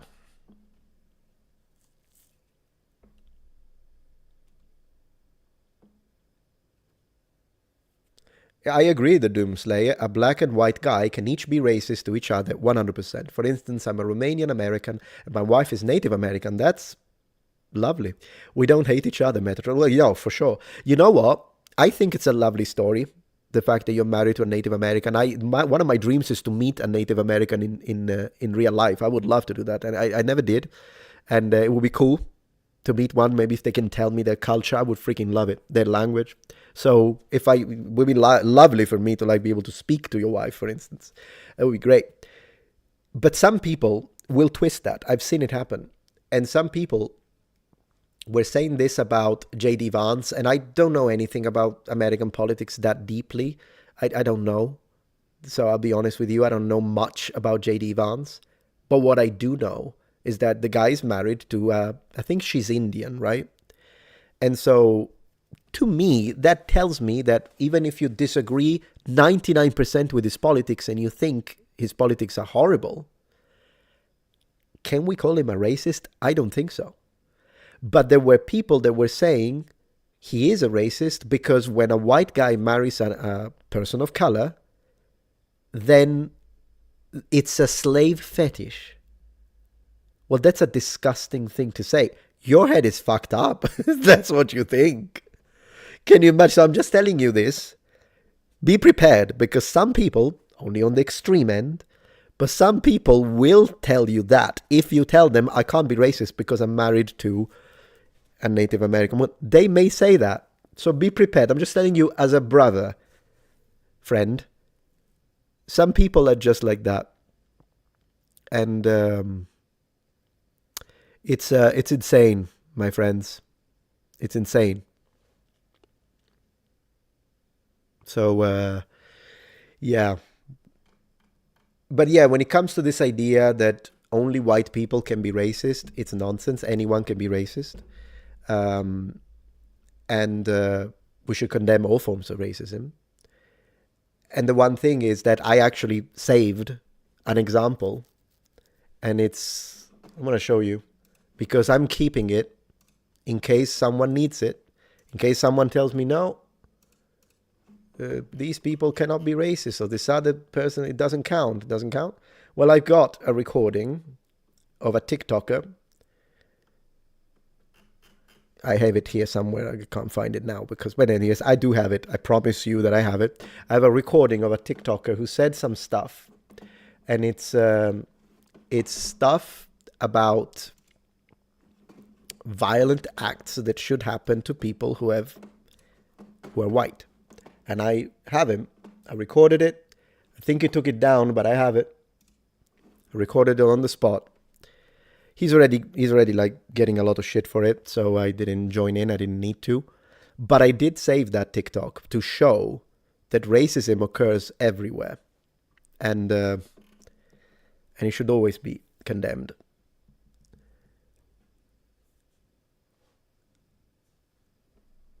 Yeah, this idea that everyone is racist, people are just more than others, I disagree with that. I don't think everyone is racist. I just think that people apply the term racist to preferences. I mean, when black people want to hang out with other black people, are they being racist? No, they're just choosing something. And likewise, if you're a white person and you're like, hey, I want to hang out with people who have a similar culture and language and ideas, I don't see it as a racist thing. I don't think that way. In fact, I enjoy hanging out with people. The more different you are from me, the more I enjoy it. But I wouldn't point the finger at either groups unless it's malicious. That's one thing that we have lost, the ability to look at intent, even behind words. You may use a word, but do you mean it? And the reality is intent. If the intent is malicious, likewise, like we all have our types. If you like redheads, or if you like Latinas, it's not racist. It's a preference. In fact, sometimes it's genetic. So at that time, but if the person who says, I don't want to have anything to do with white people, or I would never hang out with a black person, if they say it and mean it in a malicious way, then it is racist. It's case by case. It's case by case. It really is. Is it malicious or is it not? And this could be said in several situations. Yeah, being racist is malicious, but we shouldn't put... all I'm saying is that sometimes we associate behaviors or words to things that aren't racist. For instance, me debunking Afrocentric history positions is not racist, but people do call it racist. Why? Because I don't conform or bend the knee to their cult, because they decided that the Greeks were black and now I have to say it. Otherwise, oh my gosh, if I say that the Greeks were not black, they are going to call me racist. Well, that's a wrong label, And I'm not going to change my historical positions or ideas simply based on the fact that people are misusing the term for something that doesn't apply. Also because at the end of the day, the word has really diluted, hasn't it? I do remember that back in the 80s and in the 90s, do tell me if you agree with this, if you have the same experience, but in the 80s and 90s, if I heard someone tell me, and I said, hey, who's that guy? And they told me, oh no, the guy's a racist, I would take it very seriously. I would go, ooh, why? What did he do? What did he say? Like, I would take it very seriously. Now, if you tell me, that guy's racist, I roll my freaking eyes. It means nothing. I go, yeah, okay, it's racist, fine, yeah. How much it has changed in just a couple of generations. Personally, I think it's a disservice because the word means nothing, and so now having been diluted of its real meaning, and this happens with a lot of words, by the way. It's the exact experience you had. Yeah, totally. It's how it is. If you overuse a label and you dilute it and apply it to less and less and less pertinent cases, it means nothing. This has happened with the word bigot. Everyone is a bigot now. And I'll be honest, it happens with the word woke. Everyone is freaking woke. But maybe just call woke stuff woke. If you call everything, me included, I'm the Wokatron on Monday and the Metachud on Tuesday. How that is logically possible, beyond me. It's the only syllogism that doesn't make sense. Look it up, Aristotelian philosophy. Regardless. Yeah, people overuse it. And so that's a problem because now, at one point, if you use the... I mean, I personally, I'll be honest with you, I kind of hate the word bigot. It pisses me off. Probably because I myself have been exposed to that word. But back in the day, bigot meant something. Now everything is bigotry, everyone is a bigot, so I don't believe it anymore. But I have to be honest and intellectually honest. Everything is woke now. It's like literally, you look at Polaroid and it has yellow, blue, green, yellow, woke. It's like literally some people, not everyone, but some people have a woke meter that is so freaking sensitive. And I'm being honest with you, I used to use the word woke, right? I used to use it probably 4 or 5 years ago.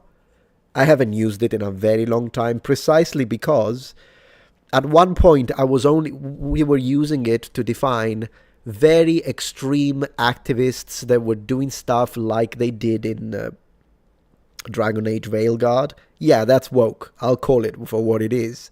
But these days, this cap is woke, this can is woke, it's starting to get like Peach, Princess Peach is wearing trousers, that's woke. It's becoming, it's too much, so I kind of stopped using it, I just called them activists. When it is, I'm like, it's just an activist, whatever. But yeah, that happens, and to me, it's a disservice to communication. That's just me, what can I tell you? I'm a true racist because I hate everyone equally. No, you're a true Roman if you hate everyone equally. Everyone was below the Romans. Exception being the Greeks. The Romans kind of made an exception for the Greeks. The Greeks were cool. But everyone else, whether you be a blonde, white Celt or German, or whether you be an Ethiopian, everyone is below us. That's a true Roman, my friend. That is the Roman. Yeah, the Romans didn't do chattel slavery. They enslaved everyone. Red, blue, green, blonde, tall, male, female, big, fat, skinny, anyone. Yes, like put them in chain. Equally, the Romans were for equality in that sense. I wish it would have been a positive equality rather than a negative equality, but here we are. Benjamin said something interesting, actually. You say, I'm old enough to think woke is a compliment. I think in its original meaning, woke only meant someone who was aware of social injustice. So the original meaning is positive, and I can agree with it. Problem is that then some really atrocious people took it and started pushing so much nonsense and toxicity on that side. There is toxicity on all sides, guys. But man, that the stuff that was pushed turned it into an insult. And then it became a word used to attack, right? It is actually fascinating. Politics aside, who cares? It's fascinating because it's a semantic shift. That's the linguistic term. When a word, it got hijacked, you're right. A word changes its meaning, and this happens for various reasons. I've actually tackled this on my second channel, the one about languages, the super non-controversial channel. I mean it, I'm not joking. So on that channel, I was discussing this, and I was saying how words change. Sometimes they change in this sense. This is one of the ways words can change. They originally have a meaning, then the meaning is changed, and then it's changed again. That's where we are. It kind of went 3 levels of evolution of that word. But sometimes instead, it's words change because they become offensive over time. And I mean organically offensive, not offensive because one specific group within a population cluster that pushes a certain type of politics. No, I mean organically. This does happen. In English, it happened with the word Oriental. Interestingly enough, this happened with English, but it didn't happen in Romance languages. In Italian, Orientale, or in Spanish, or in Portuguese, or in French. Nothing negative about it. Not racist in any way, shape, or form. Please confirm if you're a Spanish or French speaker or Portuguese, but I know that's how it is. In Romance languages, Orientale is a word used in high academia. My title is Orientalist. That is my title. Even though I did a lot of English and history as well, Roman history, still the title is Orientalist. That's my title. Because I did a lot of Chinese and Japanese in my degree. And it is used. And we only use it in Italian. You can confirm it. There we go. Brazilian, Portuguese. We use it to mean something. If anything, it has positive connotations because the word Orientale often is connected. It's either neutral or it is connected to mystery. The mystery and exotic aspect of East Asia. And so in English, however, it's frowned upon and it has gained a sort of offensive meaning to it, at least to some people. So it is a little frowned upon. Something like this happened also in the way we said crippled. That was considered the appropriate word. Then it changed and it became handicapped. That was the appropriate word. But that one also obtained a stigma, and they will. They always will. Same with the M word. I'll get to it. It got stigma as well, and so it changed. It became disabled.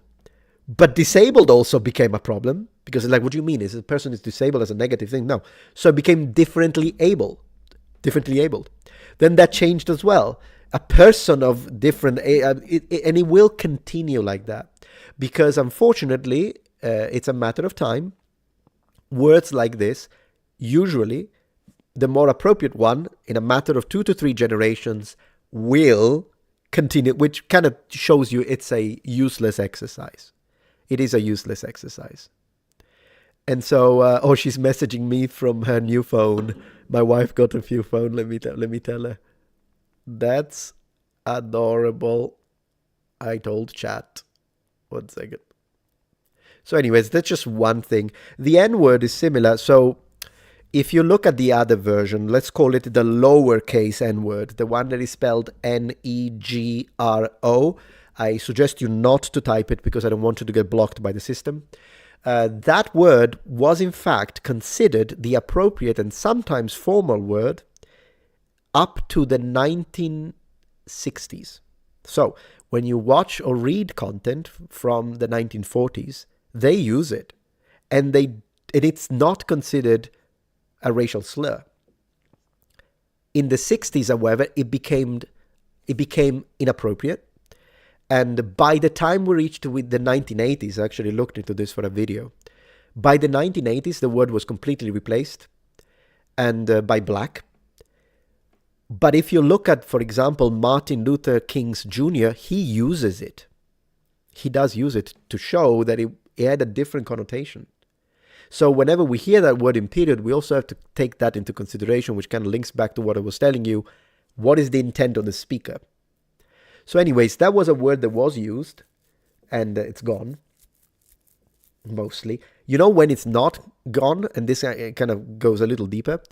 When you refer, rather than referring to the people, now we prefer a black person. Some people say this African-American thing, but I I don't know. If that's how you want to define yourself, more power to you. But to me, then why don't we say European American at this point for white people? It's kind of weird, but whatever. If you like it, more power to you. I will use it. If you ask me, can you say I'm an African American instead of I'm black? I'm like, yeah, if you like that, I'll do it. But to me, it is kind of strange because why don't you say European American, German, whatever. Some people do say Italian American, whatever. But what I'm saying is, uh, yeah, words do change. But if you talk about, for example, legal entities or groups and leagues that do have the lowercase n word in their title, then it is the correct way to use it because that's the name of the legal entity. So those are exceptions, for instance, where the lowercase n word can be used. When it comes to the uppercase n word or the n word with the hard R, that's another thing that makes no sense because then what do you mean? If you have a rhotic accent, it's a word I never used and never will, by the way. Same way I don't use the C word for white people. I just don't use derogatory language. But what I try to figure out is this thing about the difference between the hard R is so stupid. So if you have a British accent and you drop the R in car, you get away with it? Well, you don't, but it is silly if you think about it. So rhotic accents, the ones that do pronounce the R at the end, like car, are strongly penalized. Not that they need the word, but I'm just trying to figure out the logics of it. Isn't it strange? Is that delusion inevitable? In some cases, yes. In other cases, no. It depends. And it's a very deep topic, by the way, this one of words. Like, for instance, we thought of a word like that today, ultimately. So in Italian, we have the word ultimamente, but it actually means lately in Italian. So it could have also meant ultimately. But that meaning kind of went away in modern Italian. But in English, you got that through French and Latin, same stem, but you maintain only one of the multiple possible use cases. That's another way in which sometimes words change because you don't gain the entire meaning, you only gain one of the possible meanings. It's interesting. It does get, yeah.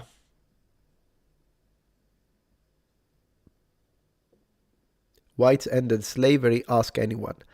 I mean, yeah, technically, yes. That is correct. Metatron, I get yelled at because I still have a Romanian accent because I roll my R's. Who the heck yells at you? I think it's an awesome feature.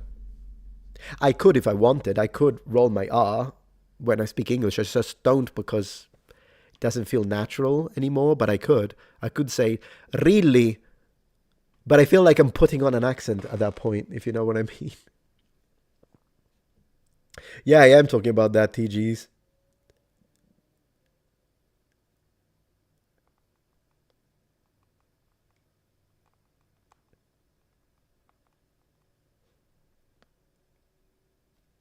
All right, guys, I need to get a drink, use the restroom very quickly, then I'll come back, wrap up the stream. Wouldn't it be nice if we sell 5 plushies by the time I come back from the restroom? That would be amazing. Come on, guys, make it happen. Anyways, going to the restroom, be right back.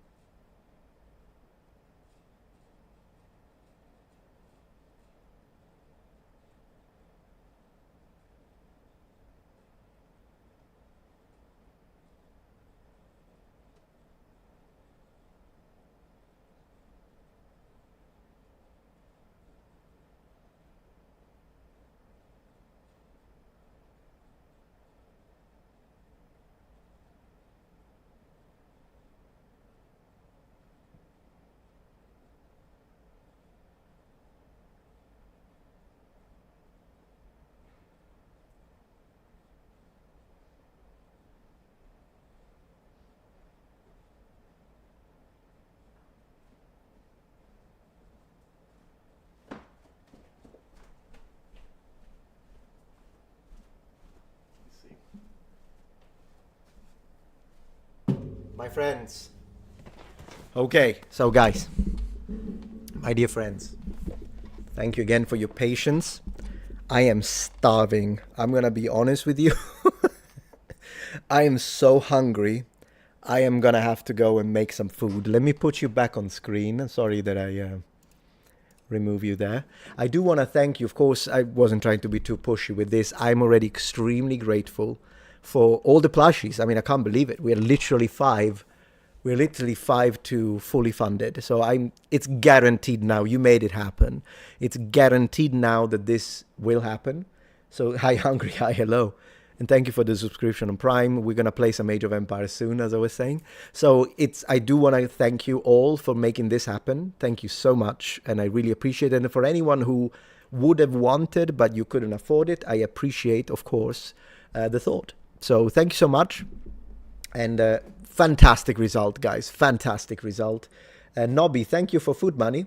Very cool. Very cool. I appreciate that.